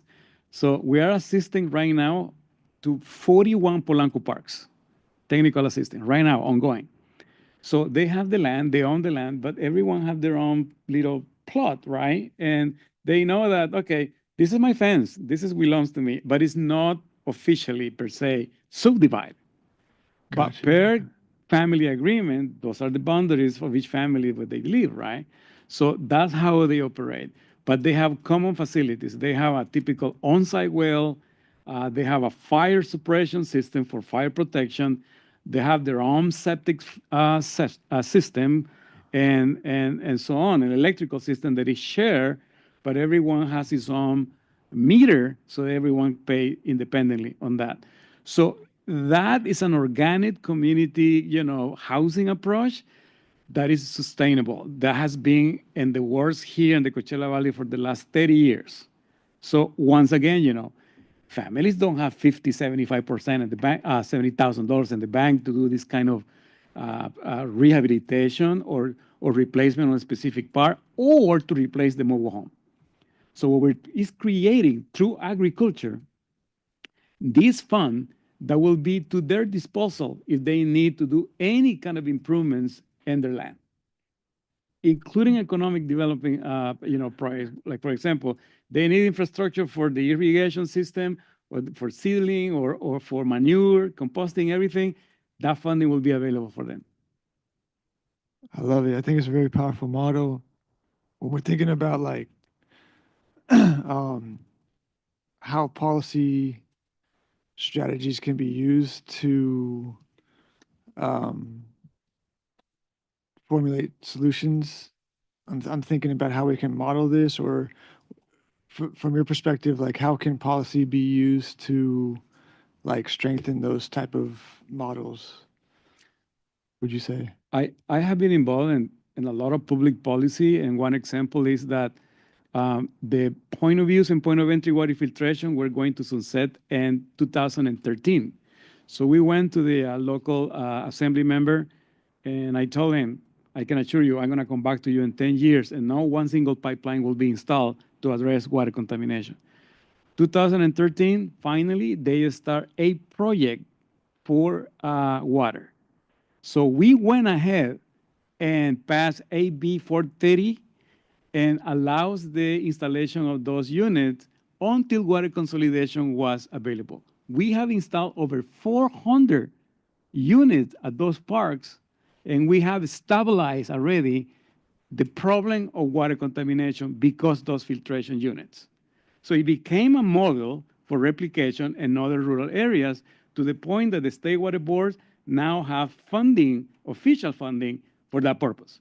So what we're trying to do is this. We wanted to introduce a new economic development project in alignment with what the vision of the Strategic Growth Council want for land agricultural preservation. So what we need is basically two things. Either we actually introduce new pieces of legislation to make this more streamlined investment. Everything is about investment.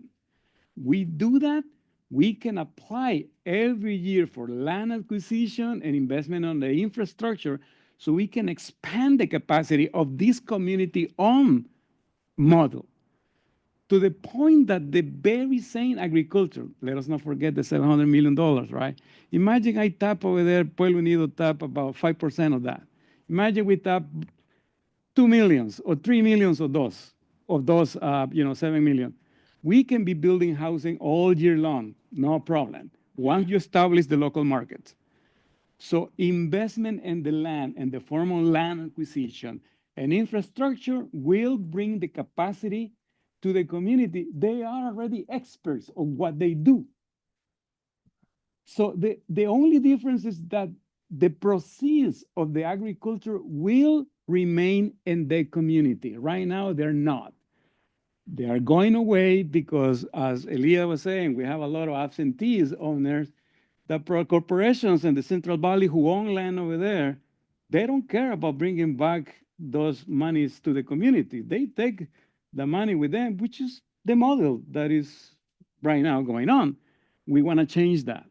We want to make the local agriculture the response and the solution to address other concerns that the community has identified. Thank you. I think that'd be important to include into our recommendations. Yeah. Thank you, Sergio. We're just running out of time for this session. I want to check in to see if we have any public comment related to this particular speaker series, Local Conditions in Coachella and Community-Driven Solutions.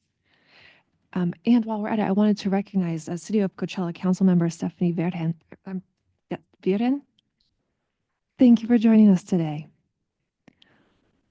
Any public comment online or in the room? Okay.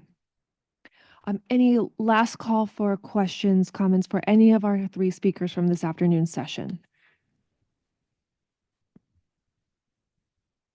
Darlene Ruth Leah online? Elias, you want to close us out?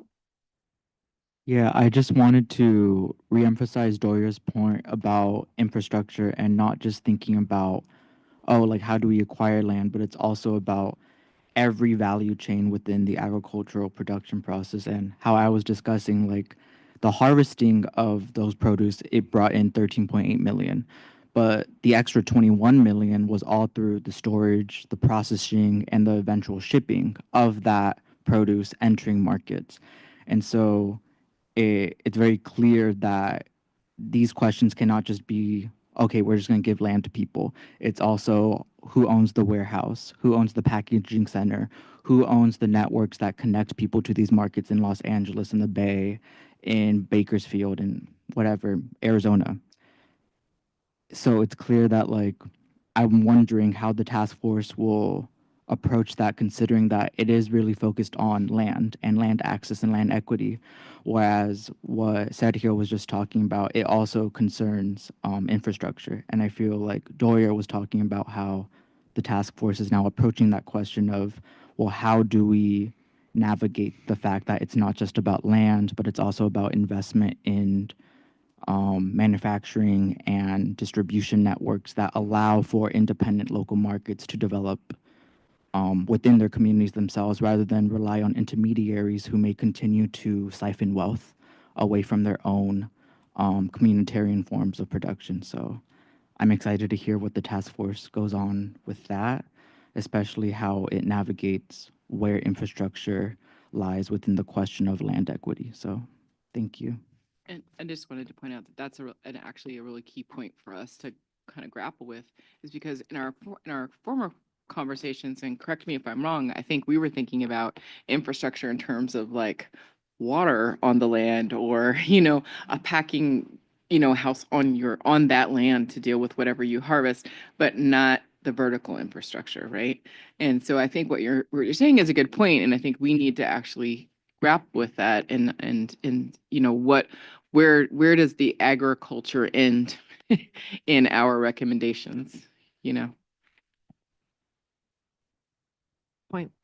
Um, Thank you both for joining us, and please continue to follow our process and engage in our process for the next 10, 12 months, at least till the recommendations are in. We really thank you for joining us. Thank you for your time. Thank you. We are spot on time today, so we've got a 15-minute break, and then after our break, we're going to come back. We've got a lot of outreach and engagement updates to share, including survey, site visit, listening sessions, conferences, lots of stuff that we've been active in, we as a collective whole, and then a working session. So part 2, part 3 coming up after a break. So 15 minutes, see you at 2:45. Really quick note following up to that. Caleb is going to send an email to you all that has a version of the worksheet that will have a hard copy for you too. Don't worry about that right now. We'll say a lot more when we get to that part of the agenda, but you will get an email from Caleb that has an electronic version of that worksheet if at the end of the day you want to pull up and work on that. So if you see that email come through, just hold on to it. We'll say a lot more in a minute. Thank you.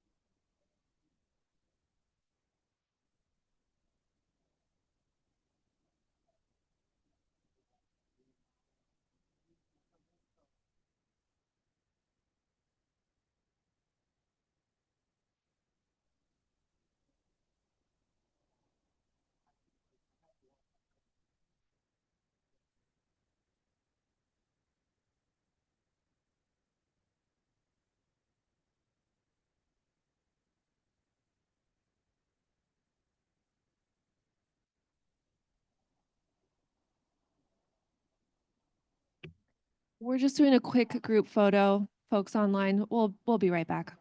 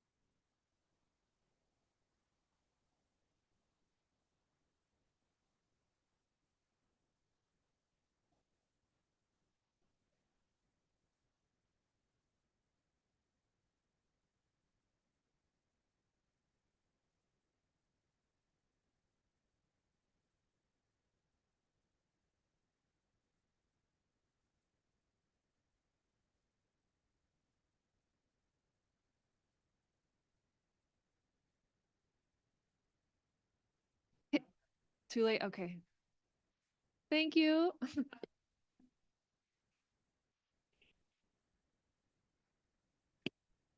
Just be warned, we're doing a full group photo again in May, hopefully when we have everyone with us in person. Thank you, everyone. Thanks for playing along with us.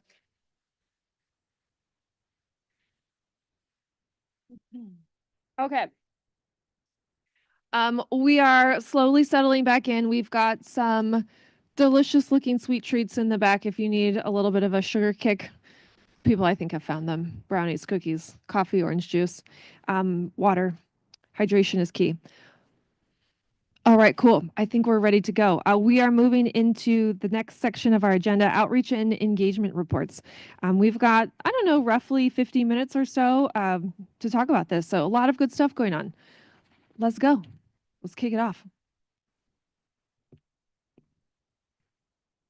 Don't forget your mic, Tessa. Okay, cool.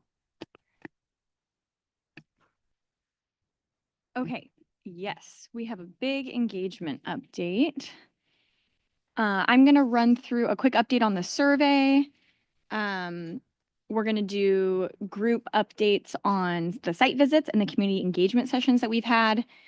And then we will try to spend about half of this hour or 50 minutes on a group discussion about structuring the future engagement sessions coming up in the next couple months. So before I start with this slide, which you're already getting the details of, I just know it's fine.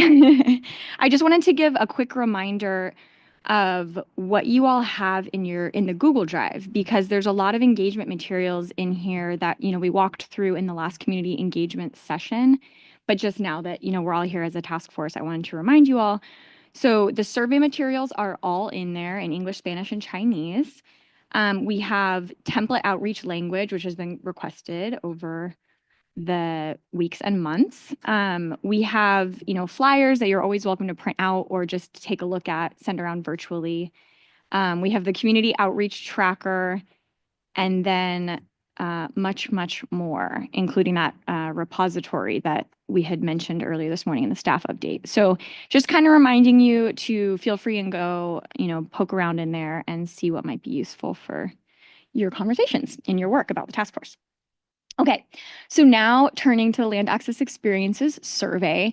This is going to be a quick update right now, acknowledging that we've seen a lot of responses in the past month, which is great. I think last time we talked about this, we maybe had 25 or so, and now we have 177 as of Monday. So nice job to all of you. This has been going around on our, Strategic Growth Council, social media, and outreach lists, but also going out through a lot of your community listservs and contacts. So especially CDFA posted it on theirs. I know Irene and she has sent it out to their networks, and maybe some of you have sent it out to yours as well. So that looks really good. And so I'm going to give a quick update right now. You can kind of see a lot of what's going on up on the slide. And then we're going to keep it open until mid-April and do a deeper analysis and kind of sharing out of the results in May.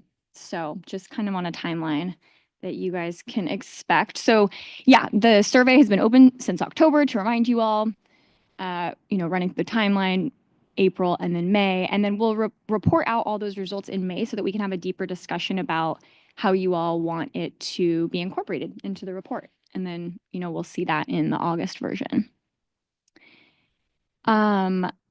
Let's see. Yeah, so here we go.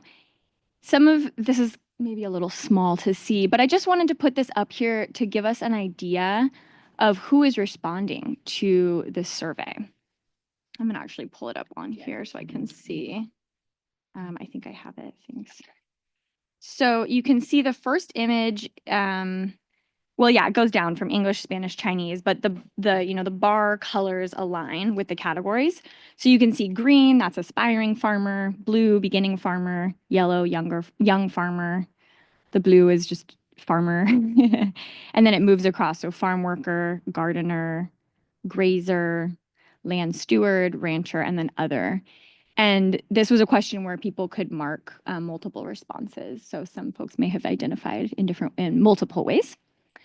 And we can see, a lot of the majority of the responses for the English language survey have been farmer and land steward. And then if you go down to the Spanish language responses, you're looking at the bigger portion of responses being aspiring farmer or farm worker. And then for the Chinese survey, respondents, about 50% are identifying as farmer. So like I said, we'll get into a lot more. Oh yeah, you can go to the next one. Get into a lot more depth in May, but yeah.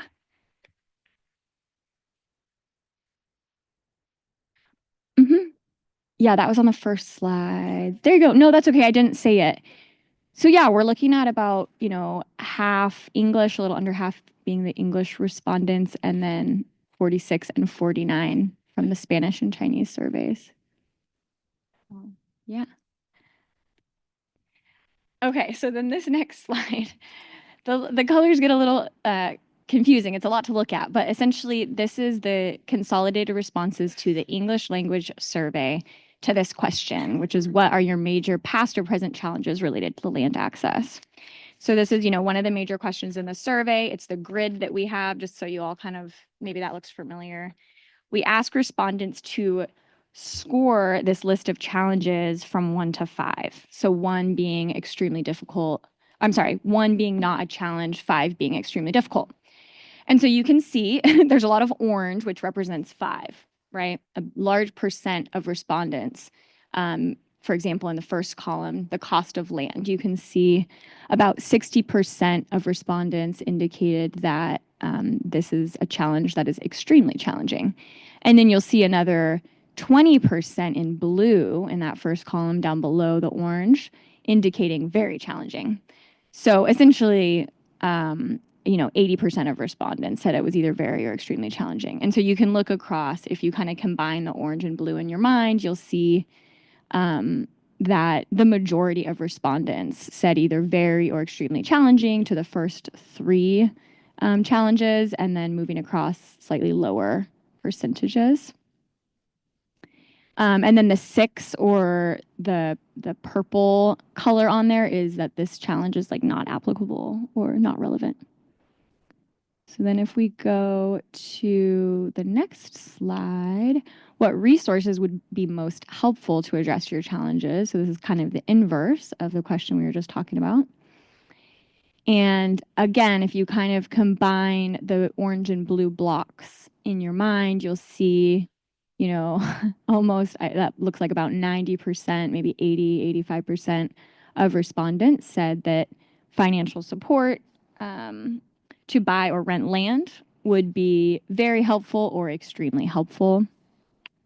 Looks like resources and support available in my preferred language was not as relevant of a resource, which makes a lot of sense because this was the English language survey. I did notice when I was looking at this result for the Spanish and Chinese survey that that was a much bigger proportion of respondents. So, and then we can go across to the other variables, but I'll leave that there for now because we do want to get into some of these other topics. Any questions before I do move on? You can go to the next slide. Yeah. Any questions on the survey before I move on? Yeah, Thea. I guess. Didn't have my glasses on to read that for so far. Mm-hmm.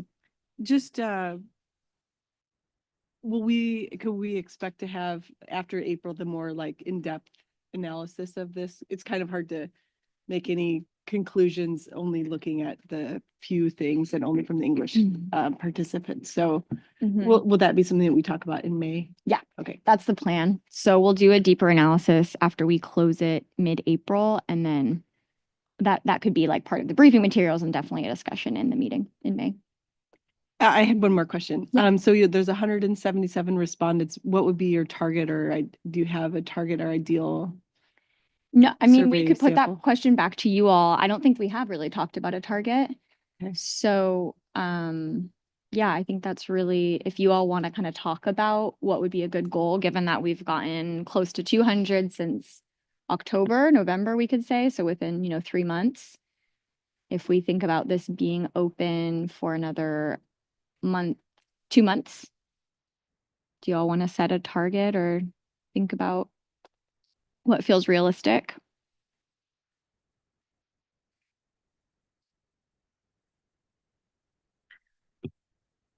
You can ponder it. I see Ruth's hand up. I don't know if you wanted to respond to that question or not, but Dory, I think you've got an idea on target, maybe? I don't have an idea, but I do have a question about it. And it was like, is there some statistical number that we want to make this relevant to, like, so that we're a significant percentage of some other number that we know? Yeah. Yeah, maybe we can think about that a little bit more. We're not necessarily getting like a statistical sample just from the way that we're. I know, but it's hard to, it's hard if we're talking about, I unfortunately don't know the number of farmers in California, or Like about 70,000. 70,000 existing CBSA. farmers. And then what number would we know about aspiring farmers? Like, I don't know. It's Yeah. hard to know that. So it seems like, that 177 would be a small amount considering the total number of potential farmers, but we're not actually going after that number. So I do wonder if anyway, I think you get my point. Yeah.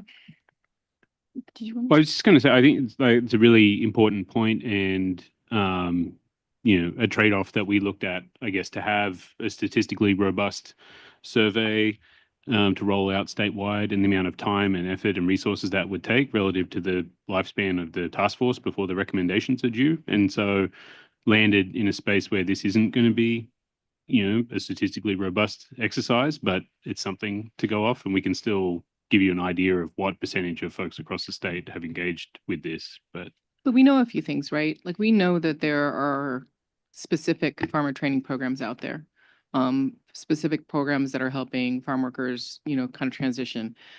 Can we make sure to outreach to all of them and ask them to get their current participants, past participants, to complete the survey? I'm not sure if that's already been done.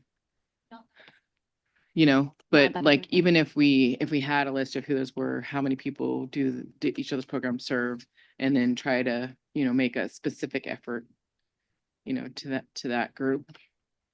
yeah, well, if you have, like, in addition to that, or to anyone else too, specific ways that you'd like us to approach that, please let us know, either here, or you could just send an email with, if there's a list of specific groups that you want to make sure that we've contacted, or if there are outreach lists that you're aware of that you want to make sure that we've extended this to, happy to do that. But I think we've kind of, to my understanding, exhausted what we have as our networks available to us. And then can I flag one quick thing? And I know we're waiting on Ruth and then James. It looks like you also would like to say something. Just to note that we will, in just a minute, be talking about shifting some of outreach to focus more on input on draft recommendations. The survey is very much focused on land access experiences. And so I think that's another point to think through as you continue hearing about engagement strategies. To what extent do you want staff time, your own time, resources to go toward the completion of the survey versus maybe more directed feedback on the draft recommendations? Those are two different kinds of input.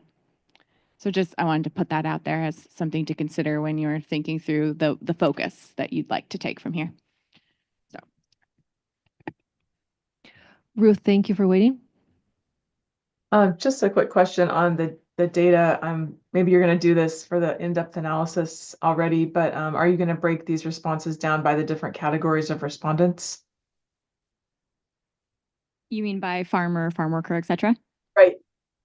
Yeah, we can do some of that cross analysis. And I think we'll probably bring these questions to the community outreach subcommittee. And, we can do our best to then kind of send around the plan for analysis to everyone if anyone wants to weigh in. We don't have like all that detail or the plan quite yet. That sounds great if we can get an opportunity to suggest methods for analysis. Okay, sounds good, Ruth. Thanks.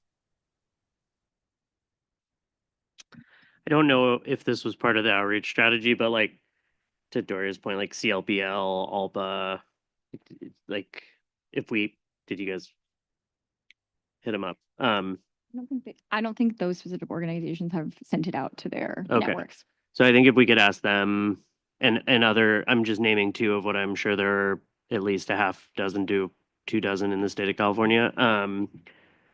And then also maybe putting a plug in with like farm bureaus, RCDs, and cooperative extension, because I know they all work with a lot of farmers too. I know RCD's probably already distributed it, but Yes. yeah. Yes. Yeah, thank you for that. And I will just flag again the Google Drive. We have that outreach spreadsheet that at one point we had talked about everyone being able to just go in there and actually upload those types of ideas or just emailing us them. So, we're noting it down now, but if others occur to you, that would be a good way to let us know as well.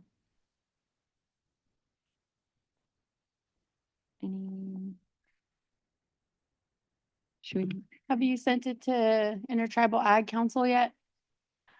I believe we shared it with Lena, and I can follow up to see if it got sent around. Yeah. Okay. Did you put in a formal request for that organization to distribute it to their network? Is there a formal request process? Is that no? or- It just Oh, be okay. best practices. I know you sent it to Lena, but I am unsure of that email if you're asking just for her input or for her to distribute it. So Yeah, we can follow up on that and make sure it was kind of sent in the proper way. yeah, Yeah, with a formal request. thank you.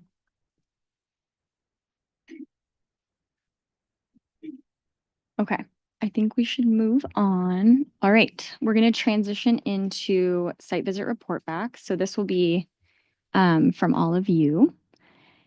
And we're going to run through this fairly quickly. We can aim for like a minute or two for each person to kind of share about their experiences and their lessons learned from each of these site visits. Kind of prepped all of you. So I think we'll just dive right into it, starting with Esperanza Community Farm. These first two are site visits that happened during the November meeting or, before and after. And then we'll move into the site visits that we did here in Coachella.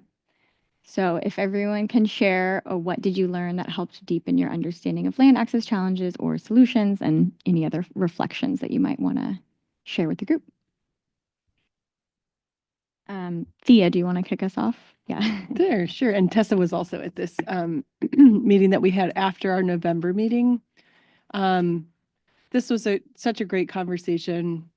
I think if we're keeping this to 1 minute, highlights or overview, I would say the things that I took away from this mainly is it related to the work of this task force, and is the context really matters. Like there's like land access is a challenge all over our state, but there are some very specific challenges based on existing structures and land control in certain areas. And I think that the Central Coast has some unique challenges.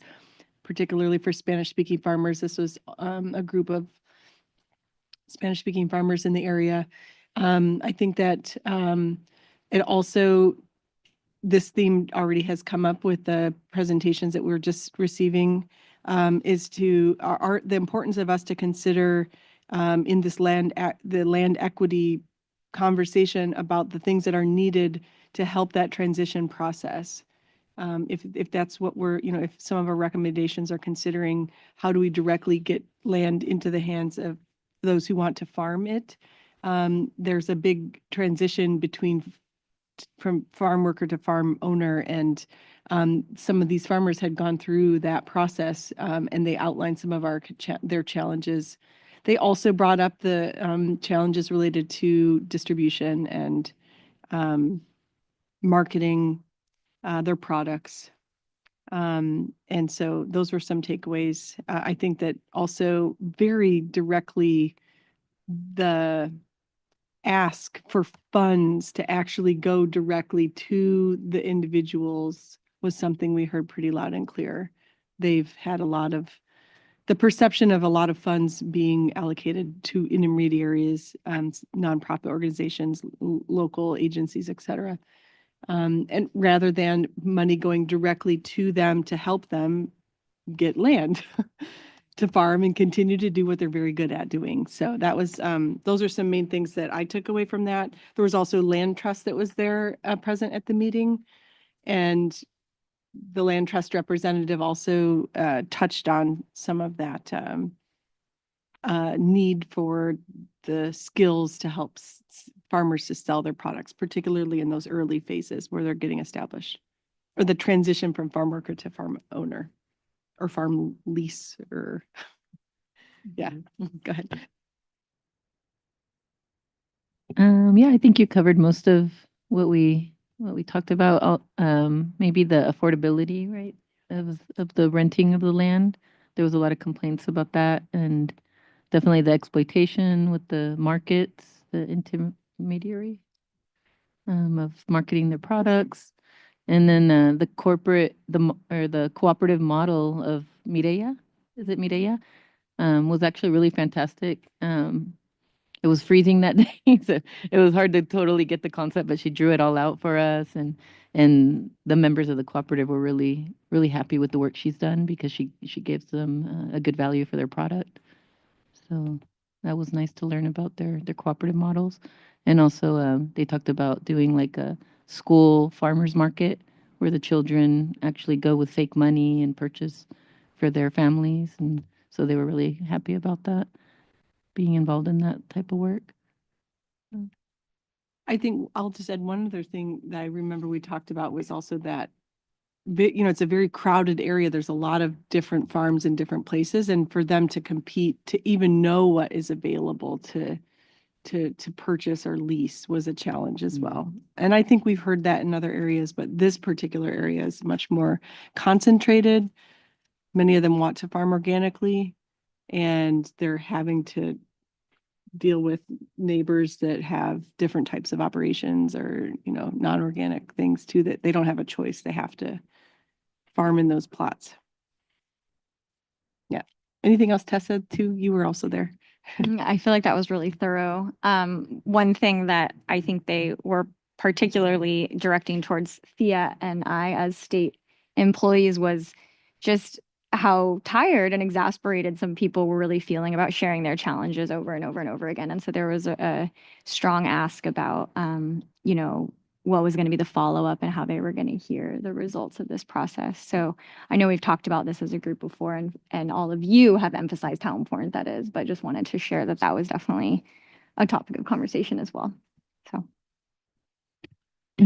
Sorry, just to add also the impact of the floods that a couple of the farmers had on their land and not being able to recover from that. Yeah. Great, thank you. Let's move right along to Alan Renz of Renz Livestock. Dorian and Lawrence. Yeah, so that was Lawrence and I. It was a great visit. We went on our way back as we drove up to the bay. The site we visited was a 900-acre stretch of public land. So I'm just going to highlight some of the challenges that I heard. Of course, as a lot of farm or land workers in general talk about, is having upfront capital 100% is really challenging to them. Working within the public land system too, there's just the constant need for improvement and remodeling costs, and the sort of precarity that's there on short-term leases when it comes to making leases with public lands. There was also talk of needing more TA and consulting for getting on leases on public lands, because a lot of the times the RFPs, or request for proposals that you submit so that you're able to possibly get the lease, require you to have knowledge of things like endemic species, for example. So there's like public agencies at the state level, like the Department of Fish and Wildlife, that have certain priorities, for lessees to know about. And of course, it's just like the responsibility of being a lessee on public land. You essentially become a gamekeeper. So you have to look out for hikers, leaving the gates open, just foot traffic disturbance, especially if you're operating a cattle farm. Somebody leaves the gate open, and that can just sort of ensue chaos for a livestock rancher. The leases are super competitive. They run market rate. Even if the rancher is providing the service to the state, they're pretty competitive leases. And housing is just really challenging. And I think that's just a bigger systemic sort of conversation for us to, or, structural conversation for us to have, just because of the lack of housing opportunities for workers.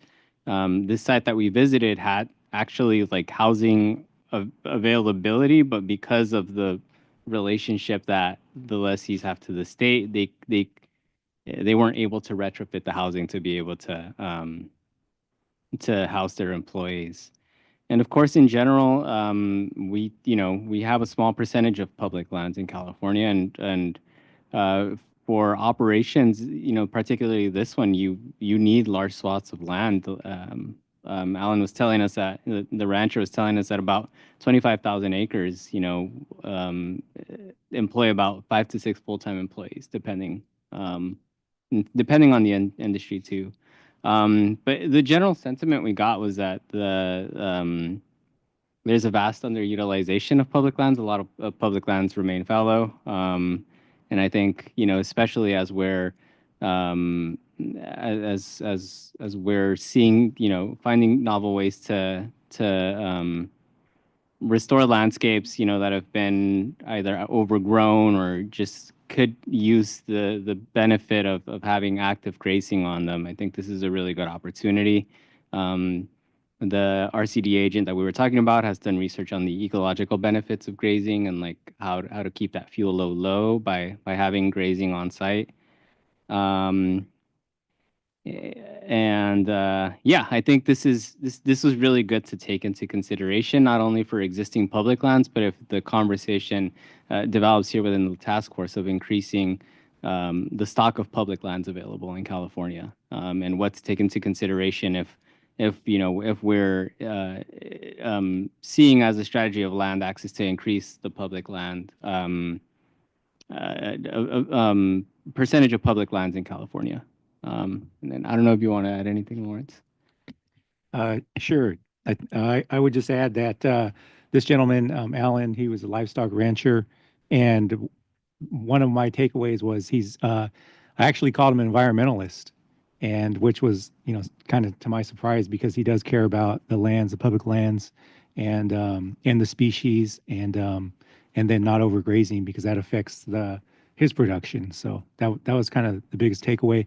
The other part was there was an abandoned administrative building that could be a home for workers, and it's just caught up in the system. It was a project that ended with the county, and it's been dormant for a number of years, and it's a home with a fenced off, another probably half an acre of land that's just not being used. So. Thank you. It's very interesting, and these are becoming really thorough in a good way. Thank you all. I do just want to note before we go to the next two from our trip here in Coachella that Caleb updated, we've been summarizing all of the learnings from every site visit over the past year, since last May when we started them. And there is, a document with a summary from each one. And so that's also in the Google Drive. And that's there, and we'll continue adding to it. So you can, review those lessons learned as you would like. And then we will also do that for the upcoming engagement sessions, which we'll talk about in a second. So just wanted to say that. Emily, do you want to kick us off with Tamalpaq Farm?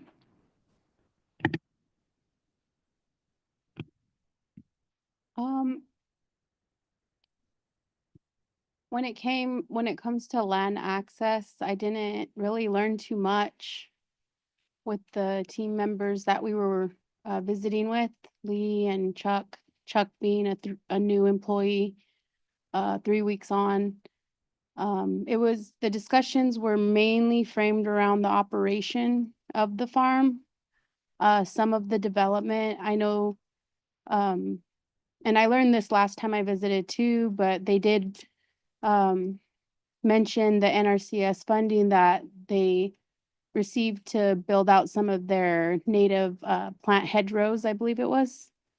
And then from what I can remember, I didn't have my notebook on hand. It was Augustine Ban is about over 600 acres total.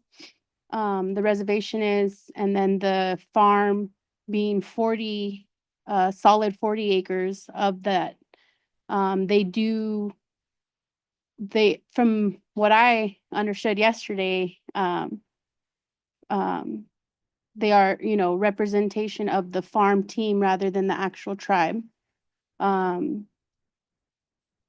The tribal members don't live on the reservation because of lack of land access or land security, if you will. They do have I can't recall how many acres the casino is, but they do have a small enterprise along with the farm. But a lot of the questions I had, they weren't focused on, that I had, right? Weren't focused on the operations. So they couldn't answer what I wanted to know. It would have, and they acknowledged that. Of course, I asked here and there about the operations, being a seed keeper myself, but the general, interest why I went there, I feel, that I didn't receive enough information. That's all I have. Thanks for sharing. Did you want to add? No, I agree that, we had a great tour and we learned about their operation and their challenges in like capacity building to actually develop the land into an ag business. They've done an amazing job with the help of some grants, like Emily referred to, the NRCS grant and some state grants to help with infrastructure. And they have great plans to serve their community and tribal members as well. They're still addressing capacity and issues of, staff and things like that. But I do think the actual land access piece would have been better answered through the tribal government members. It seemed like there were parcels that were able to be acquired at different times. And, Camille and Sean and Caleb, if you want to add to that, but seemed like there was like kind of a patchwork approach because of the area where it is very dense, like urban, peri-urban area. So those were some of my takeaways. Beautiful farm site though, and farm store. Was there any follow-up that you all would want to do, perhaps with someone else, or was that presented as a possibility? I don't know, with someone else, because you said the employee was new, maybe if there was other farm employees or other staff of the tribe. Or tribal members or yeah. Elected tribal members. If not, just curious, if there's these like unanswered questions, we could potentially Yeah, them along. the first time I had visited Tamalpaq, the chairwoman welcomed us and spoke with us, and she's very knowledgeable. So I was hoping to pick her brain again, but she wasn't there. So if she would be available or anybody from their tribal council who has that understanding of the land there. Staff want to add anything? You all were there now? Okay. Okay, great. Well, thank you. Let's move on to Torres Martinez. Lawrence or James, do you want to kick us off? I'll be real brief. I guess the one thing that stood out to me was how the land the host actually provided a map of all of the land that's in trust, fee, and allotted land from the tribe, and how I wouldn't checkerboard, I guess is the right term, but it's more like a Tetris because it's just so checkerboard is too simple. This was so it's all over this area, and it's so one of the things that came to in a lot, and they had they had allotted lands that so that's how a lot of the land was transferred from Native American tribes and taken away from tribes through there was an allotment act, the Dawes Act, and so a lot of the tribal members basically were dispossessed of their land that way, and then before like the reservations were formed. So there's that, but I thought it was impressive how they still had that mapped. I know some tribes don't have that, so that would be that was interesting. Like when the gentleman was talking about the Land Commission and the Land Observatory, like a database of those allotments would be very helpful throughout the state of California to tribes. So.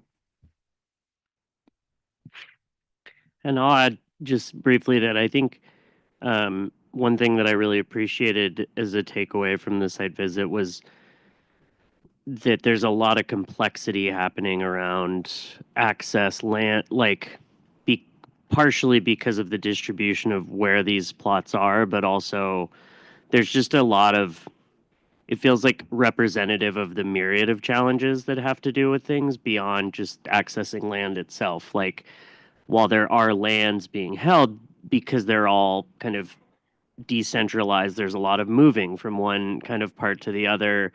A lot of challenges with like illegal dumping and coordinating with other local organizations. Like I had asked about like, are you doing anything with the RCD? And they were like, I don't think there is one here. And I checked, and there's one that's like a combo of Riverside and Corona, and then there's an Imperial one. But I just think there's a lot of like lack of access to resources, and despite all of that, like really amazing long-term planning around like the goal of bringing back these wetlands and using things in an intentional way to clean the water in the river through like the right kind of grasses and things like that. There were like really well thought out ecological considerations, despite lacking like a lot of resource needs and staff and funding and all of these things. Yeah, I would just add that the main site that we visited was a small compost production site. And so they were taking the food scraps from tribal housing and from their community center, was it? Or their office building. And then composting that and then using that soil in the gardens. And their major limitation that we were talking about was a broken well that they couldn't find funding to fix currently. So just adding a little bit more context. All right, I think we can go on.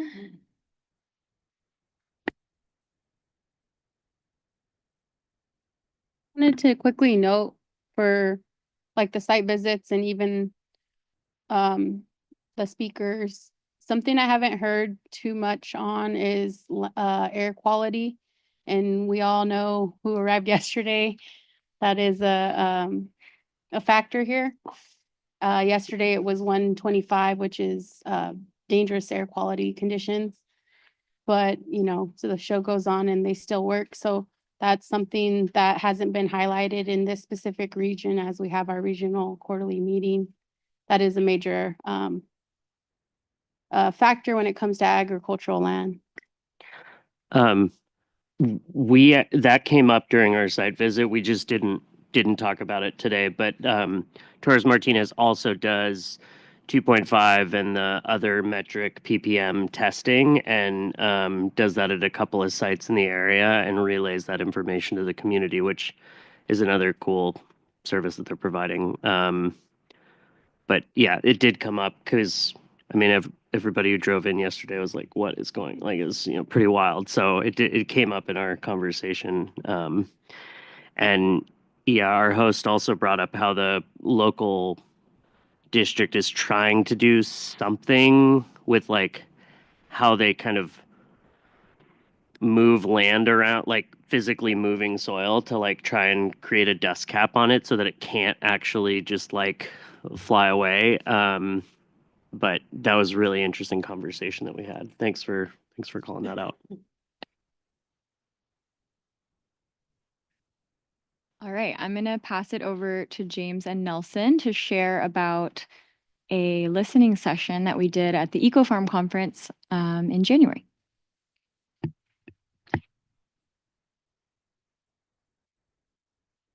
Sorry. In a couple minutes, we're going to talk about kind of the structure and format of upcoming community engagement sessions. So for now, let's just kind of talk about the lessons learned. That's what we can focus on for these two updates. Yeah, so the EcoFarm conference, we had a session in a remote location on the campus there, in the bottom portion of it. So we were surprised that people would show up out there, but we actually got a packed room.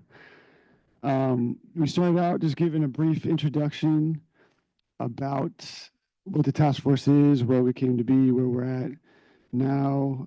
We brought in the survey to the group, and then we broke out into three breakout sessions with each of us, myself, James, and Tessa. And we went deep into what folks' challenges were, what solutions people in each group brought to the conversation. My group was focused a lot on the challenges. It was interesting. We had a lot of folks that were urban farmers that were in the room and in the session. I didn't really expect that as much, and almost so many that we discussed having a separate session just about urban farming needs, but we didn't end up doing that. But my session was very much focused on like ordinances, legal frameworks, challenges when it comes to long-term access to urban farming land. And I'm trying to remember what else we discussed, but yeah, mostly about the legal challenges and different mechanisms that we can use to get access to land in urban areas and maintain that access. I'll pass it to you. Yeah, well-attended workshop for sure. We were put in a very hard to find room, and it was pretty full, which was great. Looking at some of the notes around our group, we talked a lot about different like challenges with like development, valuation of housing, qualifications for land seekers, parcel size. I'm just kind of running through a list of things, but one thing that came up a lot, it was an interesting conversation, is that our group had a couple of people who represented like ag lenders, for lack of a better term, like, financial lenders for agriculture. And they brought up a lot of like programs that they thought worked really well that I hadn't heard of, or that were really small. And so, and also some that like, just because they thought they worked really well, like doesn't necessarily mean that they actually worked really well for the practitioners too. There was some pushback of like, folks who were like, I don't think that's working the way that you think it is, kind of thing around the program. And let's see.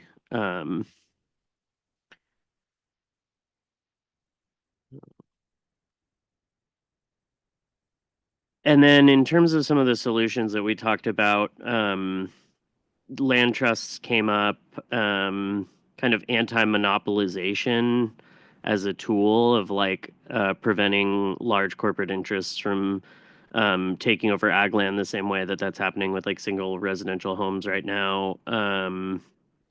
Community land trusts, cultural easements. There's some one of the call outs was for the agroecology commons farmer training program is a good way to connect people with farmland and farm experiences and then yeah, I'll leave it there. But it was a really good session with a lot of good feedback from a pretty diverse group of stakeholders in that room. Thanks for the summary. Could I just ask two things?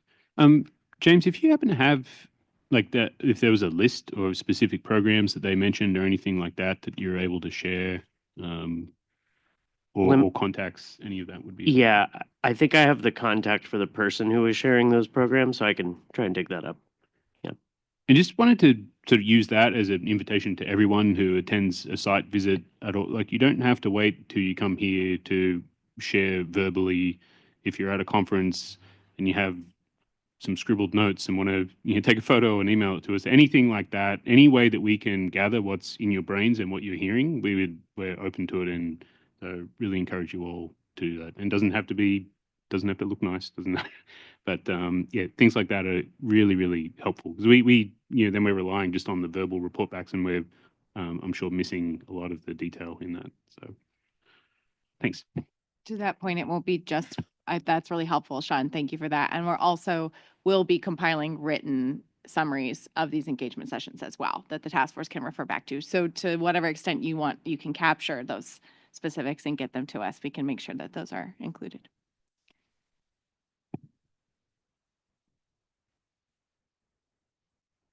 All right, let's move on to last night's engagement session. Just to note, Elias was at this session supporting as a community volunteer, which is what he was referring to, I think, a couple times throughout the earlier agenda sessions. We had Augustine, and we had a bunch of staff from Líderes Campesinas with Irene supporting, and then also a couple staff from Pueblo Unido, which is the organization that Sergio is the executive director of. So, and then myself, and I think that was like basically the staff team, but just to share that there was like a lot of different people supporting. Dorian was there as a task force member, Dorian was there, Irene was there as the task force member representatives. So yeah, just want to give a couple minutes now to kind of share the high level learnings. And we have a ton of notes because we not only had group facilitators, we also had group note takers. And so we'll be doing more digesting over the next week or so. But for now, we can just do a little verbal report back with Irene and Dorian.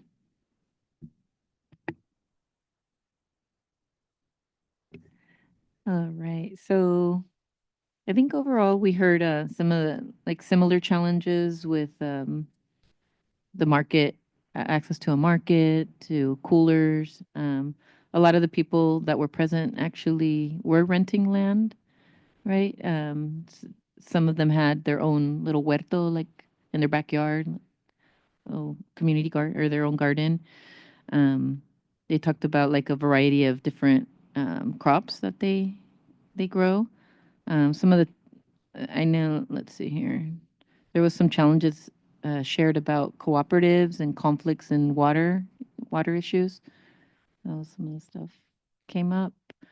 Also, it was a good point was brought up about the lack of like a school to agriculture pipeline for students, for younger like entrepreneurs. Like, it wasn't something that was really promoted anymore with students, I guess, in high schools and whatnot. And overall, I think the same issues of affordability and the need for guidance. You could. Yeah, thank you. I think you captured most of it. The one thing I'll add that maybe wasn't reflected yet is, and it's actually something that we've talked about in our draft, is the availability of smaller plots and how because there's less smaller entry-level plots available, that creates a really saturated market for people wanting to lease land. So, you know, if you have a limited amount of small farmland available for renting, then the prices go up. And so that's just the challenge is as you're trying to enter the market is that you have a limited availability of small acreage to which to where you can get started in. But yeah, it's the only thing I'll add. Oh, and then there was also the point that one of the participants was making on food safety, that was one of the big barriers is I guess following food safety guidelines and being able to access like the bigger market perhaps. It was interesting, but yeah. I don't know. Anyone else? It was great participation. A lot of people. Yeah, I don't think I forgot to mention at the beginning just who exactly was in the room, right? So this session was focused on farm workers and small beginning farmers. And the two organizations, Irene's organization and Pueblo Unido, had made the invitation. So there was about 22 people who attended, and they were connected in some way to either other people in the room or one of these organizations. So that created a really, I think, comfortable environment for people to really share and feel like it was a community conversation. So yeah, lots of credit to those two co-host community organizations. And sorry, just to add, Tessa, yeah, there go for was that last concern as well about reporting back, right? Yes. And that feeling of not Echoed. feeling abandoned. So Mhm. they really want to hear like some of the results of all of this work. Yeah, exactly. And we had proposed that in response to that question, I had shared that, we'll have these drafts coming out every quarter and they will be available to the public. So we'll make sure that we are sending them directly to the organizations that we are collectively hosting these engagement sessions with, and even pointing out exactly which aspects of the report are being informed by, a given engagement session. So that's kind of something that you all can think about, if you want to add to that idea or modify it as we move forward and integrate what we learn. So, yeah. So thank you for the report. I'm just wondering if you could provide a little bit more detail on the food safety requirements as a barrier. Was that the costs of compliance or just the time or what was the barrier I exactly? know. I think it would be good to look into it, or maybe even have the person elaborate. But he kept bringing it up. Elias might. Yeah, he was particularly talking about how like producers may actually not even know the compliance requirements, especially around organic, and also like the limit. Like I think he was like, you need like 3 pallets to even be accepted at the market, and some people may not even have that much. So he was basically talking about like these regulations around the compliance make it difficult for people who may not be producing as much, let's say 3 pallets, which he said is what was the norm in Los Angeles. So it was both a lack of knowledge of said compliance rules and then the subsequent actual amount that many people can't even meet in terms of like the norm of like what is required to even pitch those things at the market. And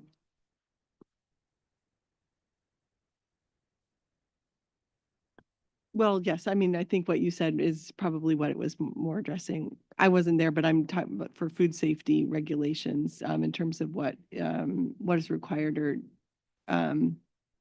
volume requirements for wholesale deliveries might be difficult, particularly with smaller plots of land, and leasing situations where uncertainty with volume and things like that, in order to make it worth their time to drive all the way to the Los Angeles wholesale markets. Otherwise, Federal Food Safety Modernization Act requirements now apply to all scales of operation. So that might be another barrier that is on farmers' minds, particularly the very small operations, which weren't previously subject to those regulations, but are now. Yeah, unless.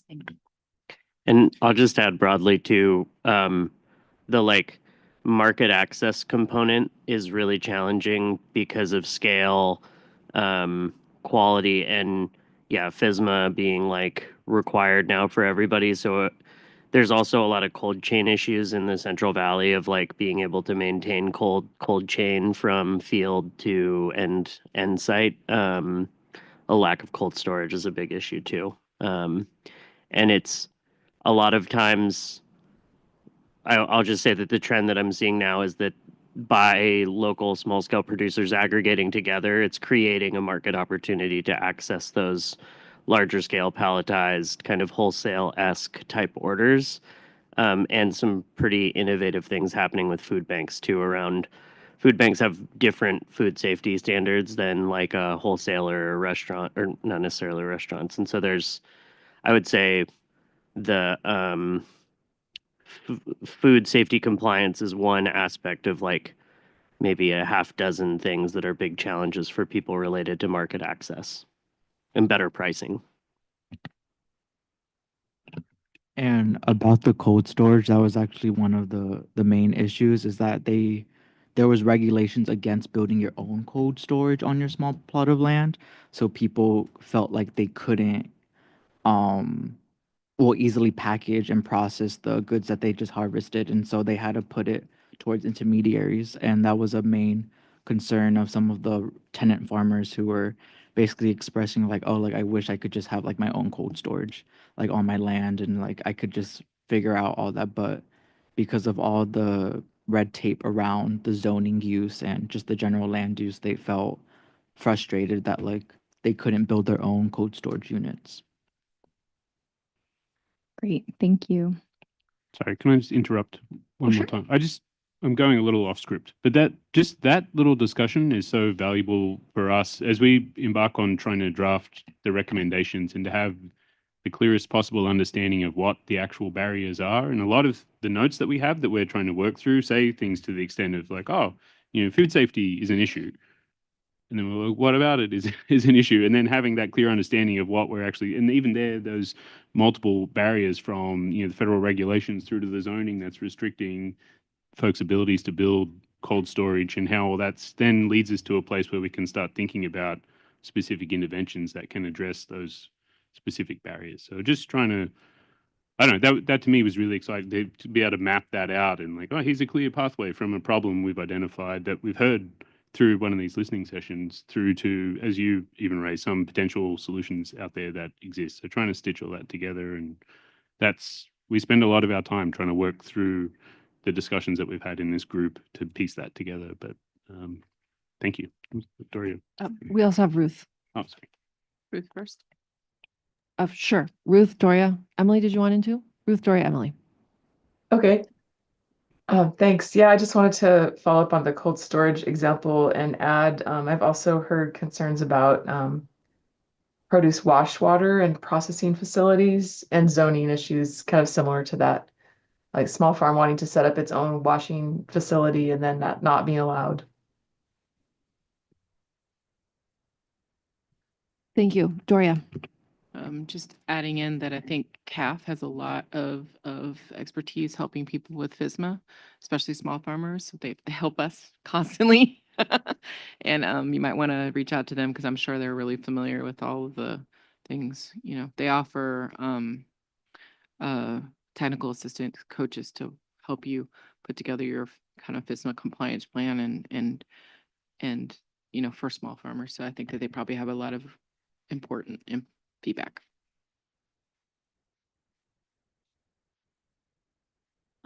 It sounds like the listening session was very impactful, and I'm thankful it was organized. I was just curious more on the details of how the listening session came about because it's not within our meeting summary. So was that organized directly with task force members? Was it organized in the outreach subcommittee?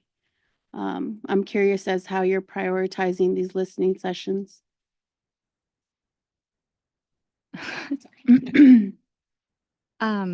Yeah, we had talked about in the outreach subcommittee that we want to be prioritizing listening sessions or community engagement sessions, is what we're trying to call them, across the state with a variety of different communities.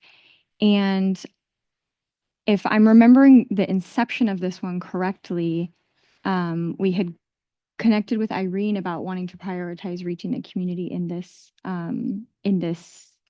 region of the state, and felt like it was a convenient and good moment to hear from people in this region, given that we were going to be coming down for the meeting.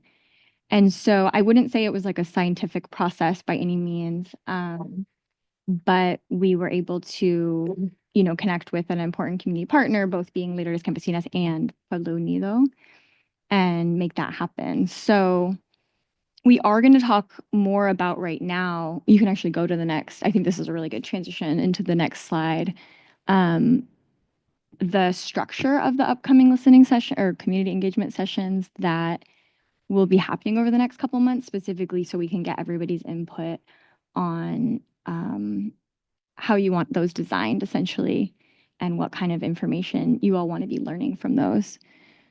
So I hope that kind of answers your question. And then I think we'll probably have, we'll talk about even more detail in a quick second here. And So then it wasn't officially put together in the outreach By the- subcommittee? someone from the subcommittee remind me if we had talked about this in the December meeting, because I'm not remembering if this was developed outside of that meeting or not. I think it was probably outside, given the head shaking. Okay. Do you remember? You want to? Yeah. Trying to remember. But I think it was discussed there, but it already had been discussed prior to. I'll just quickly add that the Community Outreach Subcommittee has been active in thinking through what community engagement should look like in the communities that should be prioritized. So that list has been developed by that subcommittee, and one of those communities was farm workers. So staff, in consultation with task force members, with Irene primarily in this instance, we're using the opportunity of being here to execute on one of those priority communities. However, that is, of course, one subset of priority communities that the task force has considered. So to Tessa's point, this next from here really need to think through how else are we engaging? And that's a big part of the May meeting as well, which we'll have Lawrence say a bit more about. But did you want to go in order of this, Tessa, or how did you? Oh, it doesn't matter too much either way. Thanks for adding that. Yeah. And it was also kind of a way to do more of an involved site visit. So kind of how we just, when we're going to a region on a given quarter, we end up, pulling together the site visits that we can set up for you. And so in this case, we decided to set up an engagement session as well as kind of like a third option. That's great. Was this technically a public event or invite only? No, it was invite only with specifically by the partnership organization. Okay, thank you for clarifying. Yeah. So, okay, we just kind of did a retrospect of a lot of the engagement that we've done over the past, since November. And so now I want to just do a quick kind of overview to foreshadow what's coming up and give you all a moment to kind of flag anything that you feel like you would want to add to this list. So really quickly, there's going to be a resource fair in Sonoma in about a week or so. Camille will be there getting the survey out to attendees and having a table to share about the task force. The CAF Small Farm Conference is coming up. They actually requested or invited, the task force to have a session there. And so there's going to be a session led by Chi, Dorian, and Camille. We'll talk about that a bit more in depth in a second, as far as the content of that session. We will be making a presentation to the State Board of Food and Ag, Camille with the support of Doria and Thea, who are members, or Thea, I'm not sure, you're not a member. Are you an administrator of that body? Okay, Thea will be supporting. Thea will be supporting with that presentation. Doria is a member. And then in May, we have a quarterly meeting, our regular quarterly meeting. That'll be in Susanville. Lawrence is supporting that meeting. And do you actually want to say a word or two about what the engagement session that we've talked about and what you were thinking about that? Well, yeah, maybe fill in if I missed something that we talked about, but I think it would be a great idea to be up in northeastern California, Susanville. There's Susanville Rancheria, which is a rancheria for Paiute Native Americans, maybe some Pit River and also Maidu reside on that, form the Susanville Rancheria. So I think it'd be great for the task force to actually visit a rancheria and learn about rancherias versus reservations. And you can see just by having the idea of a rancheria as a very small plot of land in a vast county, and you can see kind of what the you can kind of see the atrocity of all, kind of the land grab that what was available and then what the Native Americans in that area currently have in Lassen County. And then there's also neighboring counties. I'm from the Fort Bilbo Indian Reservation. We're also Paiute. And so we are actually, so the Paiute Nation's actually rather big. It's pretty much the state of Nevada and then the eastern part of the state of California. So so just to give you an idea of the land area, our traditional land area, I'm from Fort Bidwell, and we're Paiute. We speak the same language as the Paiutes from Susanville, but we're probably 2 hours drive north of, let's say an hour and a half north of Susanville. And then there's Pit River ancestral lands in between. So my idea would be to invite tribal leadership from the tribes in that area, California tribes, and then also including the Modoc Nation of Oklahoma, who there was a war with the cavalry, the United States military, and after the war, the Modoc tribe, they were transported to Oklahoma as punishment and relocated outside of their traditional territory. So I would like to invite the tribal leadership from the Modoc Nation of Oklahoma because that's it's in their neighborhood. And yeah, so neighboring tribes. And I just think it'd be good for the task force. If none of you have been to Lassen County, northeastern California, it's great. I've extended an invitation to Governor Newsom at one point 2 years ago, and I don't know if he maybe made it up to Modoc County at one point, but I think it would be great. The people would welcome representatives from the state, and they just want to be heard. So, Thank you for that overview. So, yeah, like I mentioned, that'll be our quarterly meeting, and we will figure out the best way to incorporate that engagement session either before or after the meeting or during one of the days. We can keep you all updated on that. I think that's all to say about May for now. So then the last piece on here is, well, and I guess I will just situate that May engagement session within this number 5 here that you see up on the screen. So it'll be part of our winter spring engagement sessions, which the outreach committee has really, requested and encouraged.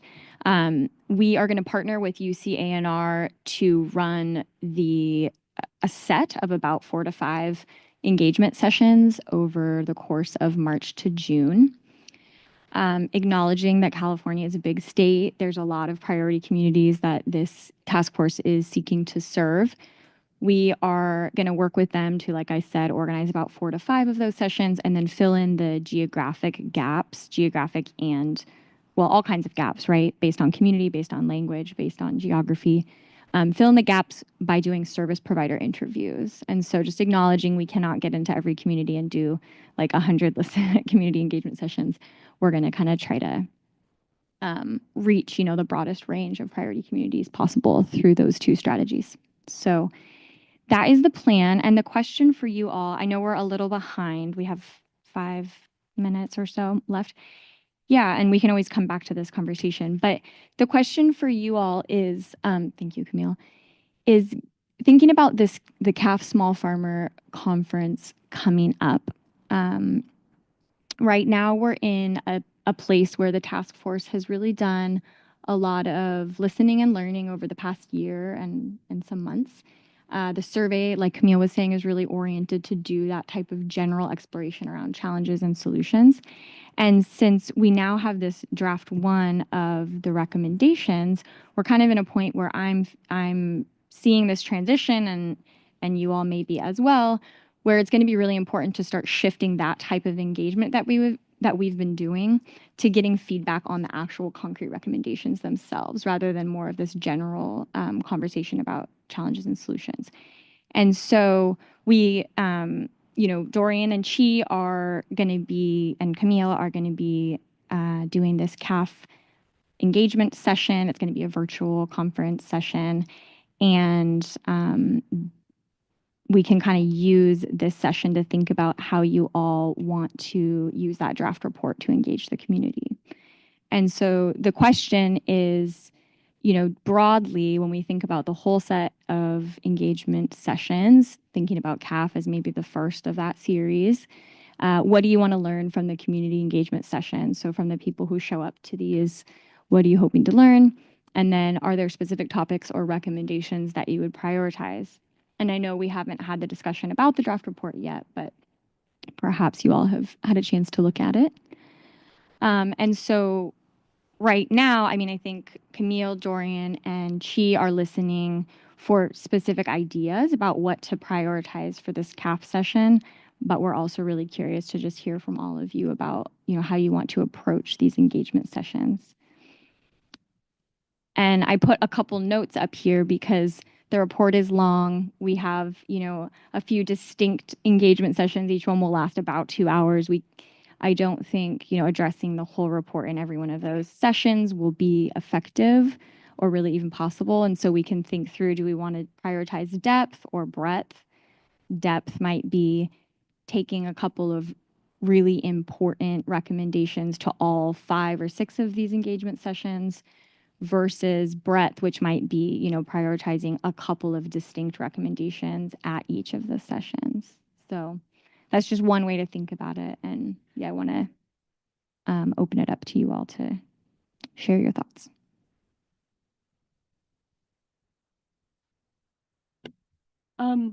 Great. Well, I'm excited that we have such a robust calendar ahead. One comment on the calendar, we also convene at CDFA 2 producer advisory committees, which meet quarterly. So both Emily and Chi are members of those committees. And while we have an upcoming meeting where we haven't talked about the possibility of doing further engagement, but we will at our February meeting. So just want to add that that's a possibility on there too. I don't want to only focus on the state board as an advisory body at CDFA related to this work. I think that something that in my work at CDFA that I hear all the time from farmers in this type of a workshop, there's never enough time, to talk about everything. But most, particularly small farm conference, when we're going to talk to communities that have never heard of this before, the most important piece is just to be able to express how this will impact them in their daily lives. And what are some of those things that they really, that would make a difference in their lives, their worlds, rather than a explanation of, the explanation is important, but also just trying to relate it to the audience that you're addressing. So I think it's really impossible to get lots of feedback on recommendations, but it might be possible to have some more targeted conversations from the lens of those, their lived experiences. I still think that's, and maybe the opportunity to further engage, where we're able to either pay people for their time or, have a more in-depth opportunity to talk about things if they really want to provide feedback on the report. We haven't gotten to that part yet. And then one last thing that I am hoping that we keep in mind, or I'd like to recommend that we make sure in our process to be going back to, we've heard it now from multiple site visits that we need to make sure we're going back to these folks and all of the areas and making, real on our promise to follow up on that. I want to make sure that's a part of either the work in the community engagement, that those discussions, but further on for us as a task force to outline how we're going to do that, make sure that whatever product we have is also accessible and available in other languages, because we're having those conversations with communities in languages other than English as well. So those are my comments. Thanks.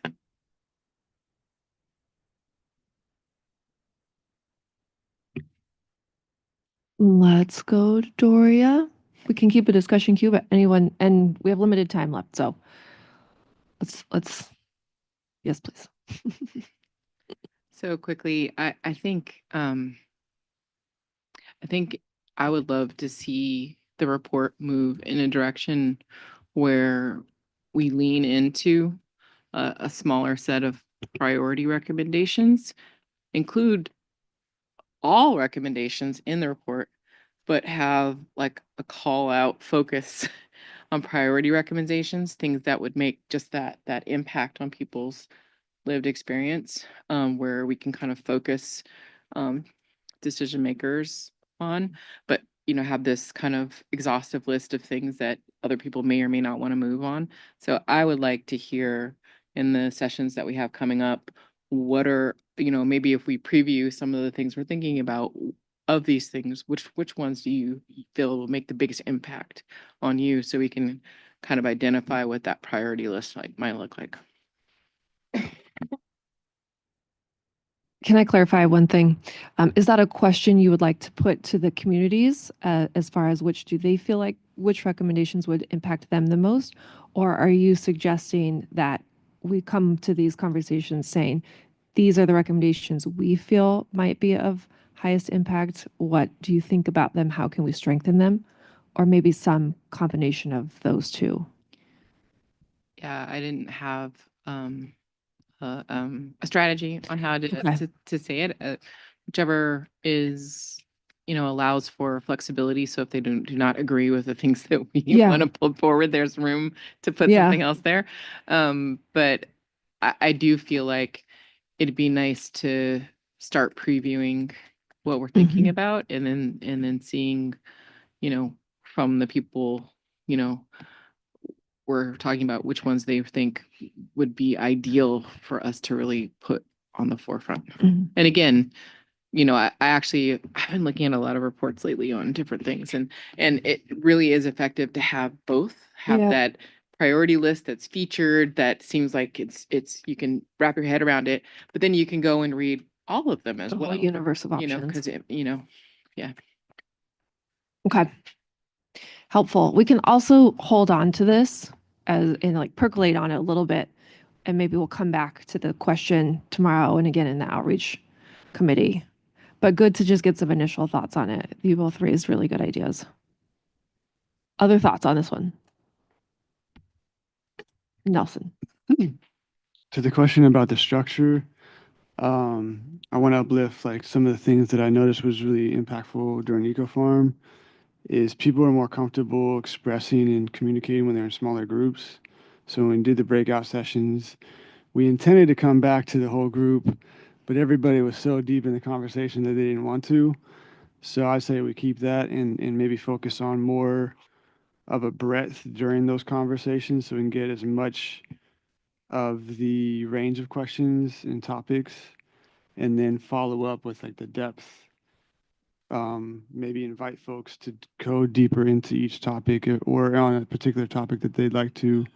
I think that'd be effective for us to get more at the heart of the issue for individual folks. Okay, thank you.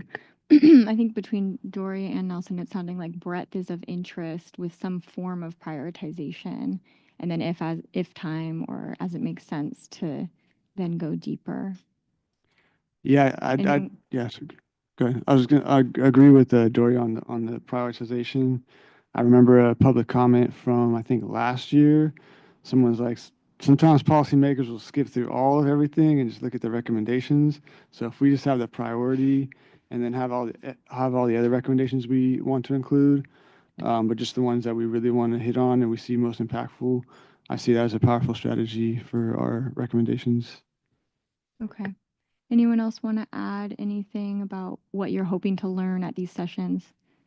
Knowing that we will, I mean, we can revisit tomorrow if needed, but just knowing that we are going to leave, this February meeting and then really get into the planning of these sessions with the community engagement session, but also with the community partners. So just because of the timing, we really won't have a time to talk about this again as a full group until May when the sessions are already happening. Did you want to say anything? Yeah, not specific to the CAF session. But I do want to, at some point, prioritize Southern California tribal nations. Our first meeting was on Kumeyaay homelands, and at that time, I don't think the listening sessions were an option. They are, for this one, which there are 4 sovereign federally recognized tribes in the area of Coachella Valley, so that could have happened. It was never proposed. So that's why I was asking how is the outreach? How are we prioritizing these listening sessions? I'm thankful we were able to have one last night. Had I known, my effort being towards setting up the site visits could have been used for setting up an engagement session, maybe.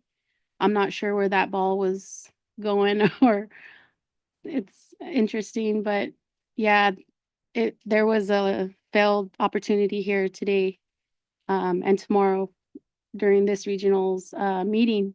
So for our future opportunities or chances, prioritizing Southern California tribal nations, as you heard from Lawrence, we're going to be prioritizing Northern tribes.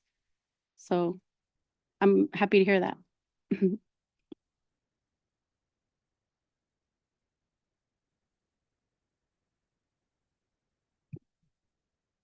Thanks, everyone. Okay. We have, I think, just 40 or so minutes left for our final session of the day. It's our working session. Oh, I'm sorry, I need to pause. Is there any public comment online for that last session? Outreach and engagement updates.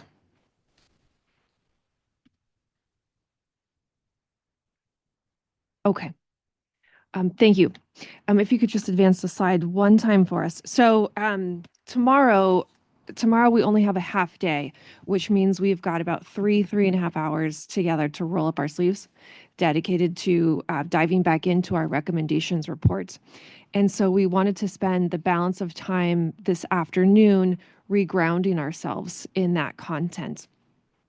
And so to support this, we've prepared some worksheets, which we're going to talk through momentarily to help you start to think through the different components of the draft recommendations.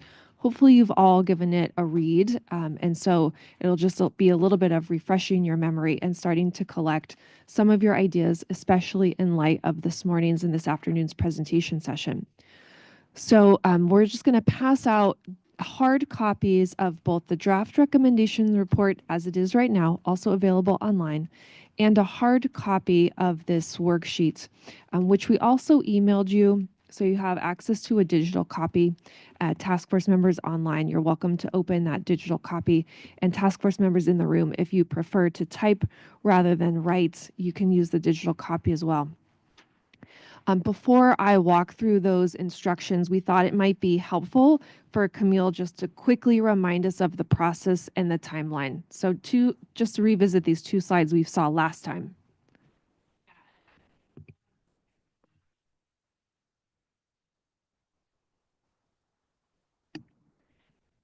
So you saw this in November, so I'll be very brief. I just thought it might be a helpful reminder about where you are in the process, so that as you are thinking about this draft, you can really imagine what's happening from here, so that as you're working on this, thinking through this, revisiting this, you know where it goes next.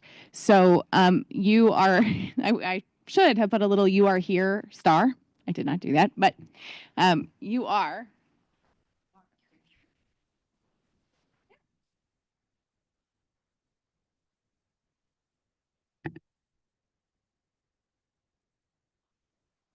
Okay, yeah. So you're really here at this recommendations consolidation and initial task force review where you have a set of draft recommendations, a draft report. It's come to you from these various other avenues for you to consider. And then once you have provided your initial review and feedback, we make revisions and it goes back out for additional feedback that then comes back to you in the form of summarized feedback, comments, suggested revisions for your review to then consider, make decisions about, and then start the process again. So this is how we move from draft 1 to draft 2. So Tessa, will you advance one slide? If you look in the actual timeline of process from here till we're going to get to draft 2, it's another way of just showing you what you just saw, but with a timeline involved, right? So we're here in February. You're going to review and give feedback on that report draft 1. We will revise based on that feedback you give us tomorrow. Today is going to be a working session starting that process for you. In March, we're going to start that feedback process that I described earlier with the interagency reviewers and the advisory committee, the AC. April, we take that feedback, we get that ready for your review once again. Subcommittees can start that process, but then it all comes back to you as a draft 2 in May. That process will continue again to get you to August.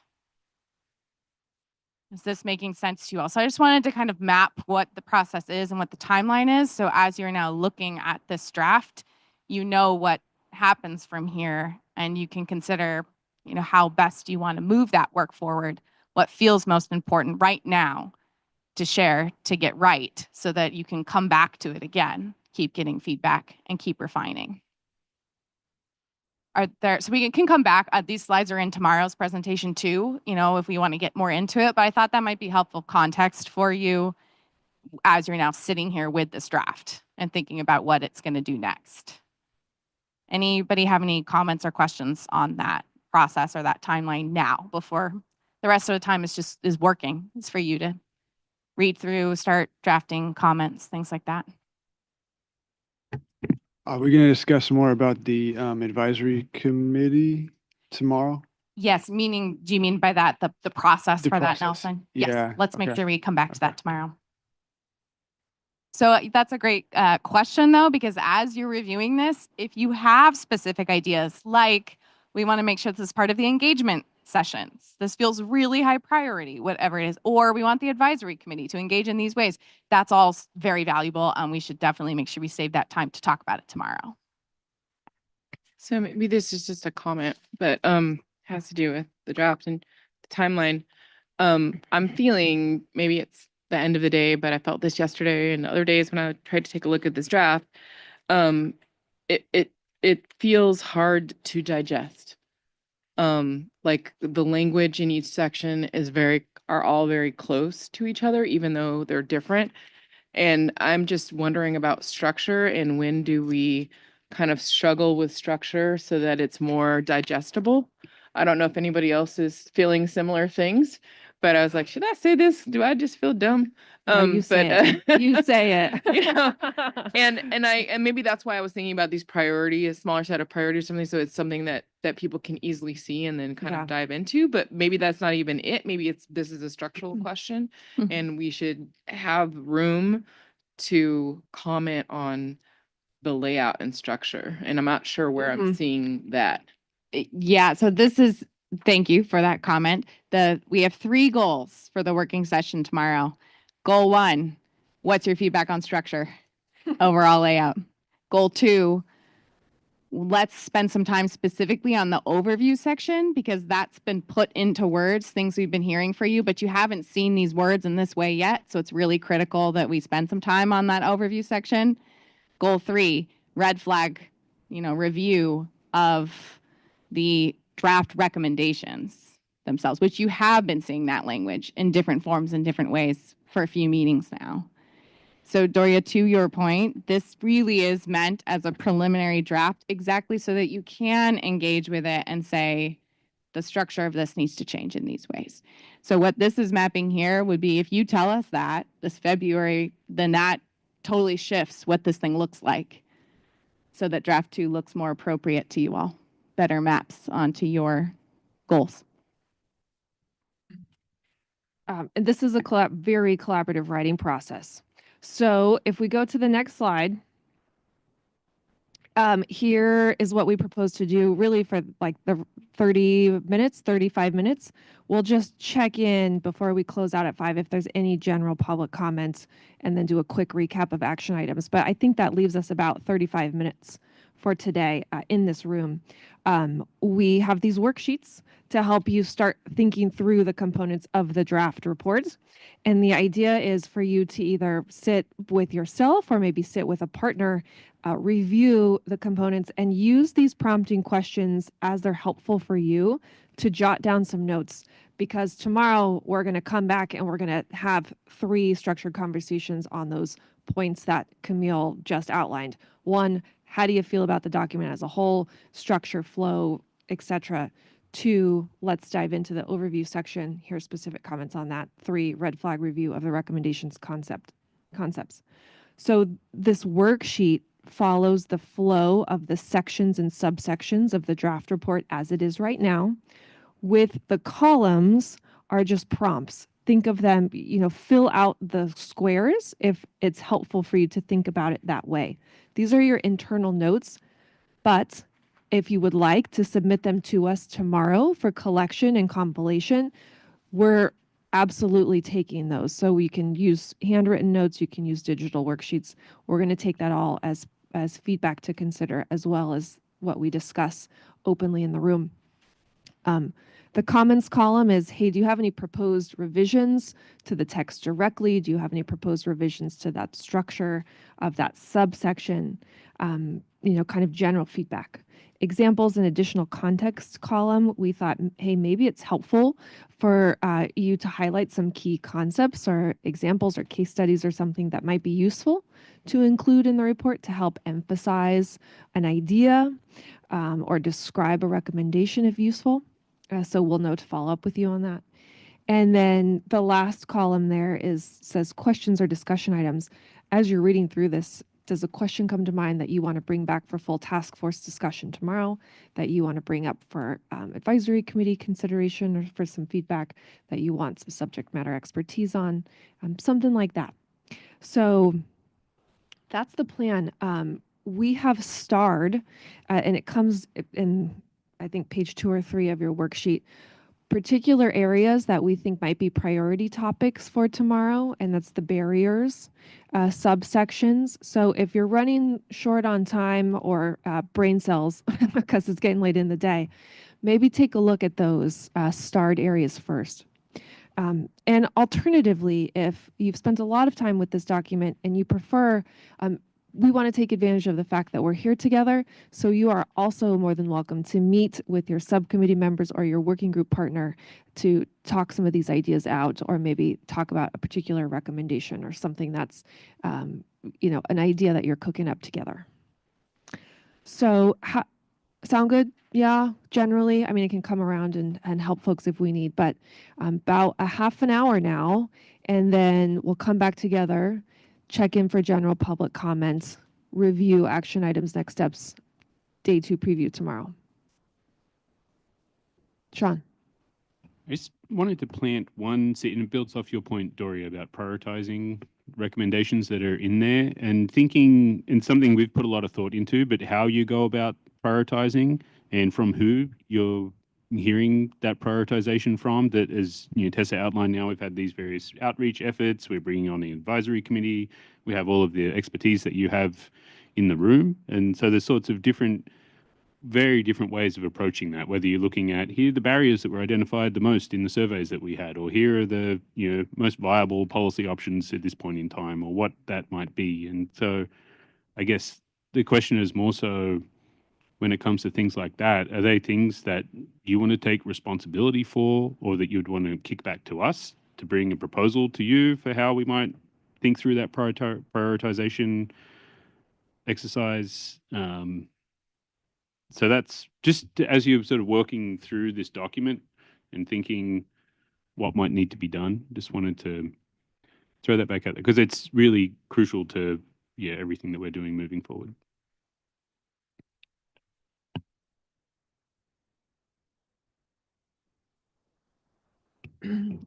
dive in, I had one spread out, let us quick know if we question. can support. if you don't Yeah. mind. So on the sections where it says add, like overview the task force, there's a couple sections where it says add. Are those sections already completed and in development? Okay, I'm just gonna add those Yeah, later. thanks for the question, Nelson. So those are sections that we know need to go there, but have not been written based on time. Yeah, but of course, if you have guidance on those sections or you want something else added that's not doesn't say add, please feel free to, of course, flag that. Does that answer?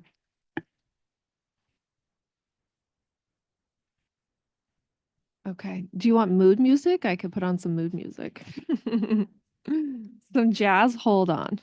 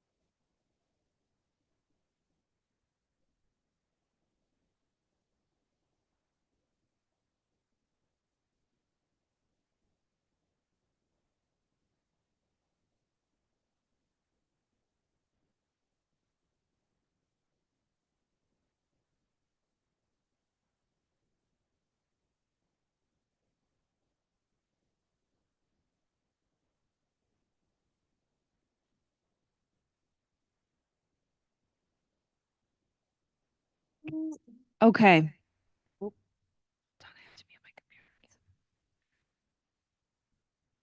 Ooh, hopefully that was productive. And you're feeling like you're going to get in the groove here. Let's throw up our last slide, which is a preview for tomorrow. Not much to say about that. And I'll recap action items. We don't have any members of the public in the room. We do have one person remaining online. Let's see if there's an interest in general public comment. Okay, no public comment forms. So then let's just talk about what happens tomorrow. So, and then I'll recap what we talked about today. I have a comment. Oh, go ahead.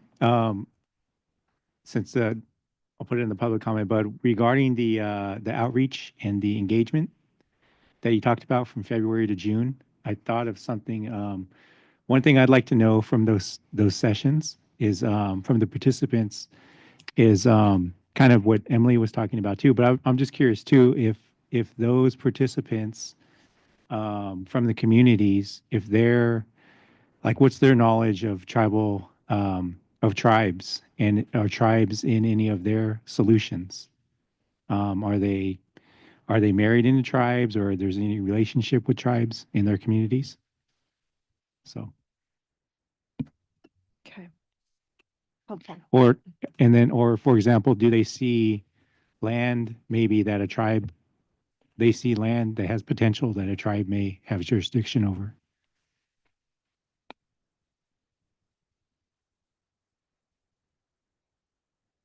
Okay. Added to my notes here. Thank you. So tomorrow we are going to get started early so that we can conclude early and get folks back to the airport who need to travel home and other folks home before traffic hits. So we have access to the room again nice and early at 7. Although I think maybe we'll show up at 7:30, but the room will be open to us as early as 7. If you like, you can bring your luggage and stuff in if you want. We're going to have breakfast, refreshments, and coffee. Of course, there's also some nibbles offered at the hotel, but we will commence at 8:15 sharp because we want to make sure we're maximizing our time together. And then we have working session, which is pretty much the bulk of the day. We'll have time to talk about everything that you're already beginning to think through based on your worksheets and just your general interaction with the draft reports. And then we'll make some time for work planning and next steps, revisit some of the conversations that we started today if we need to. General public comment can conclude at 12:30. So if you will permit me, as I fumble through this, let me just splash us with the highlights from today. So early this morning, which seems like a whole different part of our timeline here. We talked about, for future discussion and really ongoing discussion, how can we engage in consultation, capital C and lowercase c, with federally recognized California tribal nations, and how to be more involved and engaged with federally recognized tribal nations. We talked about asking the question of, can we provide translation for the speaker series? So we have to look into that in terms of resources and capacity and requests. We're still looking to schedule subcommittee meetings for April, so you have not escaped me yet on the calendar form.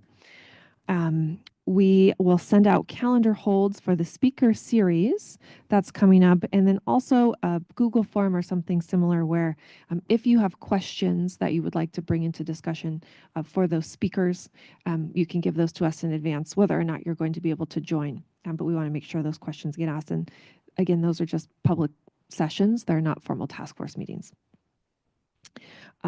We also are hoping that folks spend some more time thinking about gaps in content expertise for the advisory committee.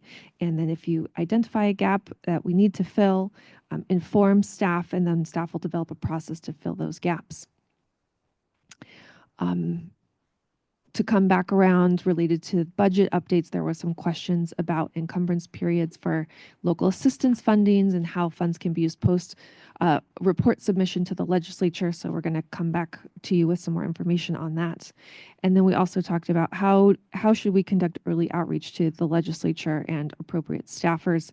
So another conversation to carry forward in the outreach and engagement subcommittee. some great presentations today, lots of robust conversation. Some key takeaways from the speaker series I jotted down. These are just my sloppy notes. There's much, much more, but how maybe can we consider vertical infrastructure in terms of land access and agriculture, like packaging, distribution, manufacturing, and other issues that came up from listening sessions are cold storage and produce wash. Jumping over to, again, back to the May meeting, we're going to think about how to plan for those site visits in a tribal listening session, and then related to that, conversations about how to also do a tribal listening session in Southern California. To the survey results, there was a request for an opportunity to suggest ways to analyze the survey results after the survey closes in April. We also talked about other mechanisms for distributing the survey. Folks verbalized a few other potential avenues for that. And so please, as those ideas come to you and you want us to circulate the survey that way, let us know. We can get that out there. And I'm sure that I'm missing something. That was a lot. And I just really want to thank everyone for sticking with us for a full 9 to 5-er today. Wonderful. Really, really appreciate that. Okay, so let me just see. Darlene, hi, good to see you. Ruth, Leah, thank you for sticking with us online. We had to drop we had to drop the screen. I see you on my laptop. Hold on. Camille's just changing over so we can see your smiling faces. Hold on. You're all missed in the room with us, but we're so happy that you stuck with us the whole day, and thanks for your engagement. Here we go. Now we can see your faces.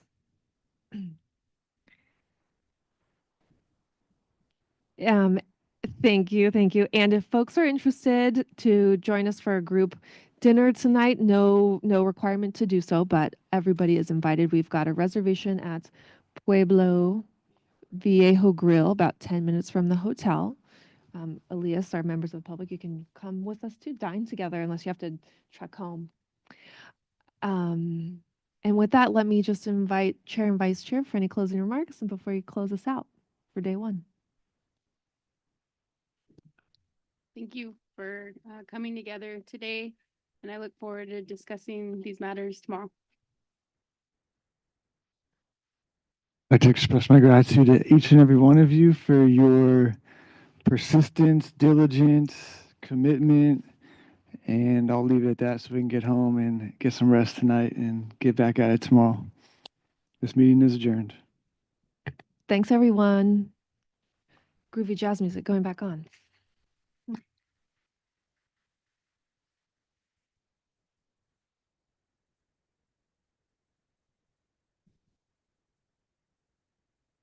Groovy jazz music.